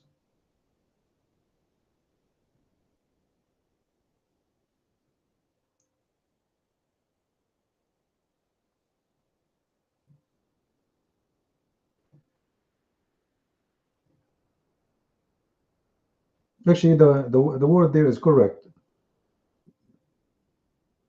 The quote you are posting, Nancy, is correct. This is the Hebrew words.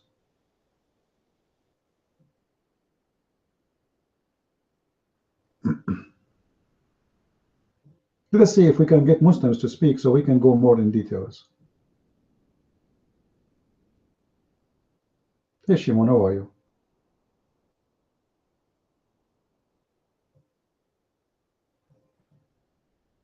We open always here. Where you been?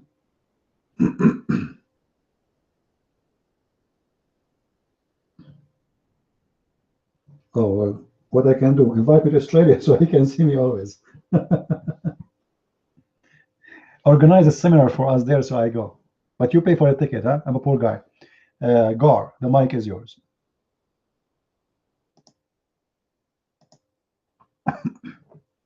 Hello. Hello. How are you? Are you hearing my voice? Okay, okay. I think the Christian Prince asked a very simple question. I think you asked why Muslims fast when they see the moon.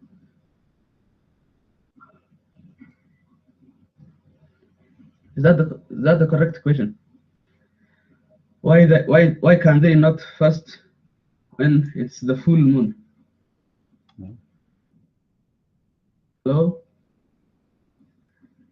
Yeah. First of all, Muslims, we Muslims, we count from the new moon to the full moon till the end. That's our calendar. Our calendar. When we want to fast during December, for example, we cannot start December 15th or December 20th. We cannot start from there. We are fasting a whole moon. We are fasting from 1st to 31st or 30. Sorry for my poor English. I'm not a native speaker. What do you do if you live in Arctic when the daylight is weeks long? That's another question. That's another question. What do you do when there is no moon? I don't think there is a place where there is no moon in this world. That's a silly question. You cannot say there is a place in this world where there is no moon. For example, if there is no moon in that place, I will just use the moon in another place.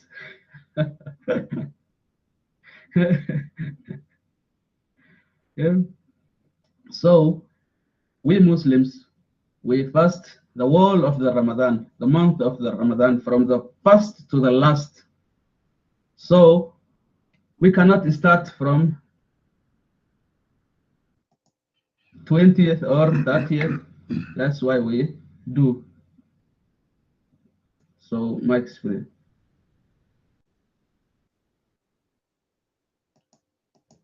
All right, so the reason the Muslims, according to this gentleman here, they start fasting in that date because this is how they start counting their dates. But, you know, if you think about it, you can fast in,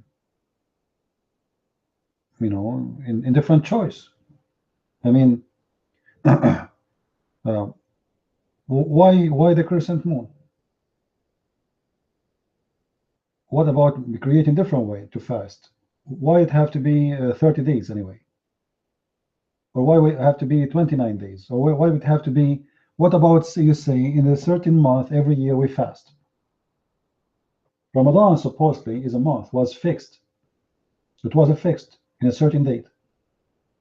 But when the Muslim, they changed the calendar and they made the calendar start from the day of Hijrah, the calendar became stupid. So month of Ramadan sometime come in July, December, sometime come in November, sometime in February, August, etc. It move around the year. For the calendar Muslims they start using, it was wrong. But before Islam, the month of Ramadan was fixed. It was not moving around. It was a month which is hot month. I don't know if Gar you know which month it was. It was a summertime. That's why it's called Ramadan. So the Muslim, they change the calendar and they have a calendar before them. They can choose a month which is the month of Ramadan, as Muhammad he called it, and there is no need for the moon. Just say the month. When this month come, you do not need to witness the crescent moon. You see, he did not say in this month. Shahr, the word Shahr means the crescent moon. So when you witness the crescent moon, he did not say when this month come. So how we will know which month he is going to fast yourself now? How you can fast in December and then a few years after you fast in July? Obviously, you are not fasting in the same date.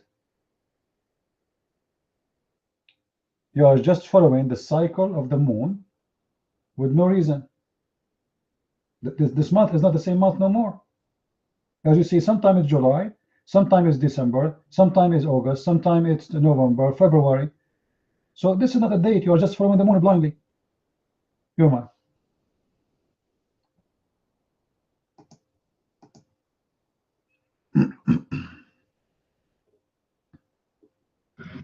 Okay, you know, when you know something and you pretend you don't know, that's a problem.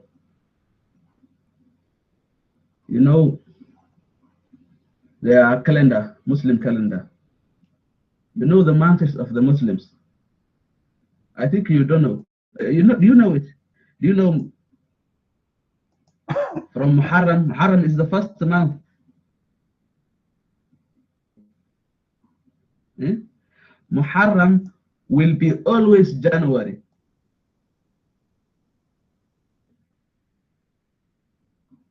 So please do not pretend that you don't know.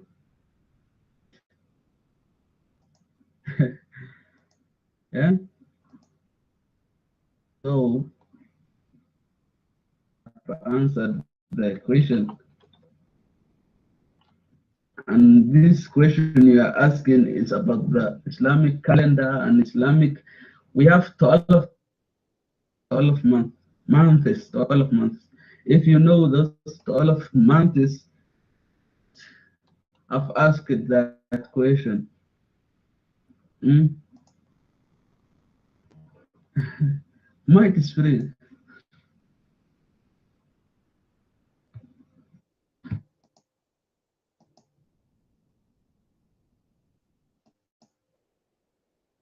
All right, guys, the first month of the year, it have to be January. You heard him saying that? Okay. Based on this, Ramadan have to be the 9th month, September. Is that correct, Gar? It have to be September, which is just past. But all of us, we know Ramadan, he passed this year 2 months ago. So how it's always Muharram, but yet the month of Ramadan is moving around? Your mind.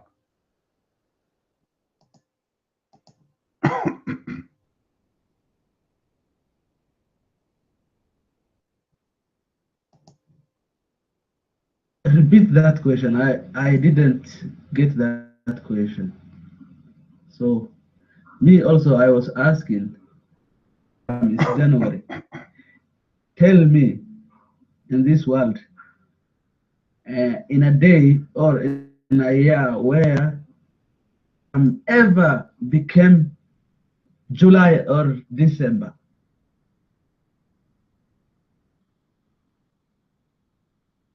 You can repeat your question. I didn't get it very well.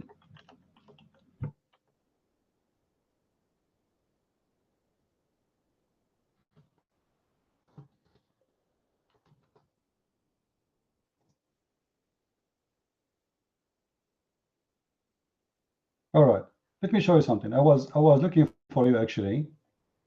Ramadan.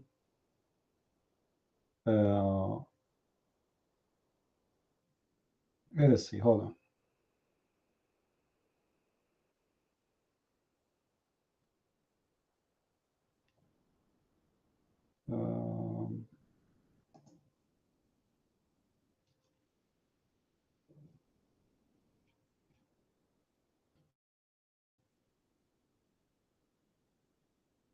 This link, Mr.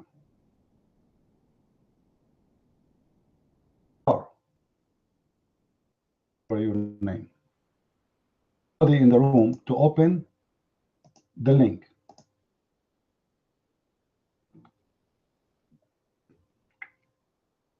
When the link is ready, God, let me know.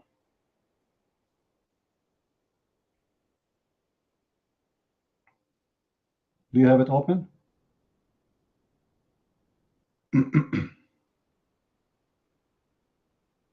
Guys, do you have it open, all of you? Okay, what do you see in front of your eyes? Ramadan is moving all around the year. Now he's saying to me that the only month there is no Ramadan is January, but that will not solve the problem. But actually, even there you will see January. As an example, in the year 2028, Ramadan will be in January 28 and in February 36. Correct? Does it say that? This is showing us starting from the year 2013 and the year 2031. The month of Ramadan is moving around. You don't have a month. You Muslims don't have a calendar. This is a joke. It's a slippery calendar walking over oil. So what is July this year is going to be November next year, is going to be, or whatever, you know, it's going to move around. So what you see is Ramadan. It's called Ramadan in the year 2013. It was July. Then a year after it became June. And then 2 years after it started in June 7 and in July 6. And then years after it became May 27. And then like every 3 years, you jump a whole month. And then it became March, and then became February, and then it became January, and then became December. Back to July. Or we'll go back to January, sorry. So where is the calendar? You don't have a calendar. This is not a calendar. Calendar should be the same month. When we say Ramadan, it be Ramadan. Ramadan is a month. When the month exists in a certain time. When say January, January come in every time, in every, you know, Ramadan in Islam, sometime come in winter, sometime come in the snow time, sometime come in the autumn, sometime come in the spring, sometime come in the summer. So who is the one who knows his religion more, Mr. Mr. Gar? I thought you said you know, I know and I'm hiding things. I don't know. Where is the calendar? There's no calendar. You Muslims are following the moon blindly. You don't have a calendar. You are just chasing the moon, which is your God. You're mine.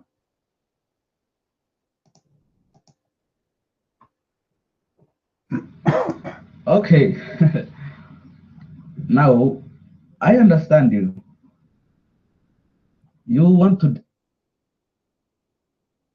deny, first of all, the Islamic calendar.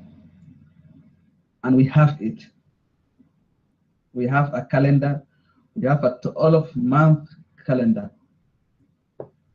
We have our own year. Even, let me tell you, now we are talking about a month. Which year are we in now, the Muslims? Leave the month. Yeah, the year. In 2016. What about the Muslims? You know, difference, we are different. We have our own calendar. We have our own, yeah. So to ask, or what you to prove that Muslims, the crescent, the calendar, or what, give us a proof that Muslims, they worship the crescent.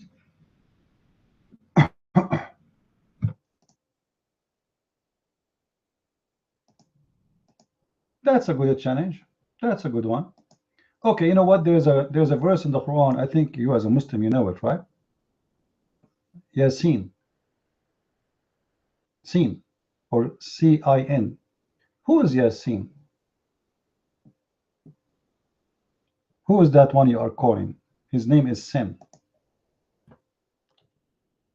The mic is yours.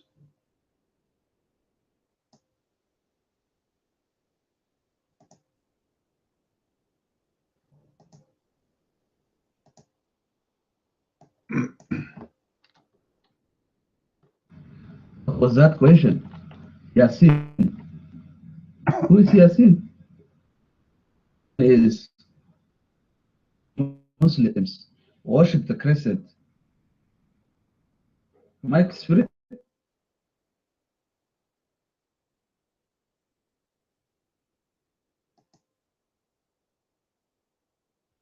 I'm giving you that proof.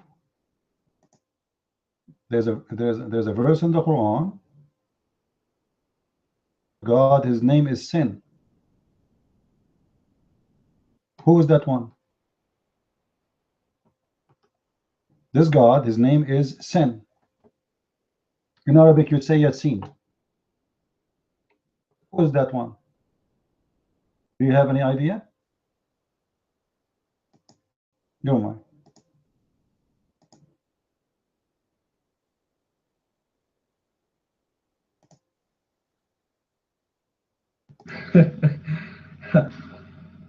The Muslim God is called Allah. Allah.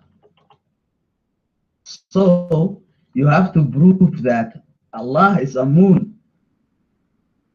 Unclear question. Stop Yasin. Yasin. Mike's free.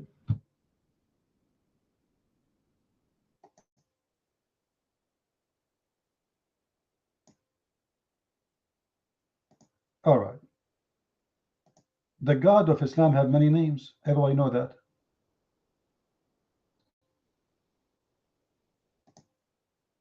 My voice coming? Many names. One of them is Yasin. As simple as that. So I'm asking you, who is Yasin? Look like you don't have an answer. Do you know who's Yasin? Let us say I want to learn from you. Who is Yasin? Do you yourself know? Maybe you do not know what chapter I'm talking about. Is that the case? Chapter number 36, verse number 1. Who is that God? You call him sin.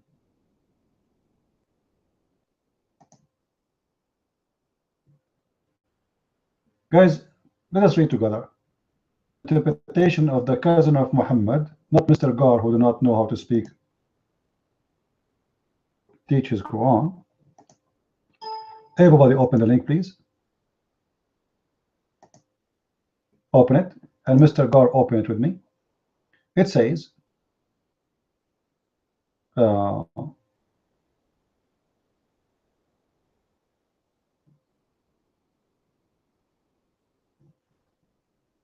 Yasin, according to some interpretations, he is the glorified one. And then maybe he is the human being. Maybe. Then if we go to different verse or different interpretation of Al-Jalalain, that sin is the name of the God. That's one of Allah's names.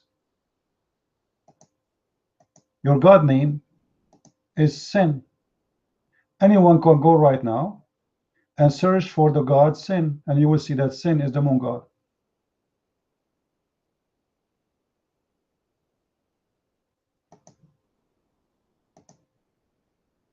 And that to me, that your God, specifically the ball, Yomar.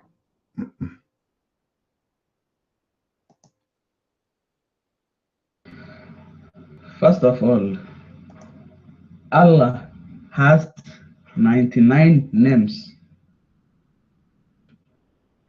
The 99 names of Allah, if you get, I'm going to answer that question. 99 names. Get the name Yasin. I'm going to answer that question. By the way, Yasin is the name of human beings. We give that name to the young boys. It's the boy name, Muslim male name, Yasin. You see? And I thought you are a very intelligent person. You want local language. Sin is a tree. It's the name of a tree. Can I say it's a sin in English? Mixing the language. English and Arabic is an Arabic. You see? If you open the link I gave you, which is written by your scholar, it says clearly that this is not an Arabic word. This is an Aramaic word. Who is the idiot who told you that this is Arabic?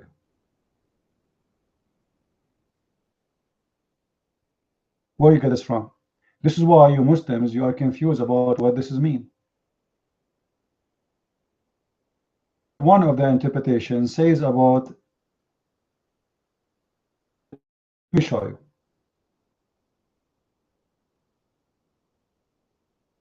This is Tafsir al-Jalalain.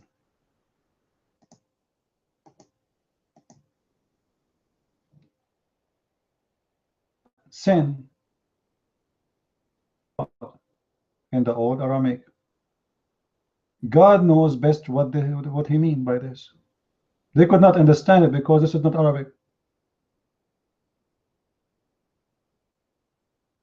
Well, the 99 names of Allah, this is your fabrication you came with. Just a second ago, we showed people in the room that the Quran speak about the noon. Do you remember, guys? We mentioned noon. You remember Noon, letter Noon? This is one of the names of Allah. But if we go on the 99 names, we don't find Noon. I don't see Noon there. What the Muslim will say to you, that those 99 names are not the only name there, or there's 3 names and the rest are attribute. There's Allah, and there's a Rahman, and there's a Rahim. Those are names. The rest are attribute. They call them names. So Noon is not counted too, but the Muslim, they consider Noon as a name of Allah. Yasin, they count it as a name of Allah. I'm not the one saying that. I'm showing you your own scholars. You're my God.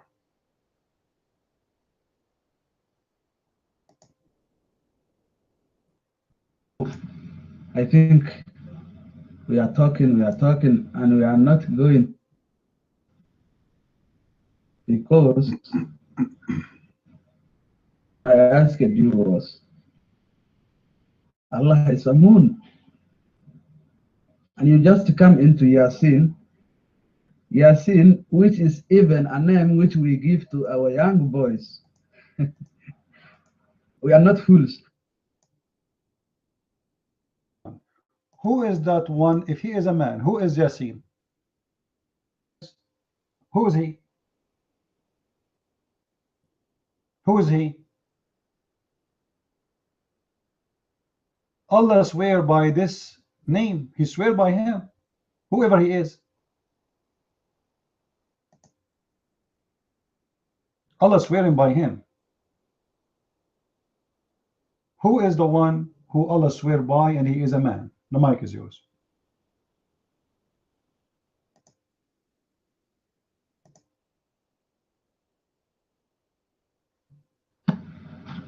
You know, when you know the Quran, that's when you can. Gar, you use that name like this. This is not the name we are talking about. Yasin, that was one word. Let me show you. Right? This is what you use. I'm not talking about this. I'm talking about sin. It's written as letter S and pronounced as sin. It's not even a word.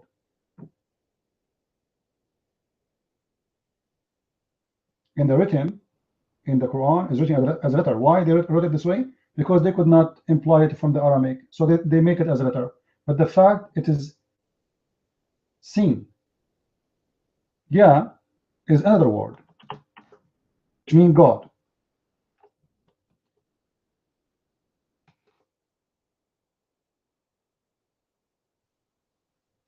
As simple as that.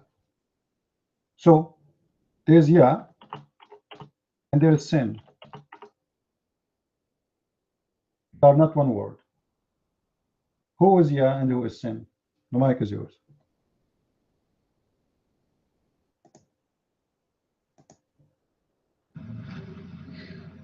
The way I told you, we are talking and we are not going to anywhere. So tell me what is Yasin. I want to listen to you. Tell me what is Yasin. Mike is free. Help me, tell me what is Yasin. It is Allah and it is a moon. Explain all those. I need it.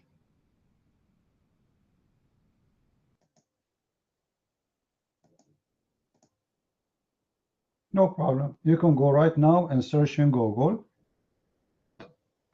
sin.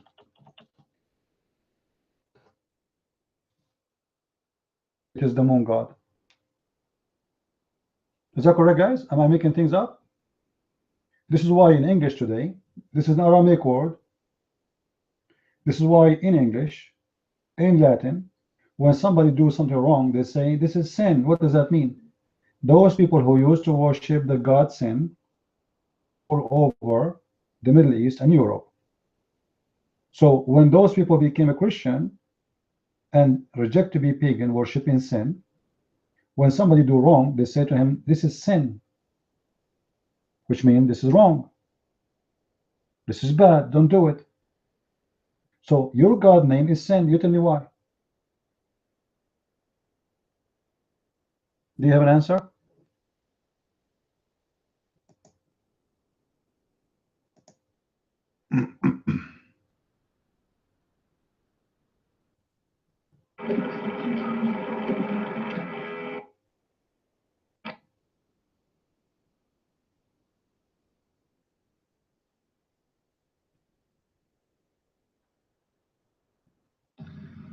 My God is Allah.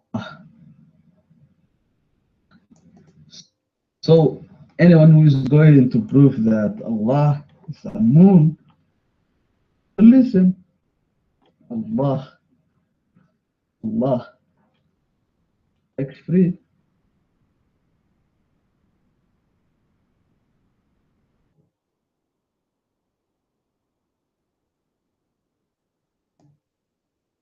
All right. Well, first of all, your God name is not Allah. Obviously, you are just a little kid. The God of Islam, his name is Lah. If you go to the Quran, chapter 1, verse number 2, it says, Alhamdu li lah. Li mean to. Allah is the name of your God. If you go right now and search for what the word lah mean, you will see it's the moon god. Yeah, li lah. Li mean to. What happened to Allah? Where's the A? Alright, guys? What happened to Allah? Where is the name gone? The name, we should not change the name. If the name is Allah, it should be stay the same. Allah is the same. This is how it is. It should be the same. What you see, it changed. It became li lah. It mean too. So Alhamdulillah, thanks to li lah. Go right now and search for the word lah in Google, and you will find that lah is the moon god. We keep going around the moon god. Even the name of your God, Allah, is a moon god. You mind?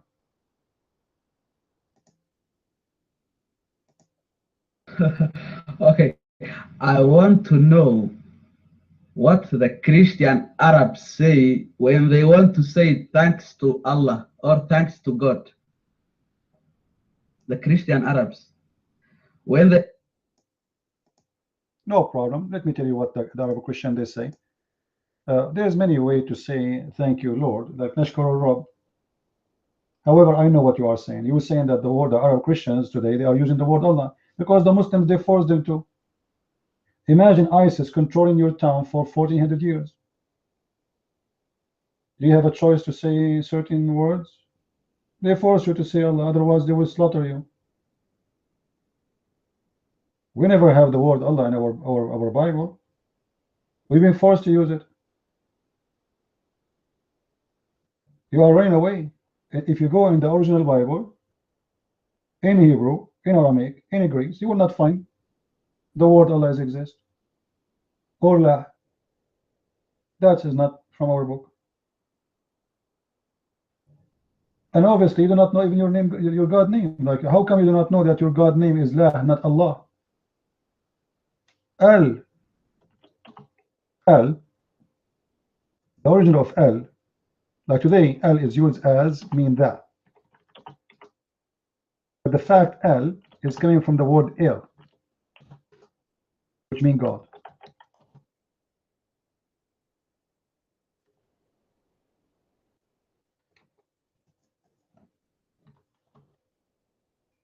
What's wrong with my keyboard?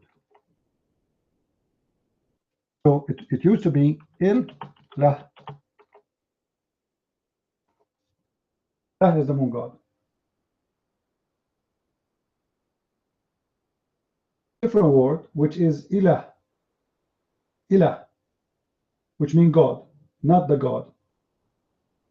It's a general word. You can use it, you can call it to any God. But La is a name. It's for a specific God. That's why you see the Christians, they, like we have names in the Bible as an example. We have Israel, Israel, El is God. Ishmael, Gabriel, all those names, they end with the word El. And you find those names in the Quran too, because Muhammad is a thief. He stole the names. He thought those are one word. But the fact those are not words. They are two words. And if we look in the Quran, we will not find the word El. Do we have El as one of the 90 names of Allah? No. No. But the Muslim scholars confirm and they agree that El is one of the names of God, not only a word meaning God.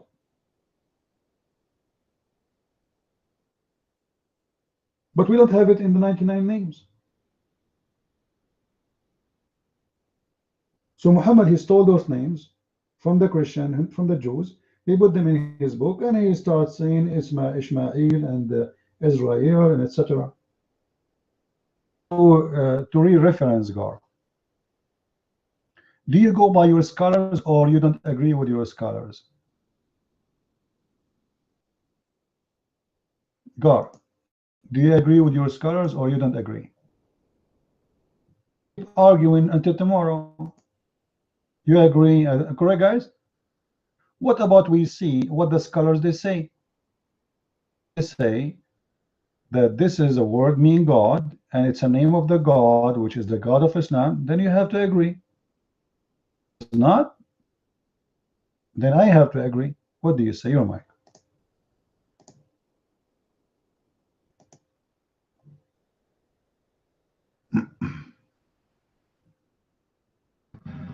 You're mixing things up. If Allah is not God, the Christian Arabs, who are the real Christians, the original Christians, they don't worship Allah. They don't worship God. Allah. You say Muslims forced the Muslims to use the Christians to use Allah. You know what happened in Malaysia? Malaysia Christians want to use the word Allah, and the Muslims are refusing. They don't want the Christians to use. So, tell me what happened there. I will give you that link. Christians in Malaysia, they want to use the word Allah. Guys, just to show you how smart the Muslims. He wanted to prove to us that the Christians use the same word. He said to us that the Muslims don't want the Christians to use that word. Why? Because this is the name of their God. This is not the name of the God of the Christians. And the Christians have no right to use it. This is why they are refusing them to use it. You just shoot yourself in the foot. Why in Malaysia they are doing that? Because they notice a lot of Muslims are leaving Islam, so they are thinking maybe because those Christians there, they are using the word Allah when they speak to them, maybe this is making it easier for them to accept the new religion, which is Christianity. So they say to themselves, maybe we should forbid them from using that word because this is not the name of their God anyway. So Muslims depend in the situation. When the Muslims are strong, they force you to use the word Allah.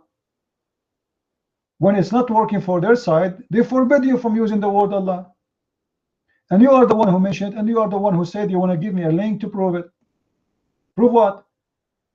That you Christians have no right to use the word Allah. Give us the link. Give the link. Everybody will read it. Everybody will read it. Just give it. Guys, did he say he will give the link? Let us read it. They are saying clearly that Allah is not the God of the Christians and you have no right to use his name.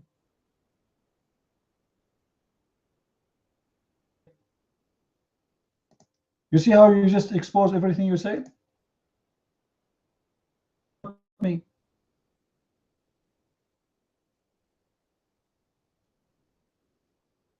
You're right.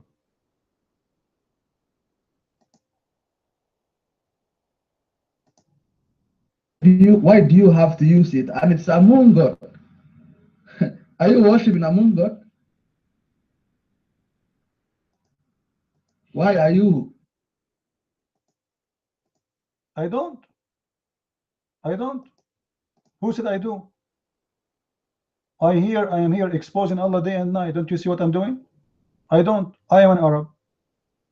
I don't believe in Allah. I believe Allah is a devil. As simple as that. Now let's go back to the question. Do you Muslims believe that sin is your God or no? You're mine.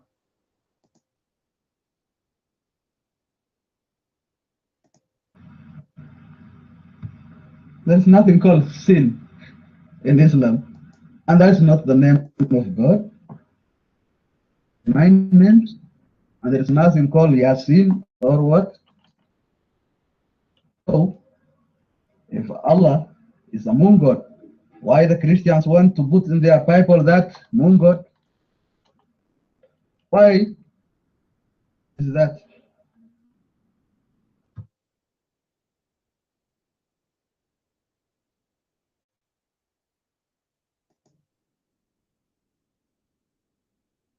It looks like I'm talking to myself.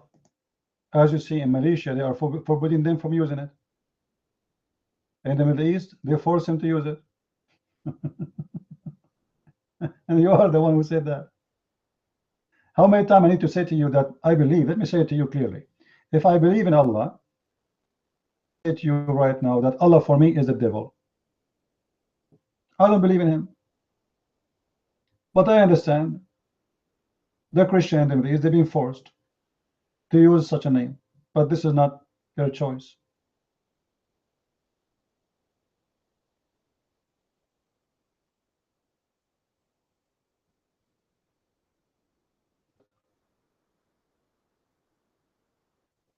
Now, let us see the Quran is teaching.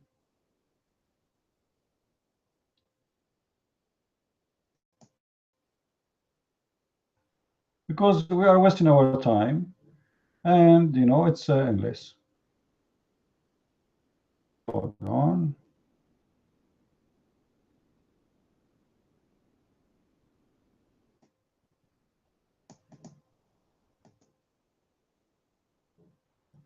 Actually, you know what? What about you read for me the verse, the chapter of Yasin? It says Yasin.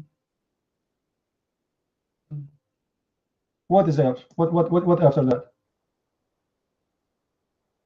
It says after that? After it says Yasin?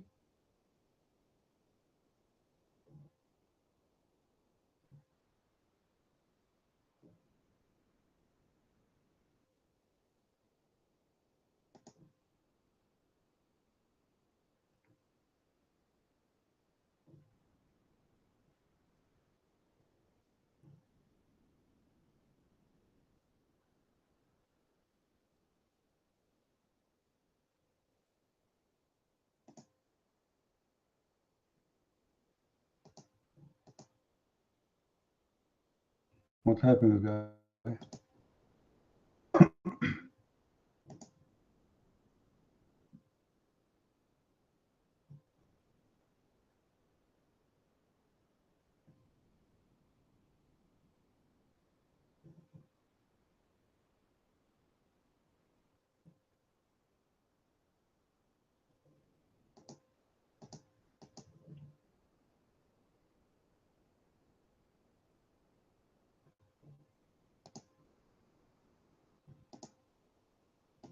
What happened to this guy?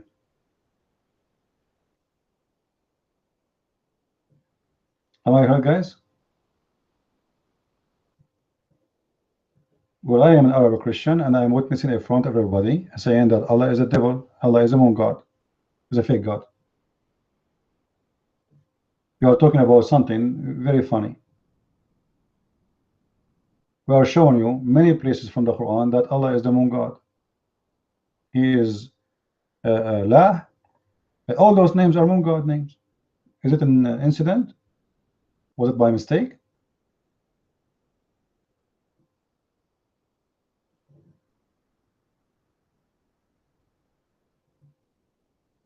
You have to explain. And I'm not the one, by the way, saying that sin is a God name. Those are your scholars.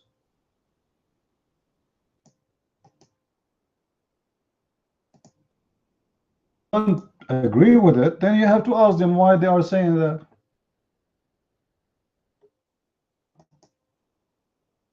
You Muslims teach in your school the names of Allah.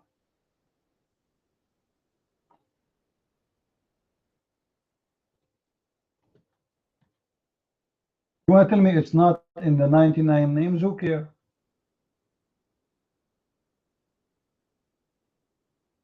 Names of Allah are not exist in the 99 names.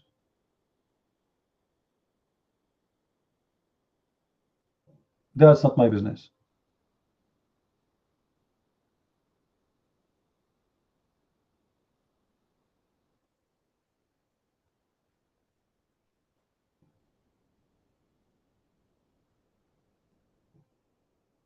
There,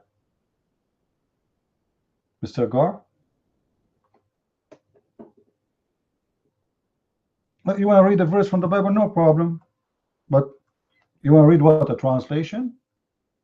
You want to give me have the word Allah? Because this is not original. This is a translation.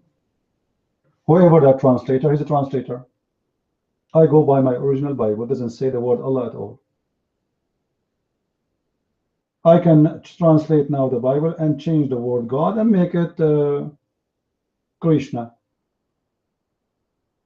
That will not make it accurate. Who cares? It's a translation. In order to prove to me what you are saying, you have to go to the original Bible and show me where is the word Allah exists. As simple as that. You're mine.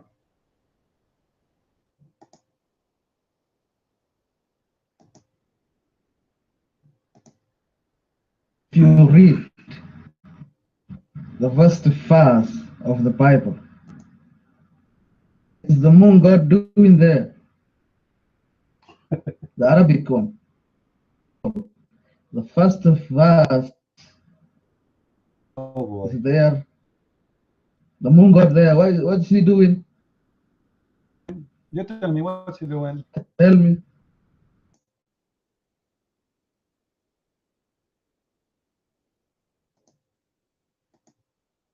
What's he doing, guys? What's he doing there? You tell me what's he doing. I don't know what he's doing. This is a false translation. This is not a correct translation. We don't have Allah. As simple as that. It's a translation. It's a translation made by a translator. As simple as that.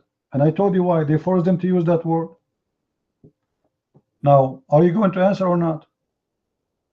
Why you Muslims say that sin is the name of Allah? I want to know. We go and search for sin. We find that sin is one of the pagan gods. He is the moon god. As simple as that. Obvious that you Muslims are worshipping the moon god. Otherwise, you need to explain to me. We need an explanation. Anyway, look like you are wasting my time about the same topic. You don't want to go really, so we can go deep in the thing. Actually, until now, you'd not ask me, even show me a reference where it says is God. Right? Proves that the moon. Explain to people in this room why you have the crescent moon in the top of your mosque. Is what you pray for in the direction. What the moon is doing there? To do with Islam. Why you put the moon sign in the top of the mosque? You might.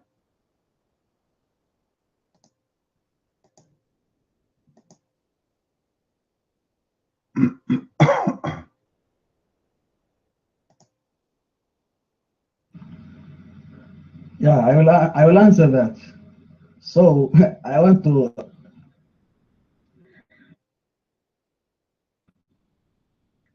when the name God is translated, it becomes a moon god. You say that's a translation. So what No, the Arab Christian, they've been forced to use it as a word mean God. As simple as that. They don't worship the moon god. No Christian worship the moon god. But the Muslim, they force them to use that word. I can show you right now reference. Not only that, they force them to use Arabic language.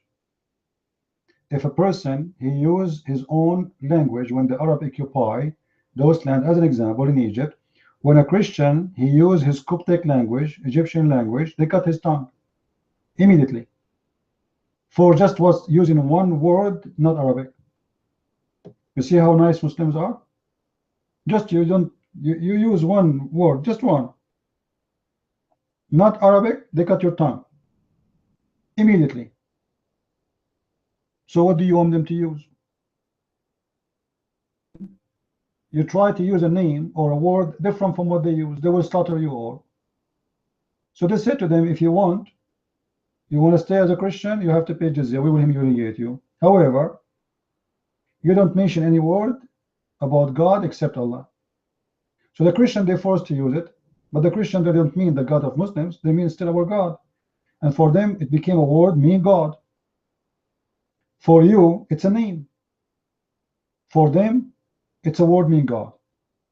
For you, it is a name. Christians, do we Christians have a word? Is a name of God, it's called Allah in the Bible? We don't. You can read all the Bibles. So you are reading the translation, where the Christians, they have no choice. I don't accept it. Yeah. So let us go back. Why you put the moon sign in the top of the mosque, Mr. Gar? Go ahead.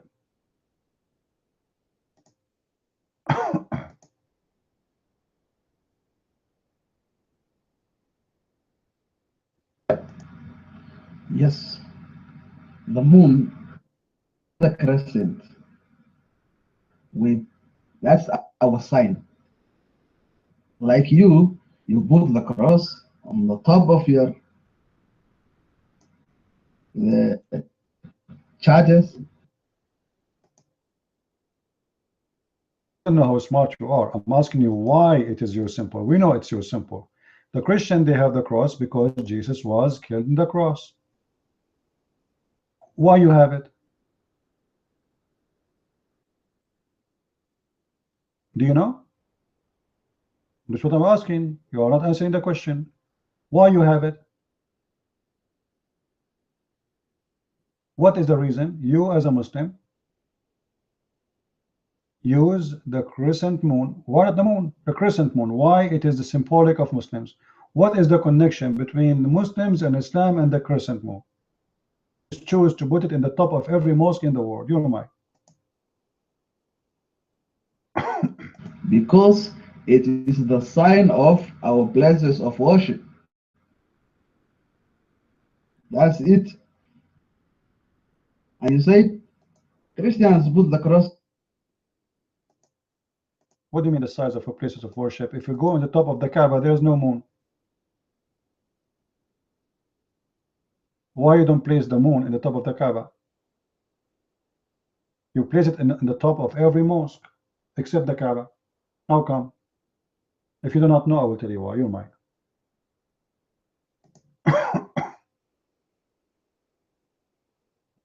I think you didn't see the clock tower in the Kaaba. The clock tower. Your prophet, he used to clean his ass with the 3 rocks. What a clock tower. This is something new. Why you don't have a moon sign in the top of the Kaaba? You're mine.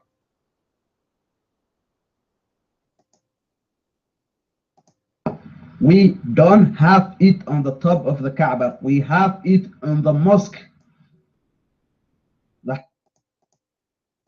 Amazing. This is what I'm saying.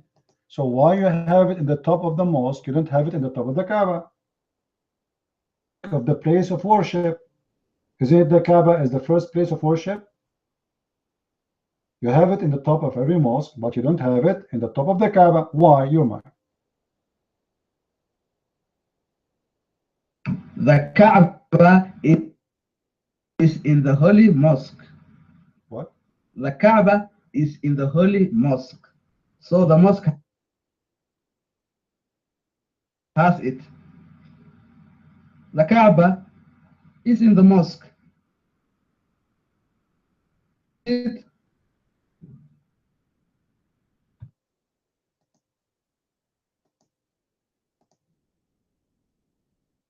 Anything?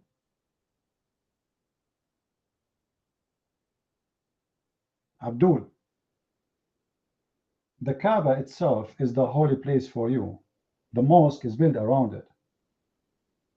Have in the top of the Kaaba the moon sign. You have the moon sign everywhere, except the Kaaba. Why? Why? Do you know why? And why the moon sign in the top of every mosque? Why? You know, your God Allah, He swore by the fig. Fig, put a fig in the top of the mosque. Obviously, Allah, He like fig. He swear by it. Allah, He swear by the olive. Put an olive in the top of it.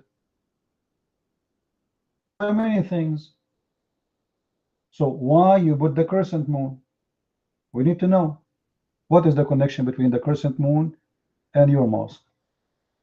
Very simple. Go ahead.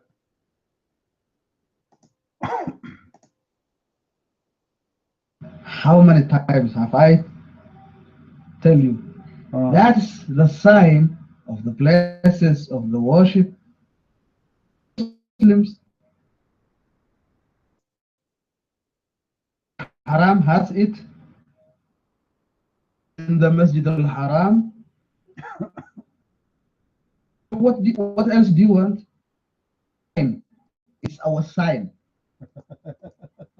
Yeah, it's our sign. The way you have the cross. It is your sign. You see, guys, how much patience you need to speak with about Islam. Abdul, we know it's your sign. We got that. Okay? Put it in the side now. This is your sign. We understand. Trust me, we know that. I'm the one who said to you, why you have it your sign. So don't tell me we have it our sign. The question why? Why the moon, the crescent moon, is the sign of Islam? Give me a reason. You're mine.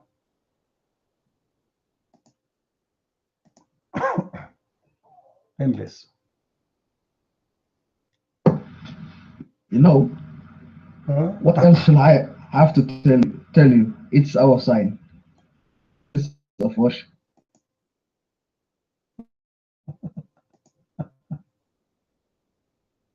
Someone will know when he saw that this is a mosque. There is a mosque somewhere here. When he sees the crescent, that's it. He will know that there is a mosque here. Right? That's a sign.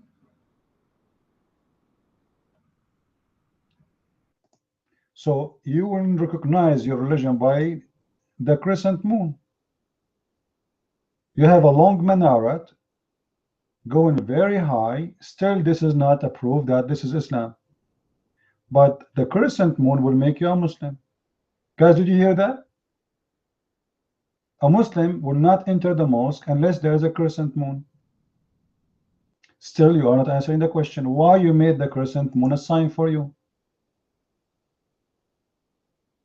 Why it's very hard to answer? I mean, it's a really simple question.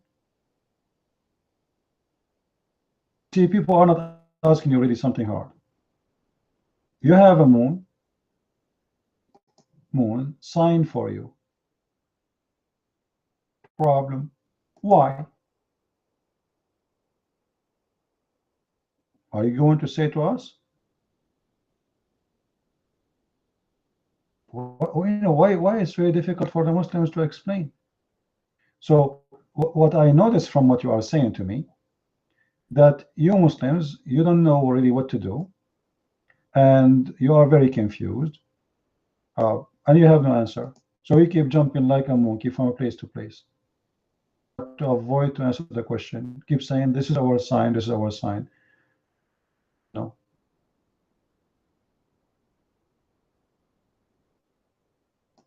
Okay, what your prophet he said about the moon, do you know, Gar?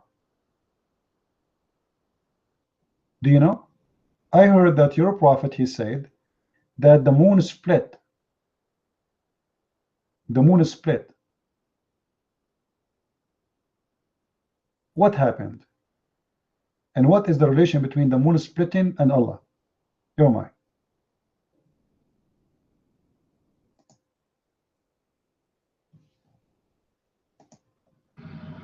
The moon split. Yeah. It was the prophet who split the moon. The Quraysh pagans for a miracle.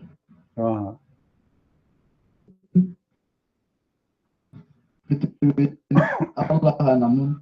Allah is Allah, and the moon is the moon. You have to prove that Allah is the moon. Simple. See, we did not say that Allah is the moon. We said Allah is the moon God. We did not say that he is the moon. We know that the moon is the moon. He is the moon God. Prophet, you said he split the moon. The Quran says the judgment day is near and the moon is split. That's it. As simple as that.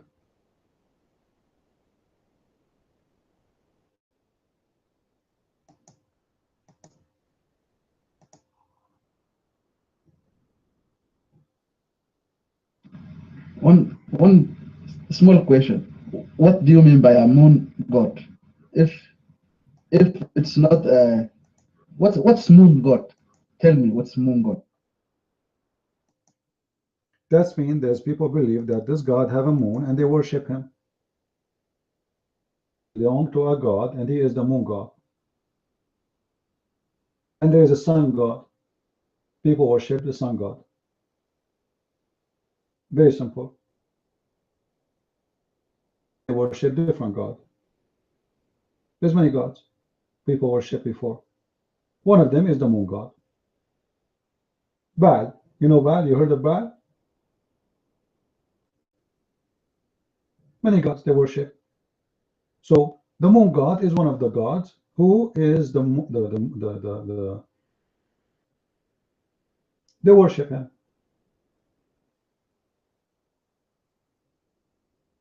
Now we go back to zero.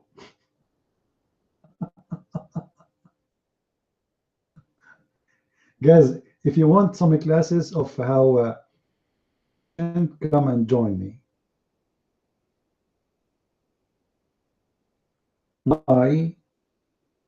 The sign in the top of the mosque, Mr. Gar.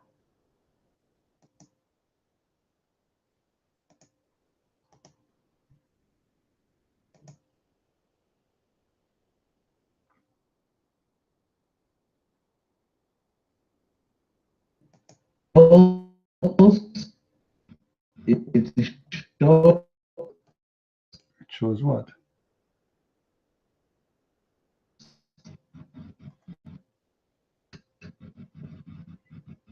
It is a place of worship. It's a mosque. It's a place for the Muslims to come and pray. My answer. What do you mean by that? It's a god of the moon.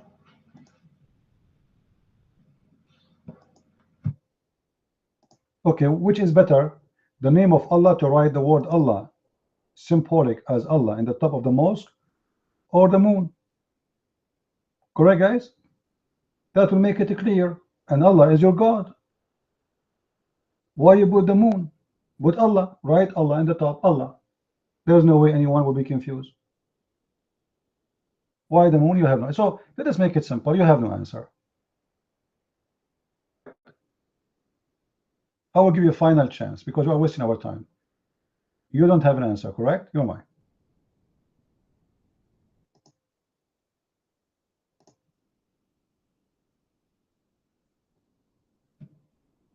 Why do you put the cross on the top of the church? Why don't you put Jesus himself? Why the cross? Why not Jesus? First of all, Jesus is not in the cross. Oh boy.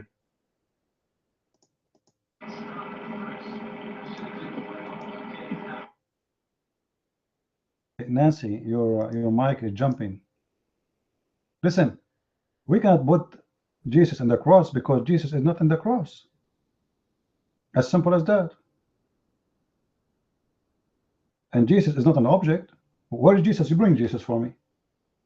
Do you know where he's? According to Islam, he's in heaven. He's in heaven. So where will we bring Jesus? How we can bring Jesus?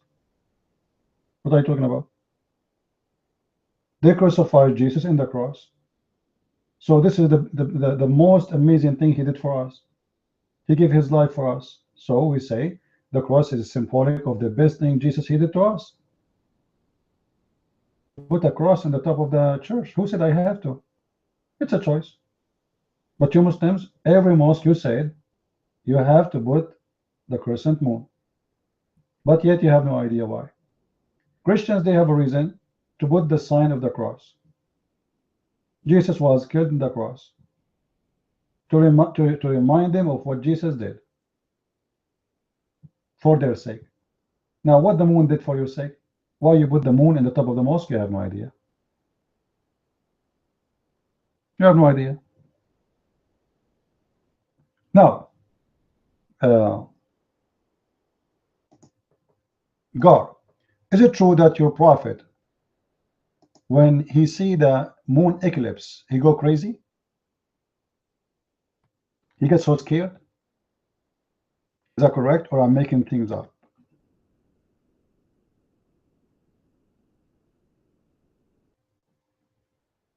How you explain to me that your prophet, he goes so panic when he see the eclipse of the moon?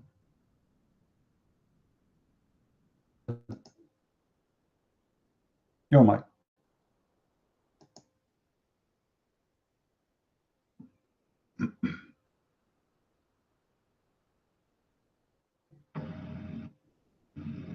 Who told you that?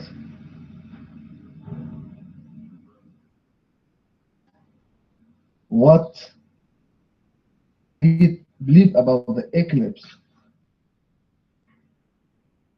Yeah, that's the question you have to ask.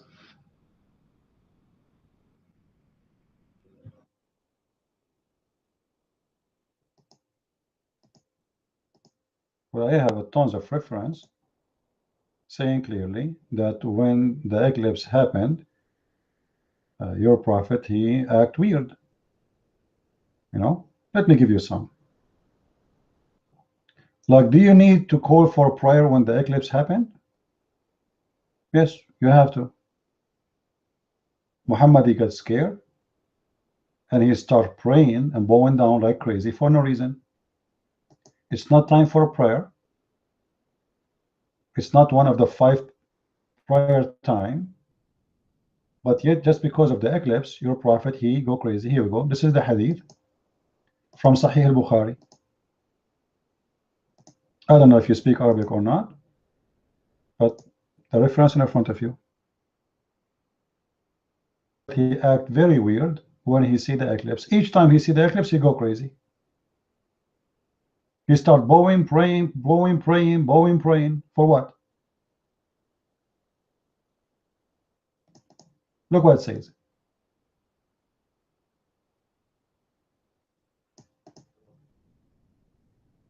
I will read the first part of the hadith.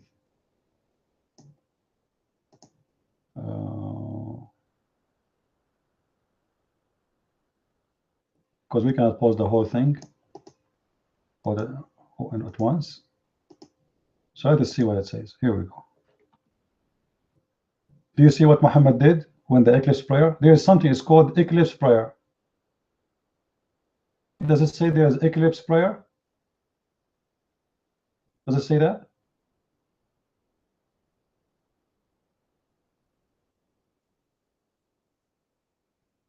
Am I heard? Am I heard, guys? Why you have eclipse prayer? What is that? Your mind. What's happening? Like what's wrong? Why you need to pray when you see the eclipse? Go ahead. And why you call it the eclipse prayer?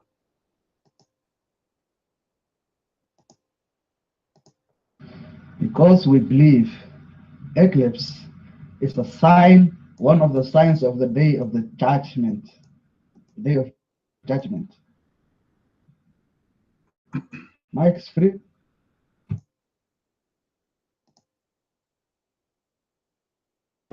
So this is what Muhammad, he said, the moon is split and the judgment day is near.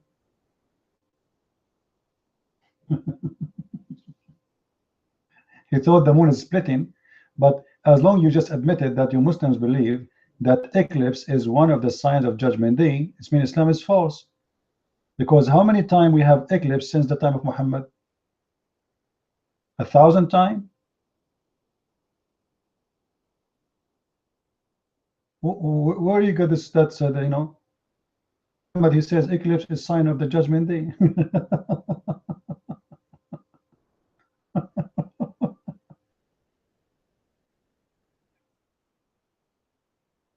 Obviously, there is something Muhammad he's worried about from the eclipse.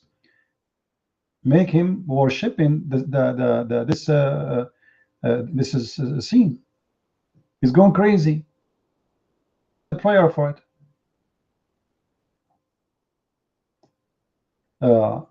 Look what this hadith is saying, guys. Bukhari too. Muhammad is acting crazy.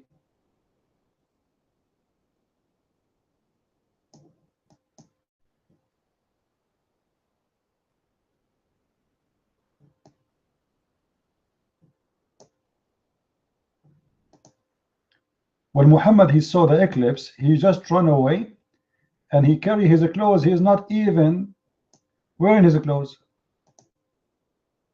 To a more clear hadith.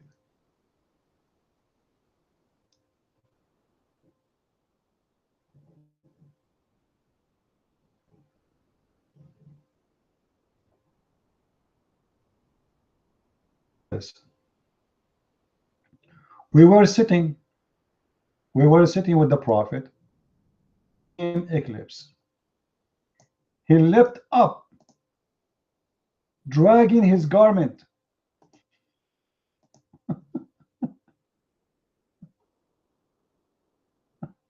Dragging his garment and prayed 2 rak'ah until the eclipse was over, which means he put his head down and stay long down. He don't go up. He go down. He go down to do what? To the eclipse. You see, we were sitting. There's nothing happening. There's no prayer time. This is not a prayer time. It's not time for a prayer. What happened? The eclipse come. Muhammad, he stood up so fast, he dragged his clothes, looked like he was not wearing his clothes, and he bowed down. And he don't move until the eclipse is over. Why? Do you have explanation?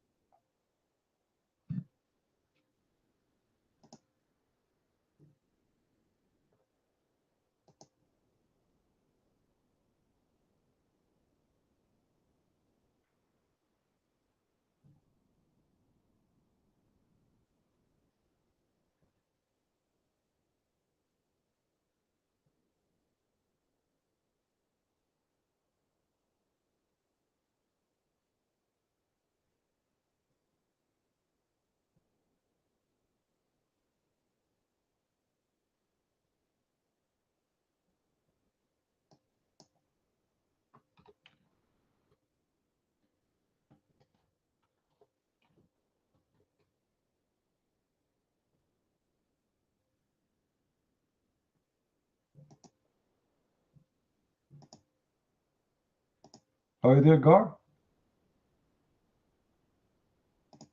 Okay.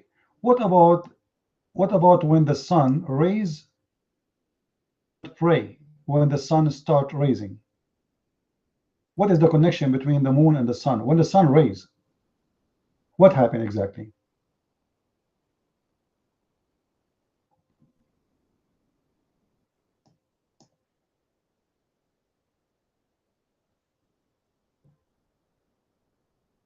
True that Satan come with the sun and God come with the moon. So the religion of Islam is anti the sun religion, which is the Satan religion, and the God moon is the good God. So we have two gods. One of them is a Satan, and that is a sun. Other God is the moon God, and he is the good God, and both they're fighting.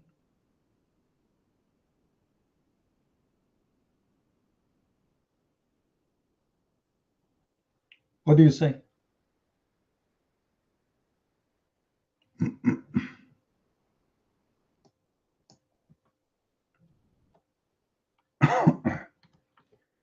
Are you there, Mr.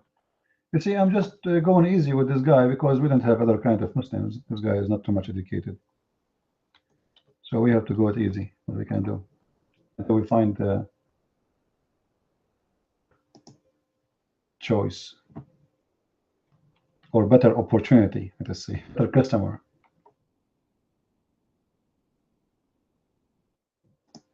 Go ahead, Gar.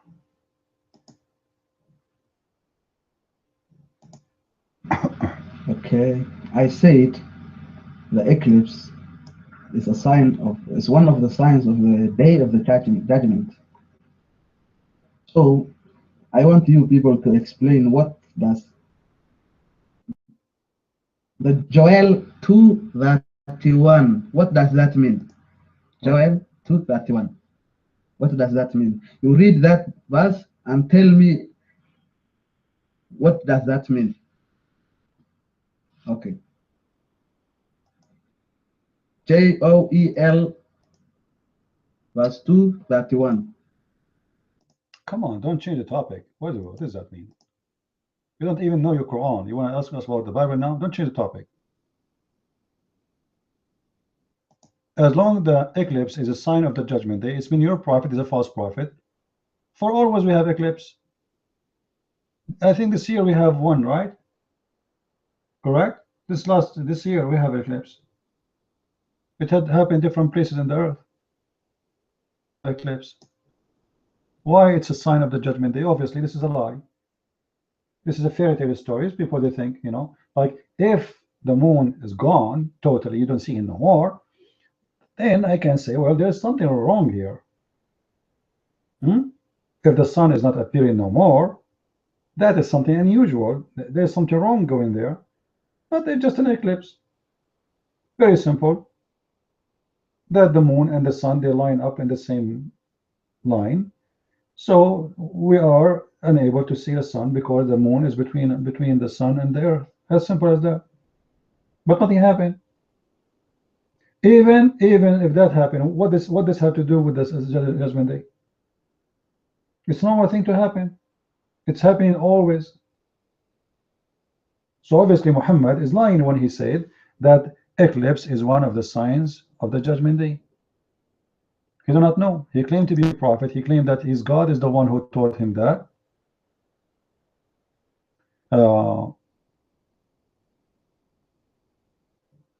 And you know, he's coming with a funny story.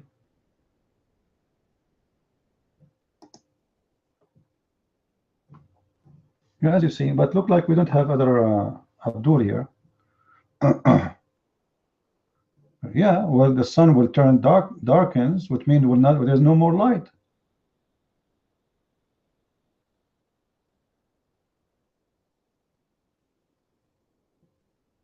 You know, when there's a sun, when the sun became dark, you have to explain that's something weird, right? It doesn't happen always. And when the sun turns dark, the moon will be affected because the moon gets its light from the sun. So there's no eclipse there.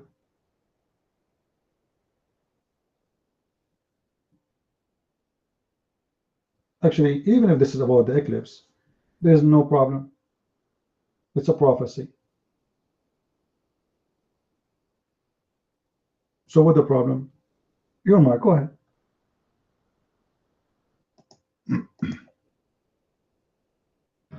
Okay, you said you accepted that now.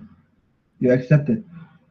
So why the Lord? Why the day of the Lord comes only when the sun, when there is no, the sun became dark and the moon became black? Why only that? Why can the day of the Lord? Because now the world will become in the stage of collapse. No need for the sun no more. There's no need for, no, that's it, the end of the world. A stage of collapse. The sun, it did their job, but eclipse is just an eclipse. How long the eclipse stay? Is the sun is not coming back? Are we going, because you know, if the sun is staying away for 1 month from this earth, we will be frozen to death. The whole earth, actually even less, we will freeze. But what we are talking about, just normal eclipse, and your prophet, he bowed down to this eclipse, pray and worship and fear. But as you see, the eclipse is over, and Muhammad, he keep doing it. You think the eclipse is something very scary, right? Jews, the Jews, they always witness the eclipse. And they did not say the eclipse is the day when the sun is going, the judgment day will be, because always there's eclipse. Always. This is not something new. There's no, there's no prophecy to say there's an eclipse. There's eclipse always. But if the sun will not give light no more, that is different story. We are saying, why your prophet, again, we go back to zero. Why the eclipse is causing a problem for Islam, and why it's a sign of judgment day. You see, your prophet is talking about eclipse and praying in front of eclipse and bowing down in the time of eclipse. That's mean all the prophecies of your prophet are false. He considered that each one of these eclipse a sign of judgment day. It's coming. This is why he said in the chapter of the moon, the judgment day is near and the moon split, which is a false prophecy, because nothing happened. There's no judgment day. Say the chapter of the moon was correct. I mean, in the way that the moon split. Let us say it was not an eclipse, but obviously it's an eclipse because there is no moon split. So the judgment day is near, and the moon split. So what this verse saying? That this is a sign of judgment day. The judgment day just started. It's not just a sign.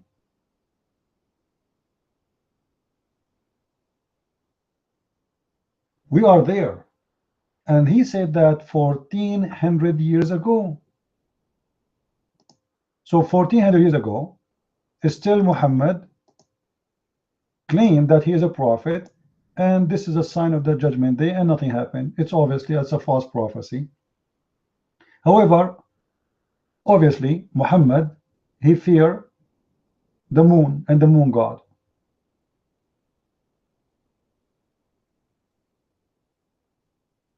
As simple as that. You're mine.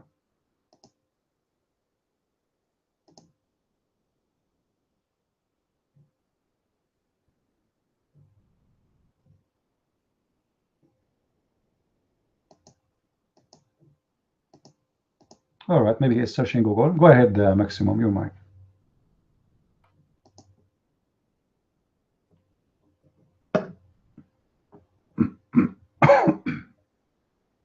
Well, basically, I was just going to go over the context of this. This also in from Joel, also in Acts, where Peter confirmed that prophecy and said this is what to look for. Let me read a couple of verses before. And this is 18. It says, or no, Acts 2, 18 through 20. And on my servants and on my handmaidens in those days my spirit, and they shall prophesy. And I will show wonders in the heavens above and signs in the earth beneath, blood and fire and vapor of smoke. And the sun shall be darkened. And the sun shall be turned into darkness, and the moon into blood, before the great and notable day of the Lord. Basically, that never happens. We don't see the sun stop shining. So that's definitely specific. It's not talking about an eclipse, and quite often. So that's kind of a massive false prophecy. So it doesn't say anything about an eclipse on the day of the Lord. So just basically saying what you said, Christian Press, just in bold text, same thing. Mike's open. Muhammad, he have a lot of weird education explained to us the background of his belief. As an example, where is the horn of Shaitan will come from? It's from the east. There's a fight between two gods, those who worship the moon god and those who worship the sun god. And the sun god and the moon god, they have sex and they have 3 daughters. With his own statements, which is confirmed that he is copying all the stories he heard before.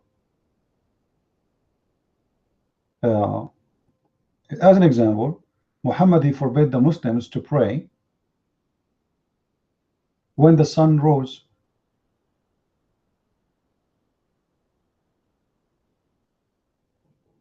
And the funny, I found the hadith. Show you a surprise. How Muslims, they try to hide things which is making Prophet look stupid. Guys, open this link with me. Open this link. Did you guys open it?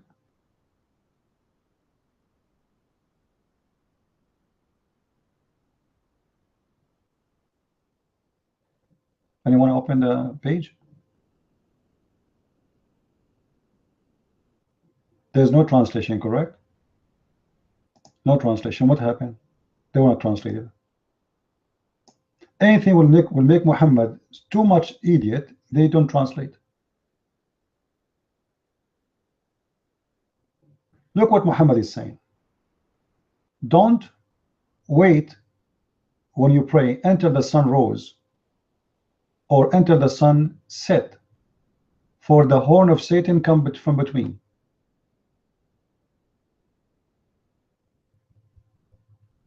So what Muhammad teaching the Muslims, that Shaitan and Satan and sun, they are in connection. God and the moon, they are in connection. Satan, he belonged to the sun. God, he belonged to the moon. So there's a competition between the moon god and the sun god. So the Shaitan, he come always from the sun side, regardless if it is the down of the sun or the sunset. This is where the sun is coming from. Actually, the sun, it says it clearly. Let me try to find something close to this.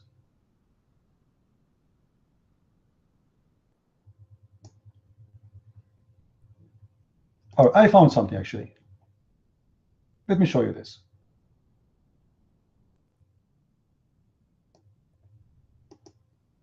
just to show you that Islam is based, all of Islam is based on fairy tale stories.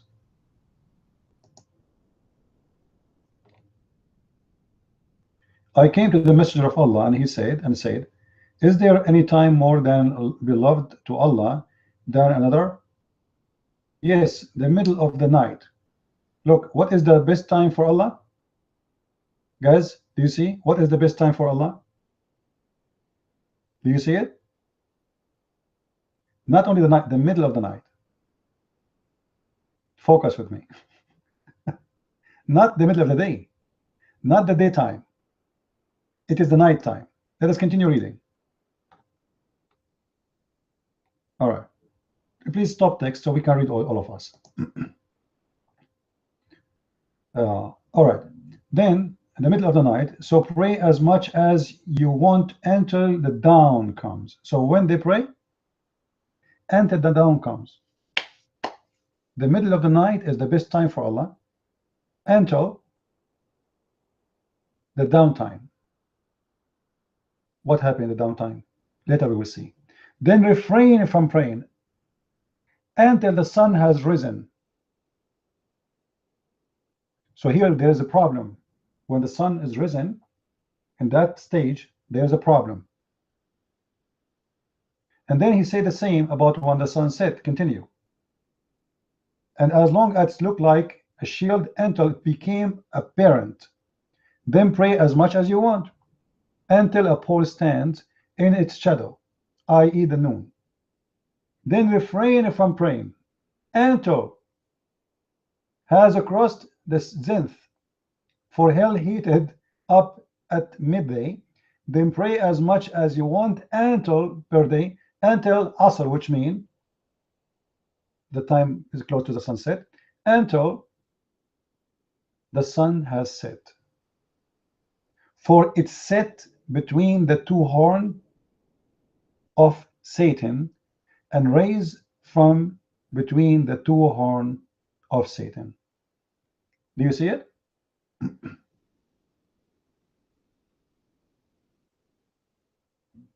Do we see it, guys?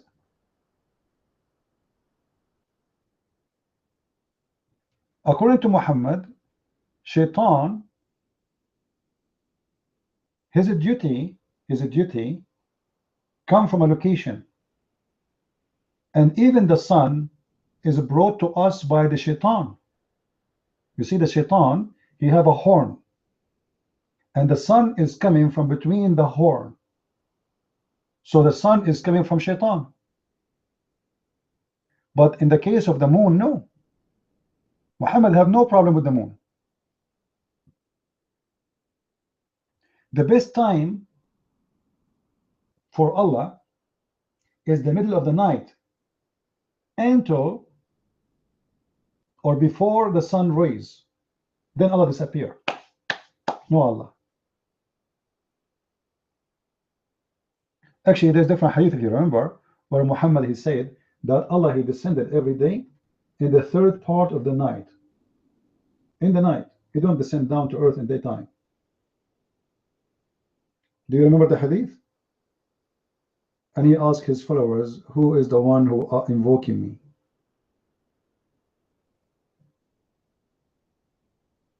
So the God of Islam is the God of the night. He's a night God. He is not with the sun. Now the Muslim, they will say to you, Allah, he said in the Quran, don't worship the sun, don't worship the moon. Well, we are not saying that you worship the sun or the moon. We are saying you are worshiping the moon God, not the moon. We are saying that you believe, according to your prophet, that the sun itself is coming from a location which is the horn of Shaitan. So Muhammad, he hated the sun. The sun is a harmful person. The sun is something bad. Now, just to make it easier for you to understand, he thinks that the sun is bad. Anyone have a logical reason? Additional to the fairy tale. It's hot. So they consider the Arab, the pagan Arab, they consider that God, he punished them when it's hot by the sun. All right? That is the pagan. Now, some of the pagan, they believe that this God, which is a Satan, he harmed them for not doing what he wants. When they are happy, or he is happy with them, the sun is cool. So there's two gods. There's a God who's always nice, and that is the moon god. He never harmed them. He never burned them. They can survive with him easy. This is the desert. This is Saudi Arabia, where, if you put your car in the street for a couple of hours and try to open the door of your car, I guarantee you, your fingers will be burned.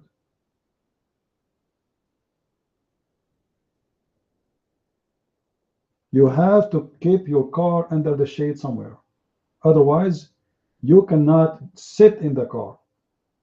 The leather of the seat will be burning.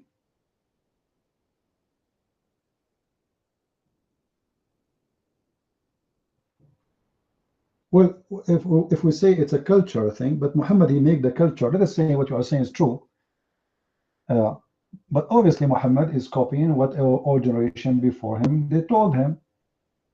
Prove it. Correct domain? Muhammad is making it about religion. You see, he's talking about Shaitan is coming from between, or the sun is coming from between the two horns of Satan. It's not just a phenomena of something happening naturally. It's involved Shaitan now. And this is, we can say this is a culture. This is more than a culture. This is religion. And you see the Muslims, they believe that Muhammad, he never say anything, especially when it's come to teaching, from his own. This is all is coming from Allah.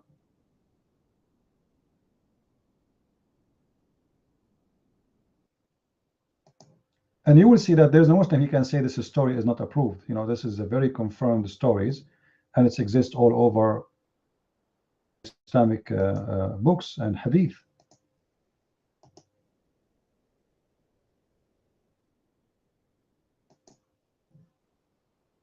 You see, this is additional one, and this is the link, so you can read yourself.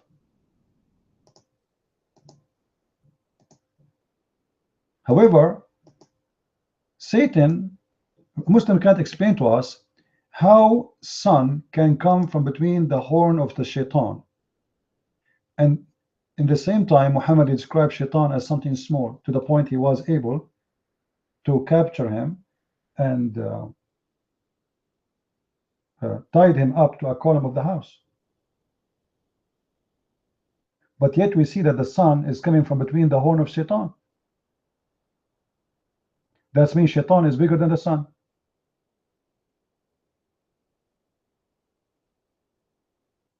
Correct? If the sun is coming from between the horn of Shaitan, that means the sun is a lot smaller than the head of Shaitan. But yet the Shaitan, he was in the house of Muhammad, and Muhammad, he tied him up to the column of the house.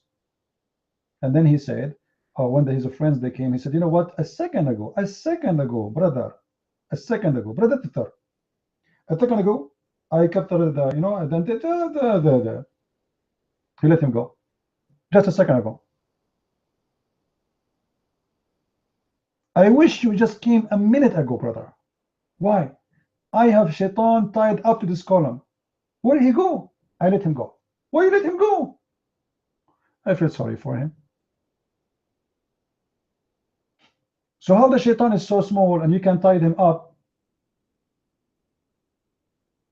Guys, remember the video we played here before? That Shaitan, he go inside the bathroom and he go inside the anus. I don't know what the size of Shaitan exactly in Islam. Sometimes the sun is coming from between the two horns of Shaitan, and then suddenly we find the Shaitan is shrinking so small to the point go inside the anus of a Muslim, and he block his ass. Very flexible.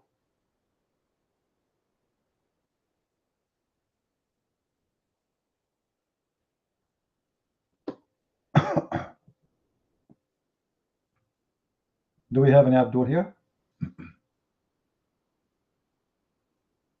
Oh, actually, you know what? There's a hadith which is more funny from this, where Muhammad put his shaitan to Islam.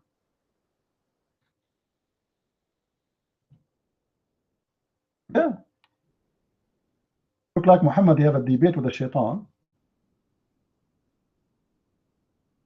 So this hadith is Muhammad saying that this shaitan, he command me not but to do good.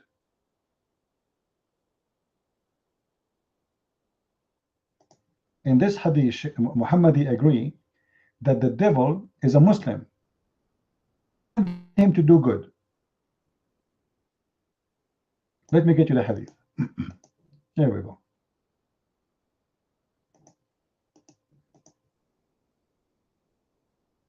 Read with me. There is none amongst you with whom is not attached from amongst the jinn, the devil. The companions, they said, Allah Messenger, with you too? Thereupon he said, oh yeah, sure, but Allah helps me against him, and I am saved from him, and he does not command me but for good.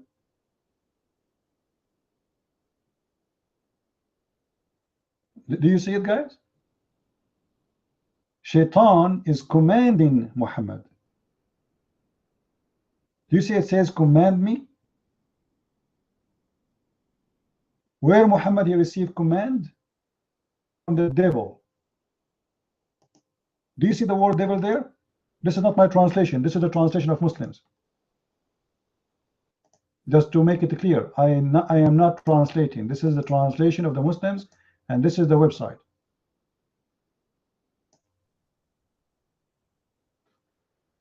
So according to Muhammad, look how the contradiction is. Son come from between the horn of the devil, and then we find the devil became a Muslim, and then the devil is commanding Muhammad.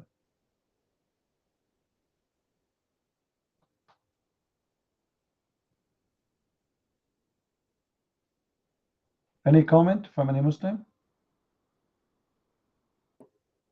Hey, Sebastian, for God's sake, go and eat some ice cream. What war? What you stupid eater? We are talking. We are educating people here. What war? What potato? What tomato? Go and join the Go Green group. Al Gore is waiting for you, Sebastian. Don't you go to History Channel? Don't you go to history class? Do you see us shooting people here? Are you mental? Will you think logical? What we have to do with war now? Are you stupid? The shaitan is commanding you. Repent? I want to repent. Do you want me to repent like Muhammad as the shaitan he command him? Dig. Is it true that the shaitan he order your prophet and he command him as it says in this hadith?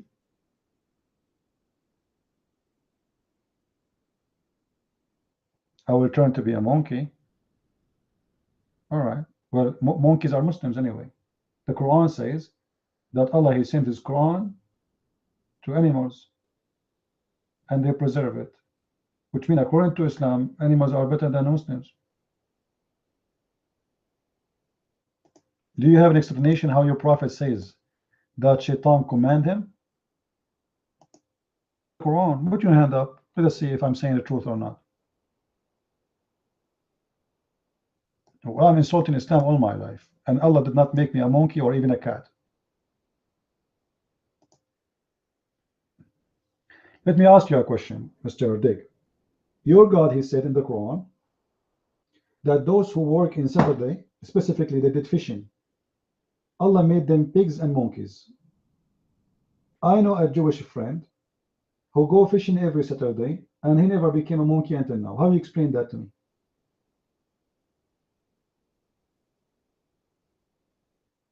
Either you say that your God is a liar, and there's no such a thing, or you explain to me, I don't know what happened.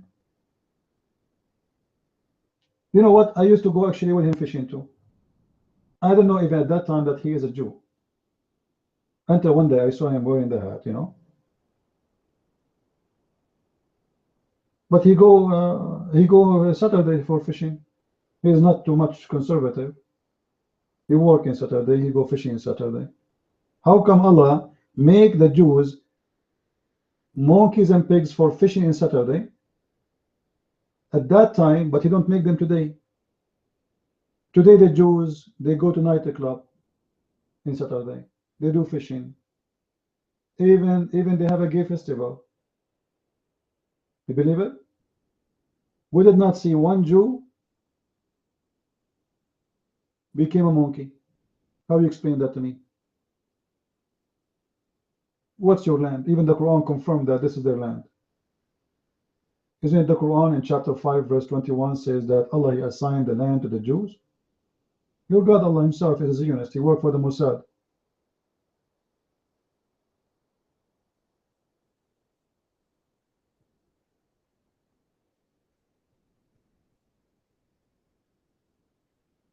Any Abdul?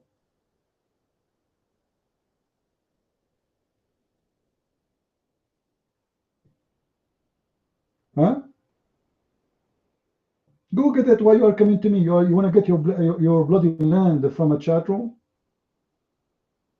Go take your big truck wife and 4 wives and go and make an attack. Go. You're a coward. You're a Jew.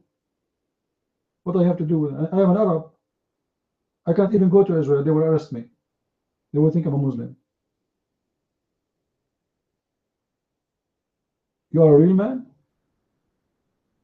What does that mean? You are a real man. Explain to us. Do you want to come to the mic? What a real man in Islam mean exactly? I mean, was your prophet a real man? Your prophet, he used to piss as a woman. He used to put makeup, eyeliner 3 times a day. He used to wear his wife's clothes.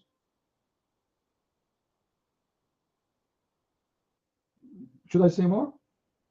And not only this, he said, I never received Quran until I wear my wife's clothes. He was a real man? I'm not a Jew. And I'm not little. Do you know how big I am? Not you, not me.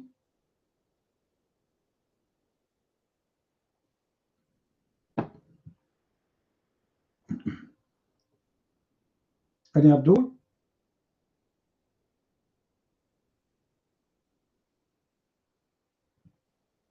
Who is a brave Muslim here when I come to the mic?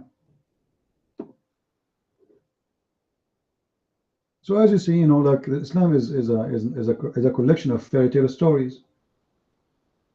What kind of a prophet he claimed that Shaitan, he commanded him to do good?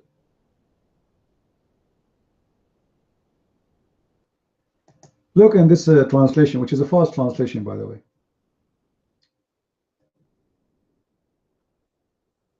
Let me post this hadith for you. The word there submitted, they mean he became a Muslim, but it's false. He became a Muslim. Read with me. I looked for the messenger of Allah and I put my hand on his hair. What? He said, your shaitan has come to you. What? I said, don't you have shaitan? He said, yes, but Allah helped me with him, so he became a Muslim. Became a Muslim?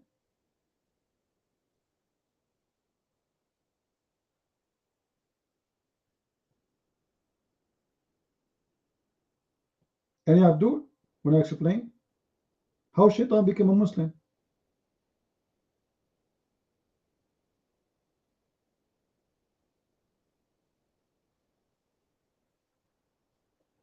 How you can how you can make the Shaitan Muslim?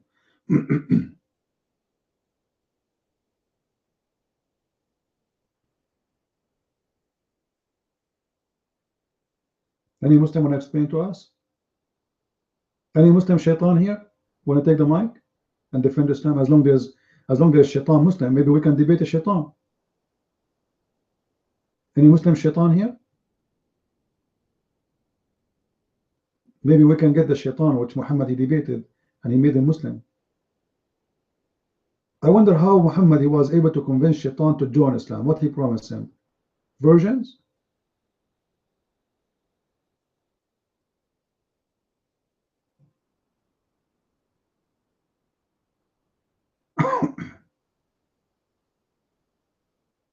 I hate, don't use both this language, otherwise I will dot you. No name calling.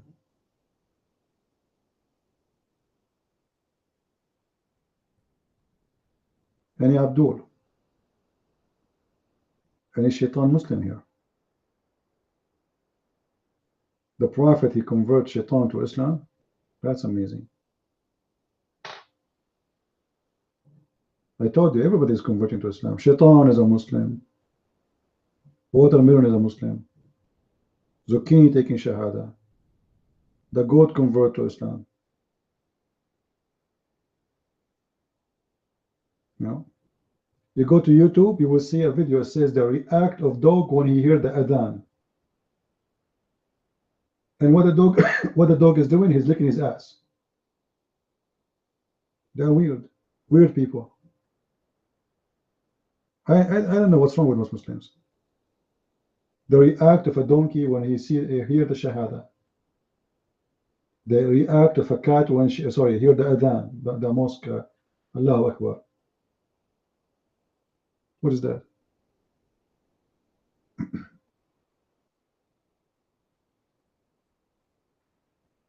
And Abdul?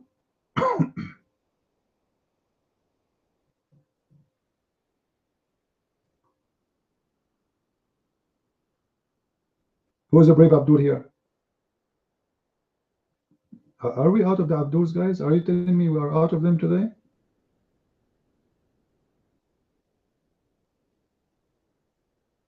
Jews are 100 times better than the Muslims? You must be kidding me, man. What's wrong with you? Let me compare for you. First, in Muslim countries, you can cross the traffic light when it's red. That's amazing.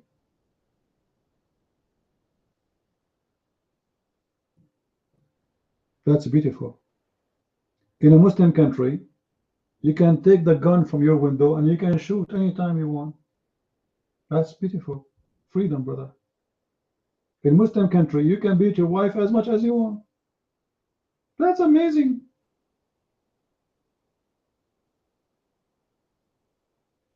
In a Muslim country, the only thing is not allowed is to speak about Allah or Muhammad or the king. If you speak about any of them, you will disappear, you and your family. That's beautiful.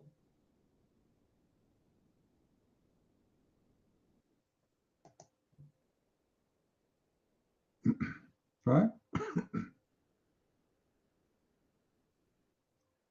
I'm making it, as long as you miss it, you have to pay for it. Sorry. Too late now. We charge you extra. Right? Are late? First come, first serve. First, special charge. Halal, halal, halal. There we go. This is the link.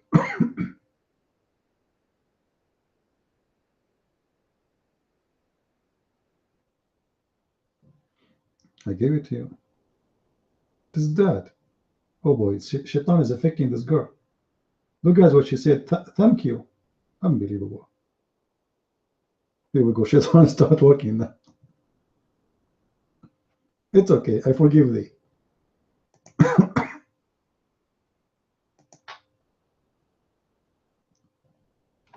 My allergy. Any Abdul?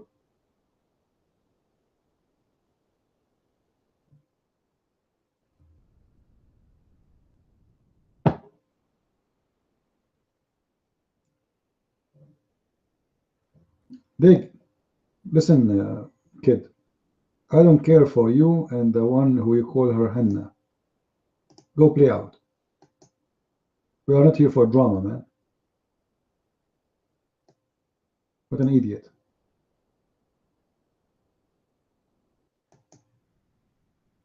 In Baltok, you will find a lot of people who are coming with a drama. Anyone guys watch a movie? It's called The Lonely Man. The lonely. No, sorry, lonely guy. Anyone watch it?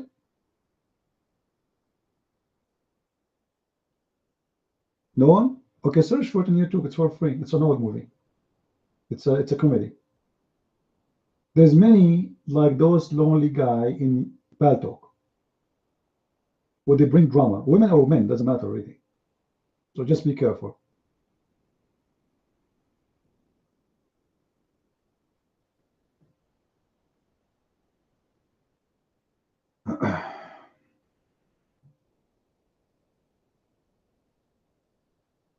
No, not. I'm not really good with names, actors. See, I'm good with Quran and Islam, but when it's come to singers, the only actor I know is Sylvester Stallone. MashaAllah.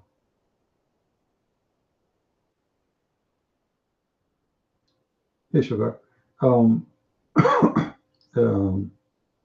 I think his name is Steve something. Steve what?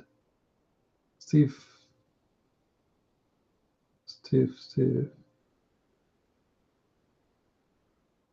Igor? No, it's a comedy. Is it Steve Igor is a comedy actor? No. I think Steve Martin. Yeah, lonely guy. Come on, you guys, you just search for it.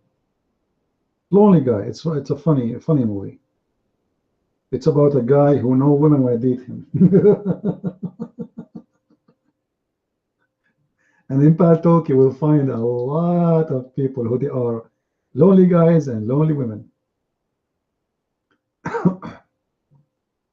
So,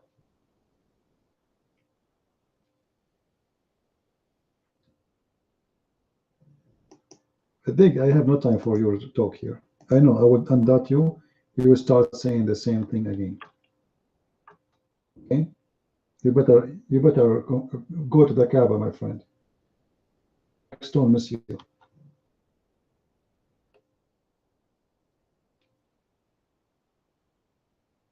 Don't bring your drama to my room here.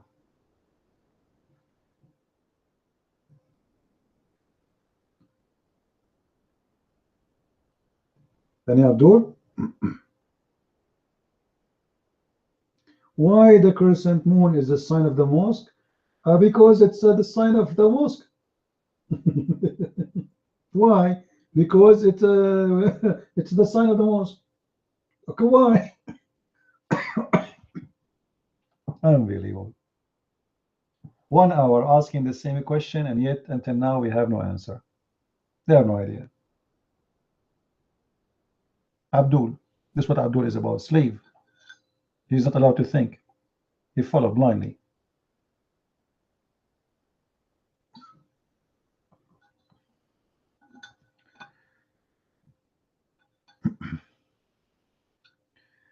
Oh, there's an advertising for Air Force officer.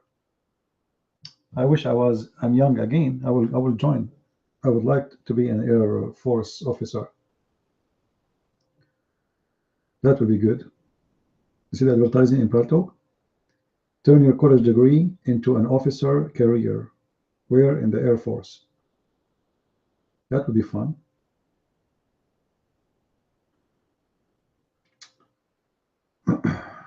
I want to gas Muslims. No, actually, Trump, he don't want the Muslim guys. He's saying that those people, they are funding their terrorism with their gas, and you know they will do it. So take the gas from them. That's what he's saying.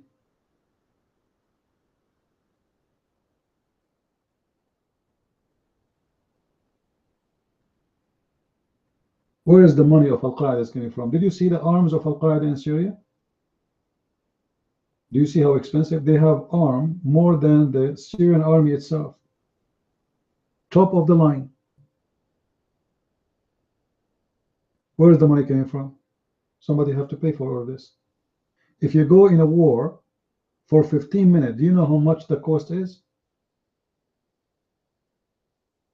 If you have a gun, just a gun, I'm not talking about like a rifle or just a gun, pistol, and calculate how much money you spend.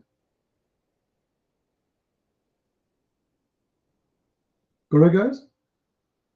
Where's the money came from? Where is all this weapon, all those missiles, advanced one? Somebody is paying for it. It is the oil and drugs.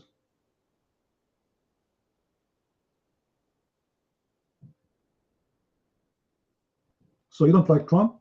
Trump is being smart. You know exactly what's happening. Not like the rest of the stupid ones around you.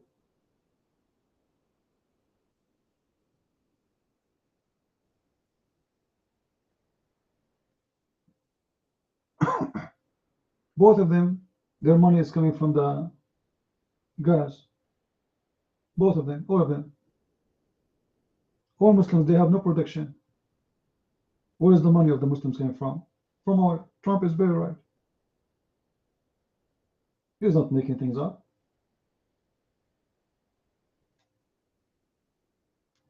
And Muslims are using you for the last century. You think you are using them, but the fact they are using you. They make you go for war for them. When Kuwait was occupied, the Saudi could not find Saddam Hussein. They hire you. They pay you for it. They made victory over Saddam Hussein when they are smoking their cigarette. Not even one Saudi soldier died. You go for war for them. Well, the world will run out or will not, but you know, Trump is right.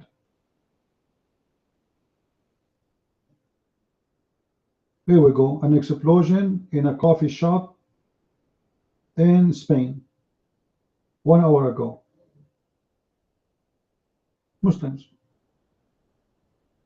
What do you want more?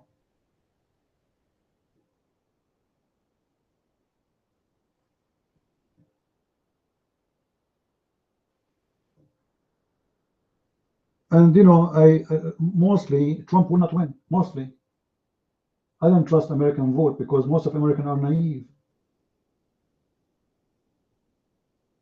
Go and see the advertising of Hillary Clinton. It's every 1 second in the TV. A lot of money coming from the Arab. The Arab, they want Hillary Clinton to win, and most likely she will win. You know, American, you can change their mind by making some commercial. Very naive people. Trump, he hates women. Trump, he don't respect women. Trump, he don't respect this disabled. Trump, he is the bad one. Well, they are in the office. She is in the office for the last 30 years, and her husband was there. What they did? Nothing. Except corrupting the country.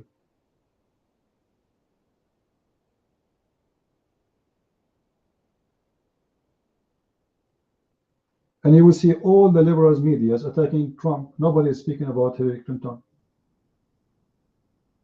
There's a big wave against him. Because they are scared that this guy, he took over, things will be really terrible for them. The honeymoon of America is over.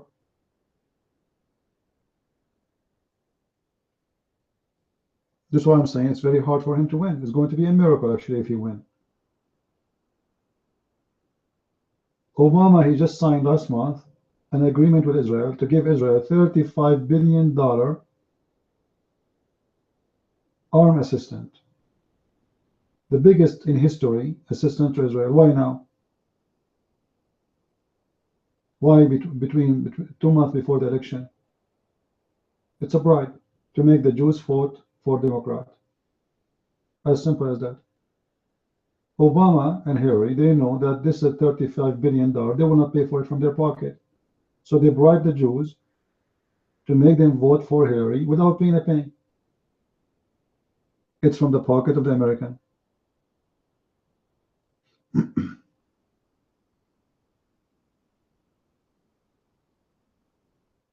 Yeah, Israel does not need the money, but Obama, he knows what he's doing. They want to win the election, and they want to grant that the Jews will vote for them.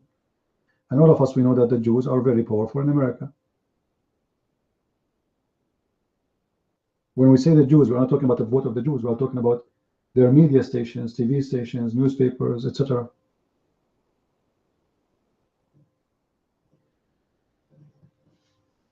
They will. The Jews don't care really for what is better for you at the end of the day. They care for what is better for Israel. So if they convince them that Hillary is better for Israel, they will vote for Hillary. As simple as that. And most of the Jews are left. They are not right, conservative. You know that. So Trump is not a good choice for them. The Jews are the one who made Obama president anyway. If not the Jews, Obama will never become a president.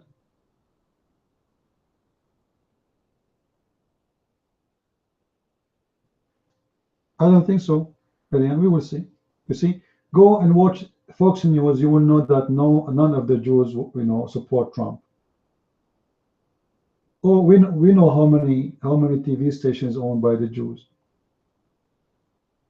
Everybody is against him. Those TV stations don't.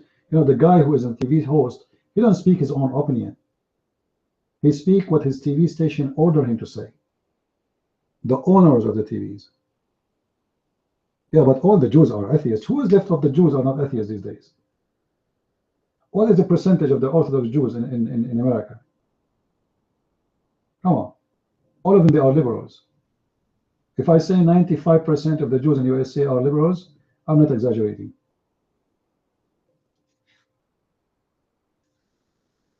And Obama, he was able to fool them before, and the Jews proved that they were not smart. He made them, he misled them, he fooled them. He went to Jerusalem, he wore the hat of the Jews, he prayed in the front of the temple, and he made himself like he's a Jew. And my last name is Obama, which is a Jewish name, and here we go. Vote for him. After they vote for him, he start giving nails to Israel. Go and see the first 4 years of Obama presidency, what he did to Israel. He worked so hard to humiliate Israel. What do you mean what he did? He called them aggression, he called them occupation, he called them unjust, he threatened Israel to cut assistance, he forced Israel to sit with the Palestinian, he forced Israel to stop building houses. What do you mean? You have no idea?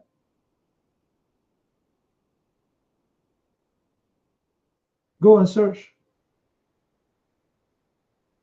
It doesn't matter who. The Jews, they voted for him. He screwed the Jews. And now he is done.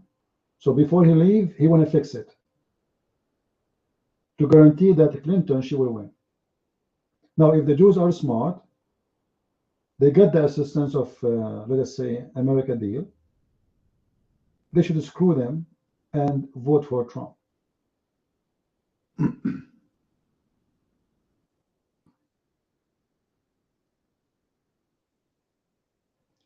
No, but the biggest lobby in America is a Jewish lobby support Israel, and those are the most effective people between the Jews in the world. Maybe you are talking about the vote of the Jews, which is normal Jewish people. I'm talking about the powerful ones. Epic is anti-Israel? I don't think so.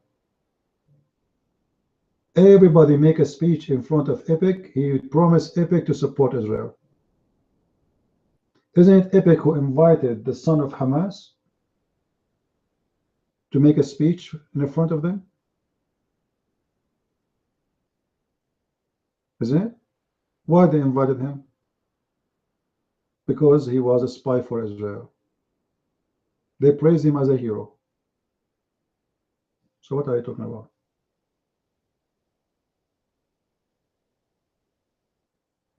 I know. Oh, okay, what is the last speech Trump he made in front of Epic? Do you know it? Go and see. He promised them to support Israel.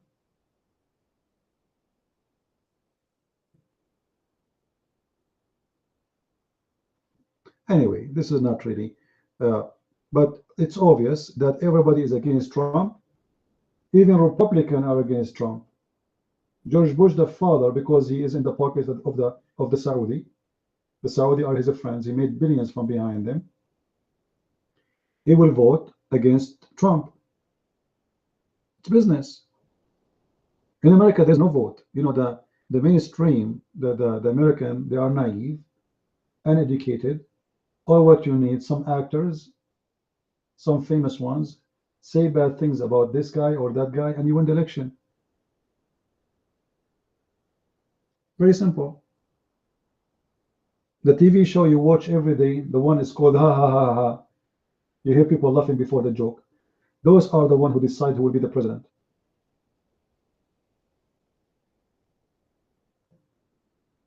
They put you a clown. He make fun of Trump. He make Trump is the evil one, the bad one. And those Americans, especially the young ones, they have no idea. They believe it.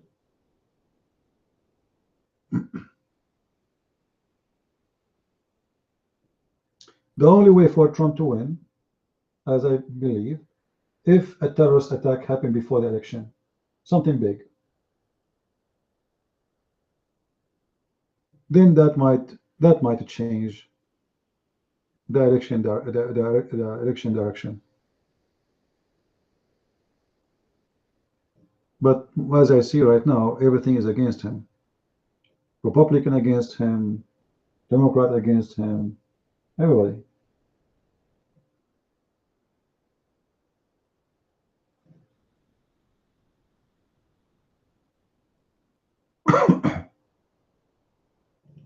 Any Abdul here?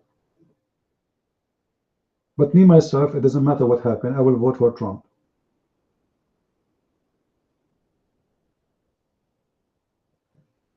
Well, Americans don't, you know, Christians are not involved in anything. Christians are people who watch. See, Christian, they don't have a Christian party to move them. Many years ago, I said, I'm thinking to establish a Christian party in America. Who want to work with me in that direction? Nobody. You have to get someone very famous who can get a couple of thousands to start it. You know, and Christians in America, they are not united. They are scattered between parties. For me, honestly, I don't see Republican present me anymore. You know, I consider myself Republican for a long time. And stop. Full of corrupt people. Look, half of them now, they are supporting Hillary, but yet they claim to be what? Republican.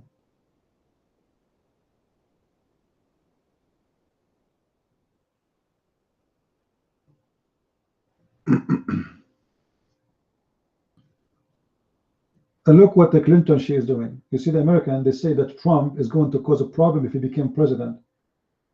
Clinton, she is waging war in Russia before she became a president. This woman, she might destroy the country. Right now, they are threatening the Syrian government in Syria, that they want to attack the Syrian government. And the Russian, they said, if you do that, we are here.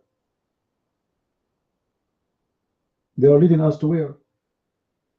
Who can fight Russia? You tell me. If somebody in this earth, he think he can fight Russia and win, he is just a fool. Nobody can fight Russia. No China, no America. Actually, trust me, Russia is a lot more powerful than USA.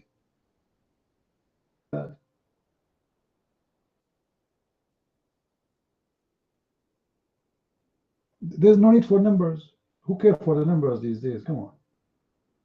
You think war is about number? That number is over. They have a technology which is very powerful. They have weapon which is amazing.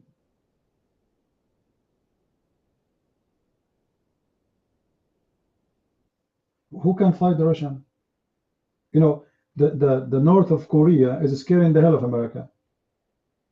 The North Korean president is doing everything he wants, and nobody dare to talk to him. Why? Because he has a few nukes. Few.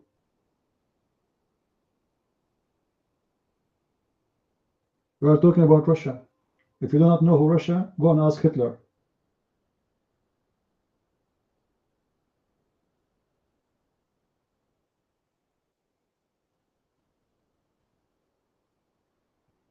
You see now all the Muslims, they want to fight Russia. The Kuffar, they are helping the Muslims, Alawi in Syria. All right. And the strange is that America claim or American government that they are fighting Al-Qaeda, but yet they are the one who arming Al-Qaeda. And each time Russia and the Syrian army, they are advanced to take over Al-Qaeda, American, they threat the Syrian and they stop them. So the Al-Qaeda, they gather themselves again and they gain more power.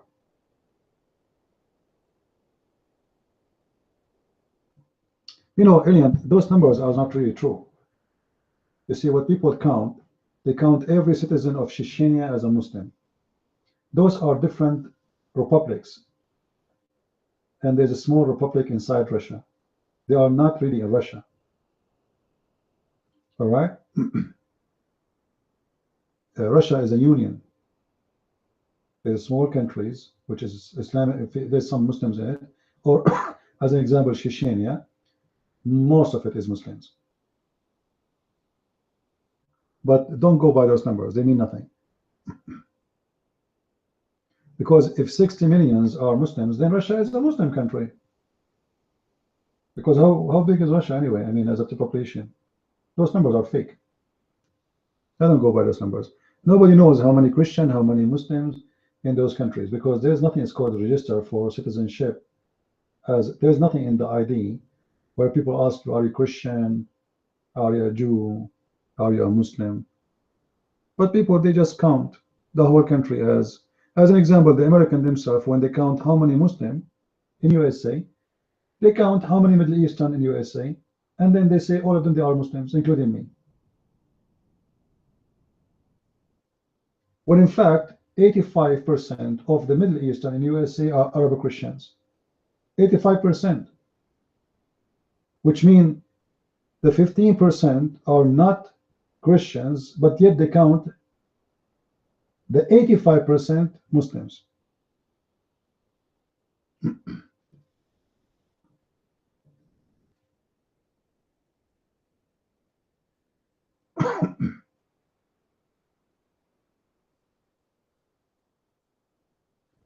And Abdul? I don't watch RT. Who need RT? I know what's happening. I made videos against RT. If you don't know my videos, go watch it. All TV stations is doing propaganda of their own countries. I don't go by propaganda. I have my brain. The Russians are supporting and protecting the Christians in Syria. As simple as that. The Americans today are supporting and arming the filthy terrorists in Syria.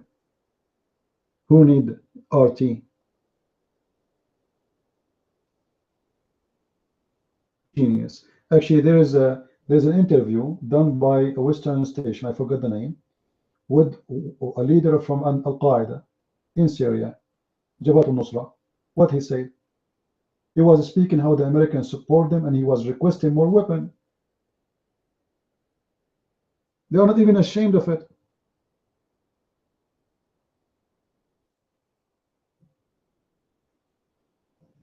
And not only the Alawi will be butchered, the Christians will be butchered.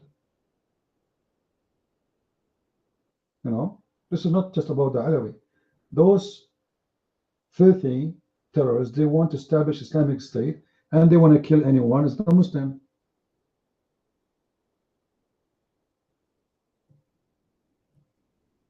And by the way, the Alawi is 1 million times better than all the Muslims. If you go and walk between them, you will not know even that they are Muslims. You know, they drink vodka more than water. You put water next to you in the bed when you sleep. They put vodka.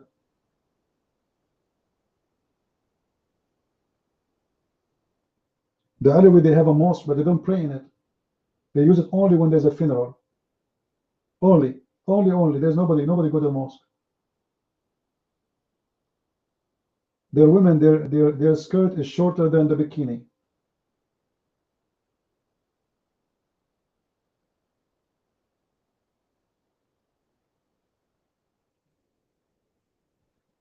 And look at the double standard of the West.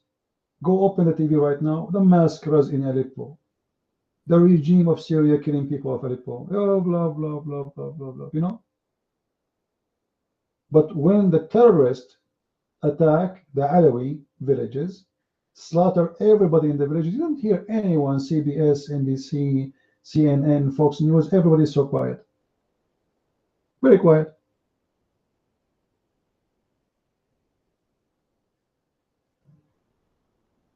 The TV stations in the West are a scam.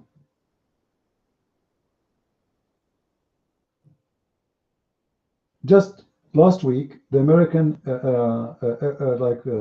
jet fighters attacked the Syrian army, killed more than 90 soldiers. In the same time, ISIS is attacking. They are helping ISIS. You see, people, they speak about conspiracy, etc. It's true. Obama is helping the terrorist. He is a terrorist. The Russian, all the Christian in Syria will be slaughtered, and Syria will be an Islamic state. As simple as that. The American working hard to establish an Islamic state in Syria. And when I say the American, I don't mean you and me. I mean the filthy Obama and his gang. And by the way, this is not about Republican or Democrat. Both are filthy.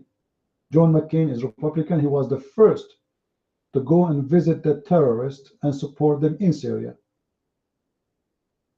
Go and search for his pictures in Syria.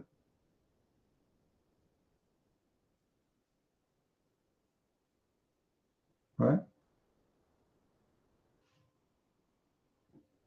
The Golden Eagle, we have no camera here in our room. Thank you.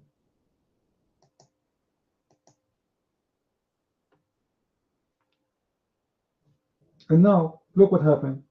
They made a law against the Saudi, correct? I think all of you heard of it. Have you ever heard of a president? He take the side of the enemy against his people? I never heard of one. He voted against his people, supporting the Saudi.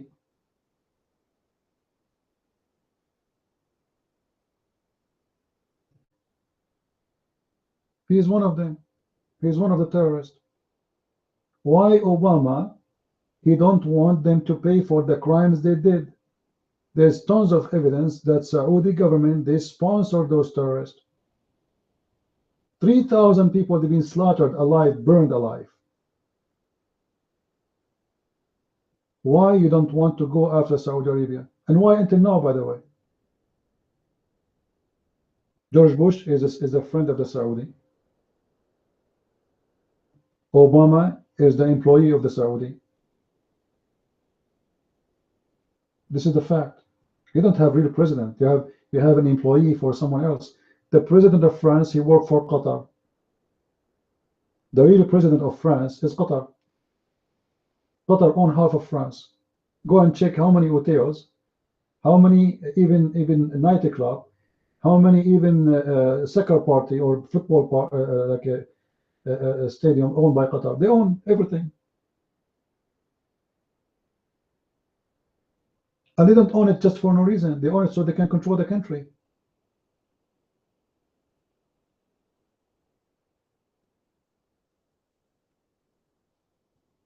Do you think it's for no reason?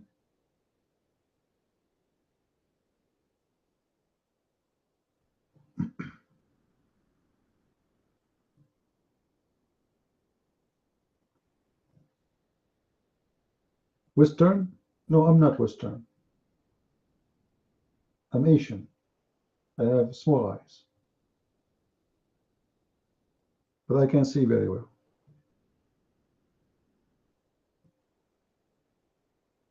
Yeah, I'm black, blonde, African American from Japan. How do you know that?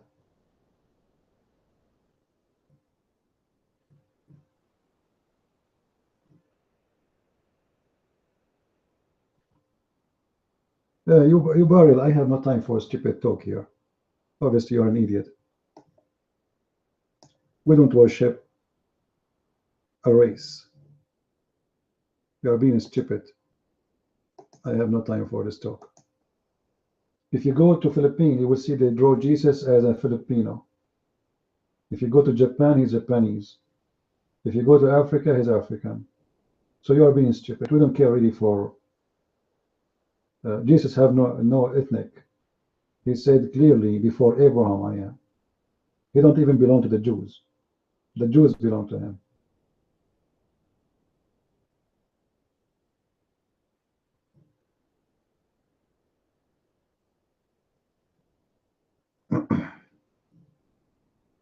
Any Abdul?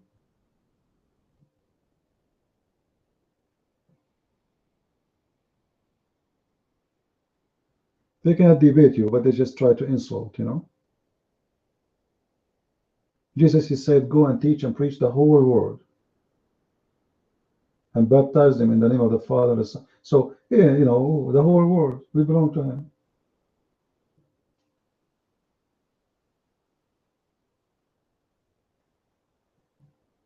What white, what black, what, who care?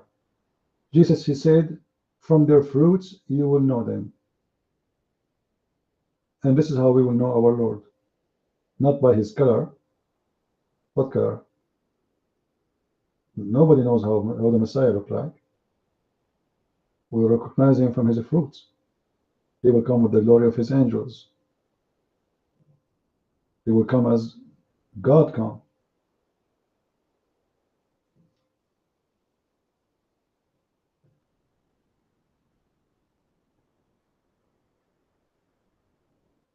But they make those statements just to insult, you know, but not to debate or to make a real point.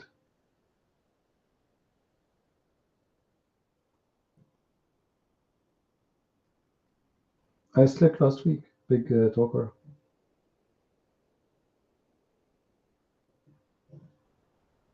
Did you see the new cars?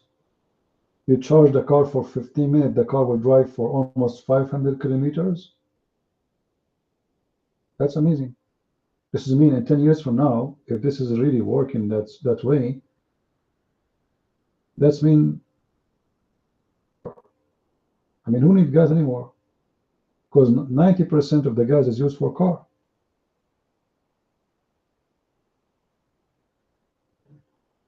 "15 minutes.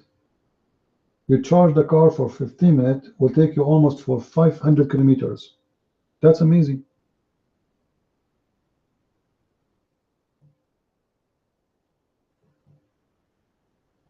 I will try to find where each one of you live, so I can grant to have always charge for free. I don't pay for it. I park my car in front of your house and I plug the cable to my car. And for sure you will be shy to charge me because I'm Christian Prince, you know. And because you are too many, I will go around the month, just go in between you, like, I mean, like, you know.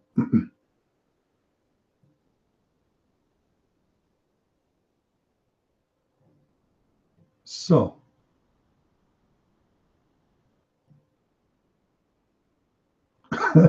big talker. What do you mean you can't go to bed if I'm an heir? Aren't you married? Your wife, she will kill you, man. You better go to the bed before she notices that you're not there. God knows what will happen to you tomorrow. You might spend the whole day doing laundry if she notices. You better go. All right? Any Abdul? Do you have any Abdul?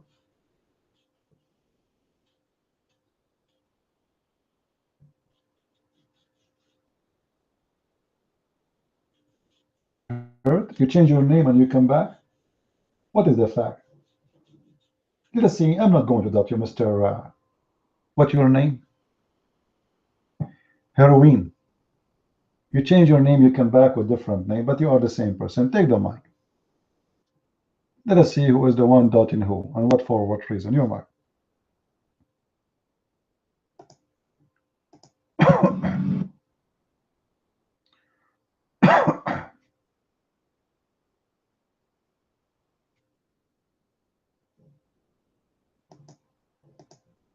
Take a mic. Don't be a potato. You see, I doubt them. I doubted you because you are stupid. What fact? You have no fact. Prove it. Go ahead, prove it. Nobody's doubting you. The mic is yours. You are the same one. You are your parallel. You are your parallel, and you are a liar. You are ashamed even to say that's you. You were not in the room when he posed that. So how you know what he said? Simply because you are the same person.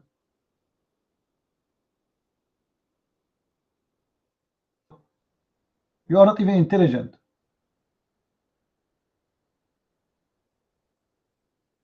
I know the fact hurt. Here we go. I got you busted. You claim that you have a long hair, but you are bald. The hair is growing in the wrong place. Do you dare to come to the mic, or you are a potato? Let me take the mic.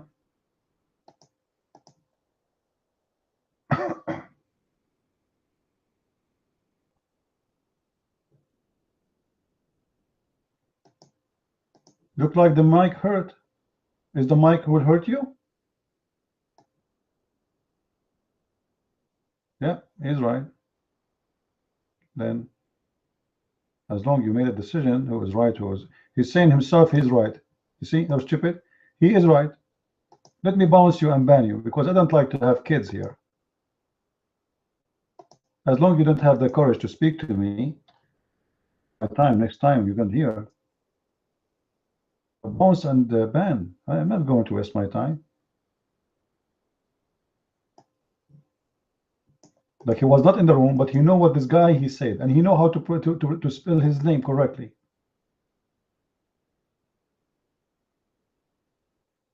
Unbelievable, man. You know what they say to themselves? This guy is an Arab, huh? I mean, he can't be smart. You are talking to Christian Prince. Actually, last time I have a debate with the Christian Prince, I lost. Because myself, I cannot debate Christian Prince.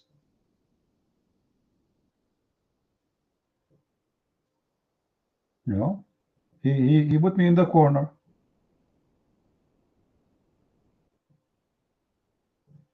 But it was a round room, which there's no corners. Any Muslim here?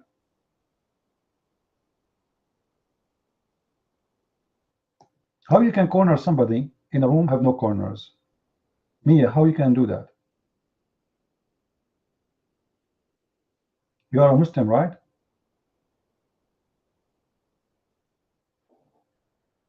Mia?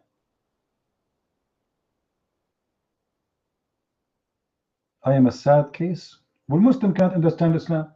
The proof, there's tons and tons of interpretation, but yet the Muslims cannot explain anything. I will prove it to you. Let us do it. Put your hand up, Mia. As long it's a sad case. I am a sad case, guys. I can't understand Islam. He can understand Islam. Simple question I will ask you. Let us see if you understand Islam or not.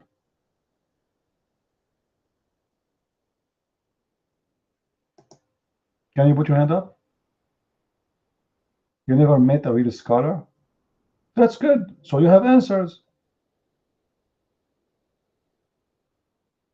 What do you say, no? Okay, I don't have, guys. We don't have. We got it. We don't know. We don't understand. We are stupid. You are smart. Okay, the mic is yours.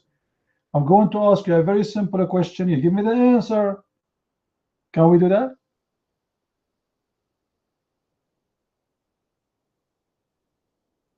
Or you are here just to play drama, or play the victim of rape? What you will do now? Are you going to be the man who come to the mic and explain to us what Islam is about? And we ask you questions and you refute us and you teach us, or you will be the one who put a tissue under his arm and cry? What do you want to do?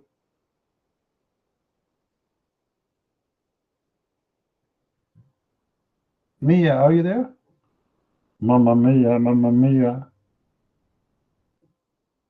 Hello?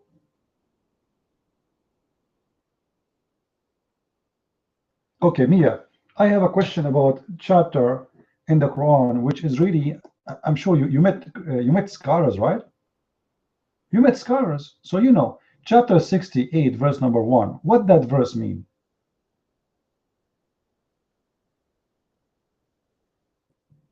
What your scholars they say to you, the one you met them. What do you think?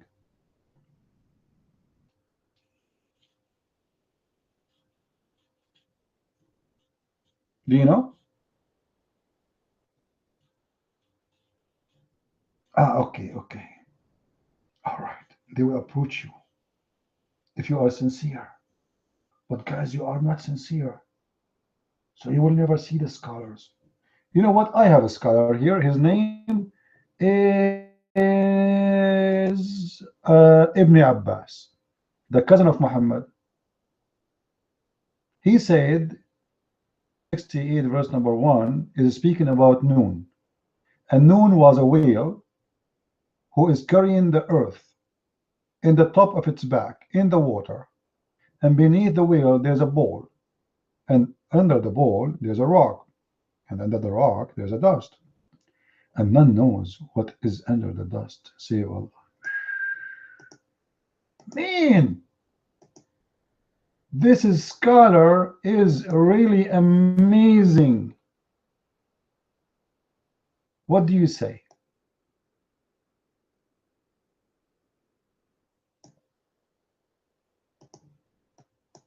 What do you say? Do you agree with that? Here we go, he's a scholar. Mia, what do you say? The guy speaking there is Ibn Abbas, the cousin of Muhammad. He's a scholar. Actually, he is the best scholar in Islam. Ah, you are a Shia. Why you didn't say so? I can give you the interpretation from the Shia book. What do you say? Is that fine? Is that fine with you? You are not really Shia? So what are you? You are not boy, not girl? Well, I don't know what to do with you.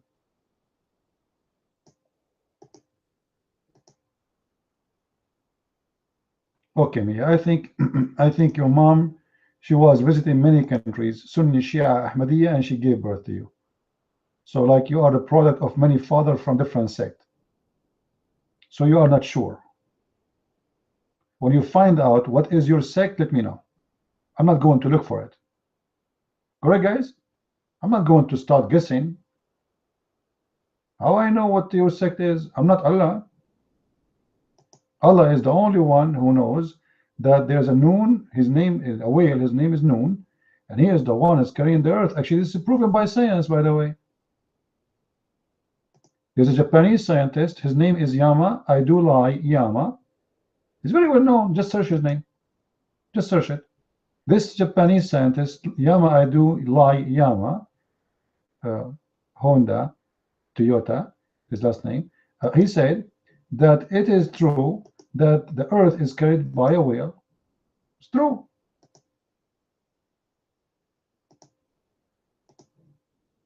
And under the whale, there's a bowl. And it's true. I'm sure all of you saw a bowl. Any of you before did the diving in the ocean before? Dive. If you can dive like me, you can see the bowl down. But most of you cannot dive like me. I can go really deep. Last time I did dive, I went down like 6 foot. I saw a big bowl there. What bully? What bull? Bal? No, guys, don't fabricate. You see, those Christians, they change. Here we go. They change the Quran. They think they can do the same they did to the Bible. You cannot do that. It's an ox. Yeah. Oh, you are making fun of my accent now. Okay, may Allah change your accent. Tomorrow morning you wake up, you find yourself speaking German. Your husband, and you say to him, and your husband will say, what? What's wrong with you? You became German? And then you say to him, yes, I became German Shepherd. Abdul. Oh boy. You speak German too? Unbelievable. Look how fast the curse work. You see, guys, Allah, he just cursed her and she speaks German immediately. Unbelievable. It's a miracle. Somebody's recording this? That's amazing. And Abdul?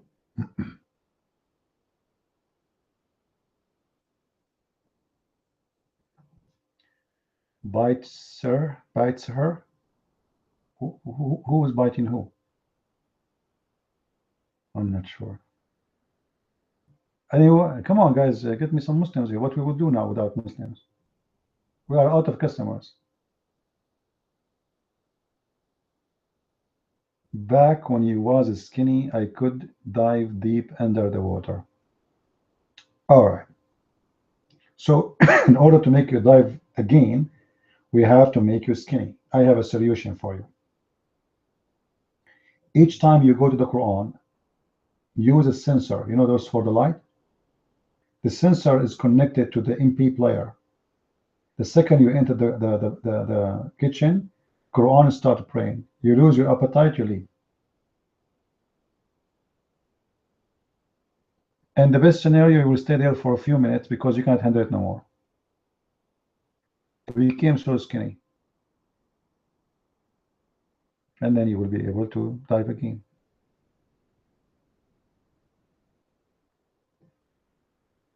And Abdul.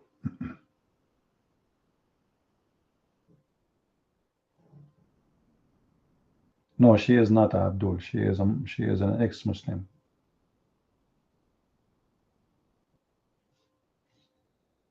And she can dive too. And she saw the ball I'm talking about. When she was a Muslim, she dived and she saw the ball. And she saw the whale too. It was a big whale with iPhone.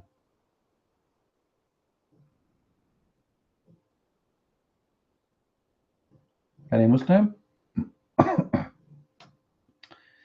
Look like we are out of customers today.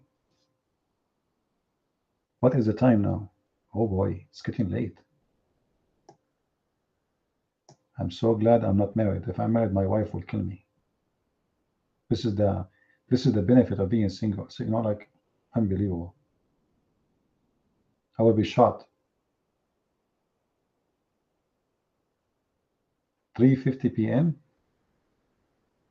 Oh, you are in Asia? They? All right. Where, in Singapore? Or maybe Philippines?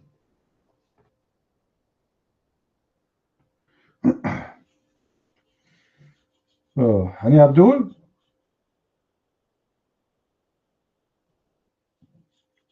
Besides Singapore, let me guess. Mexico. Mexico, is it? I'm very good in geography. I learned this from Allah. According to the Quran, there's 2 east and 2 west. So,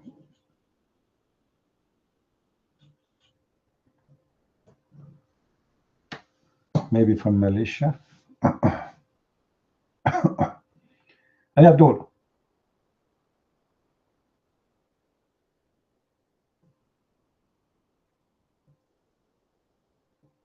Okay. I'm yawning now, and you know that what Muhammad said about yawning? Anyone remember?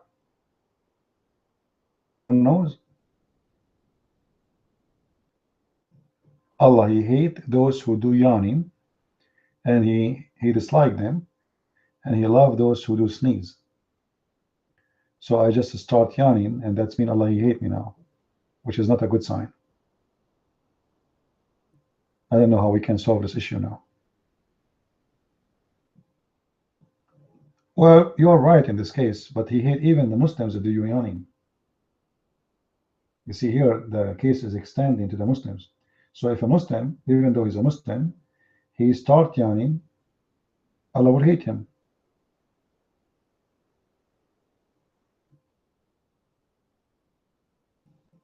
Yeah, guys, I look like I'm getting sleepy now. I don't want to sleep, and the room is open. I I did not sleep much today. Now the problem now today, I promised him tomorrow, which is today, Sunday, I will open the room, but I will not have enough time to open the room again. Those people, they are waiting for me to open now, Sunday afternoon. What I will do? Oh boy.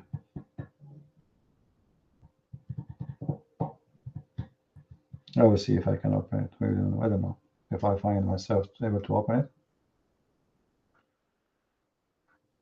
Yeah, Centaur, well, you see those guys, you don't understand. He was refusing to tell you what his sect is, so you don't corner him. You getting the point? So he is not Shia, he is not Sunni, he is not Alawi, he is nothing. So because if he's saying he is something, then you will get him busted. So the best way is to say, I am not Shia, not really, and not Sunni, not Lili, Ahmadiyya, not Lili. So what are you? You know?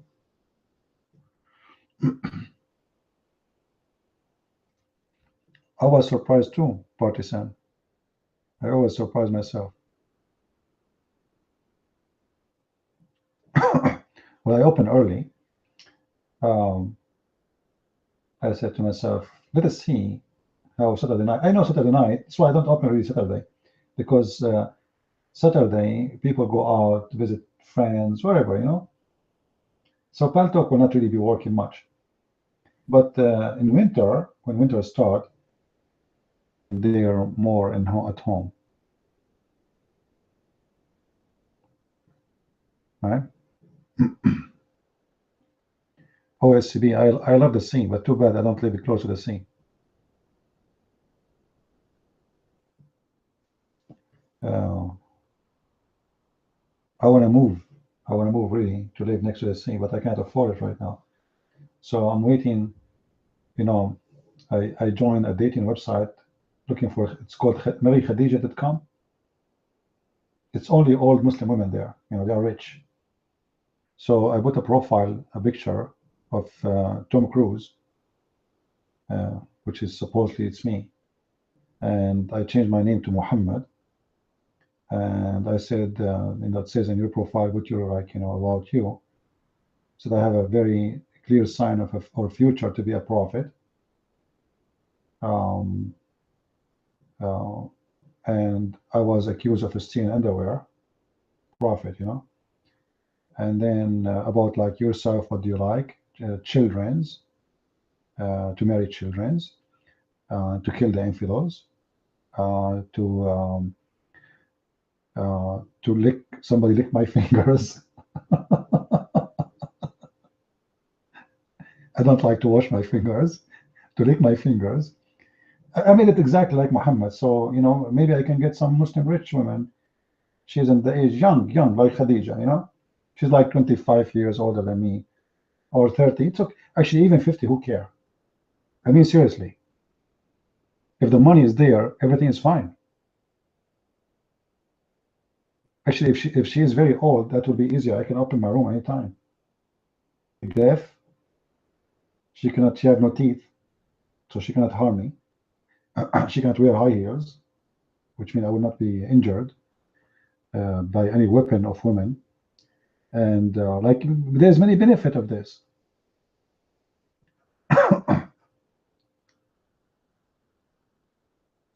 You are rich?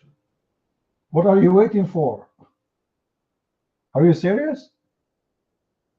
Okay, just give me your phone number. I will. My secretary is going to contact you immediately. You know who's my secretary, right? Jibreel. Jibreel. He will come immediately. Anyway, guys, yeah, I need to sleep really. I'm getting tired. So I say thank you all for being here. You can tell my voice is getting tired, right? I will try tomorrow to open, which is today actually, as we promised before. But I'm not sure if really I can open it. I will try. As you see, we are here now for how many hours?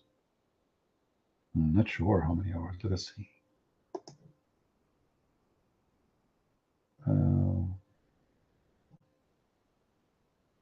But many hours, whatever it is.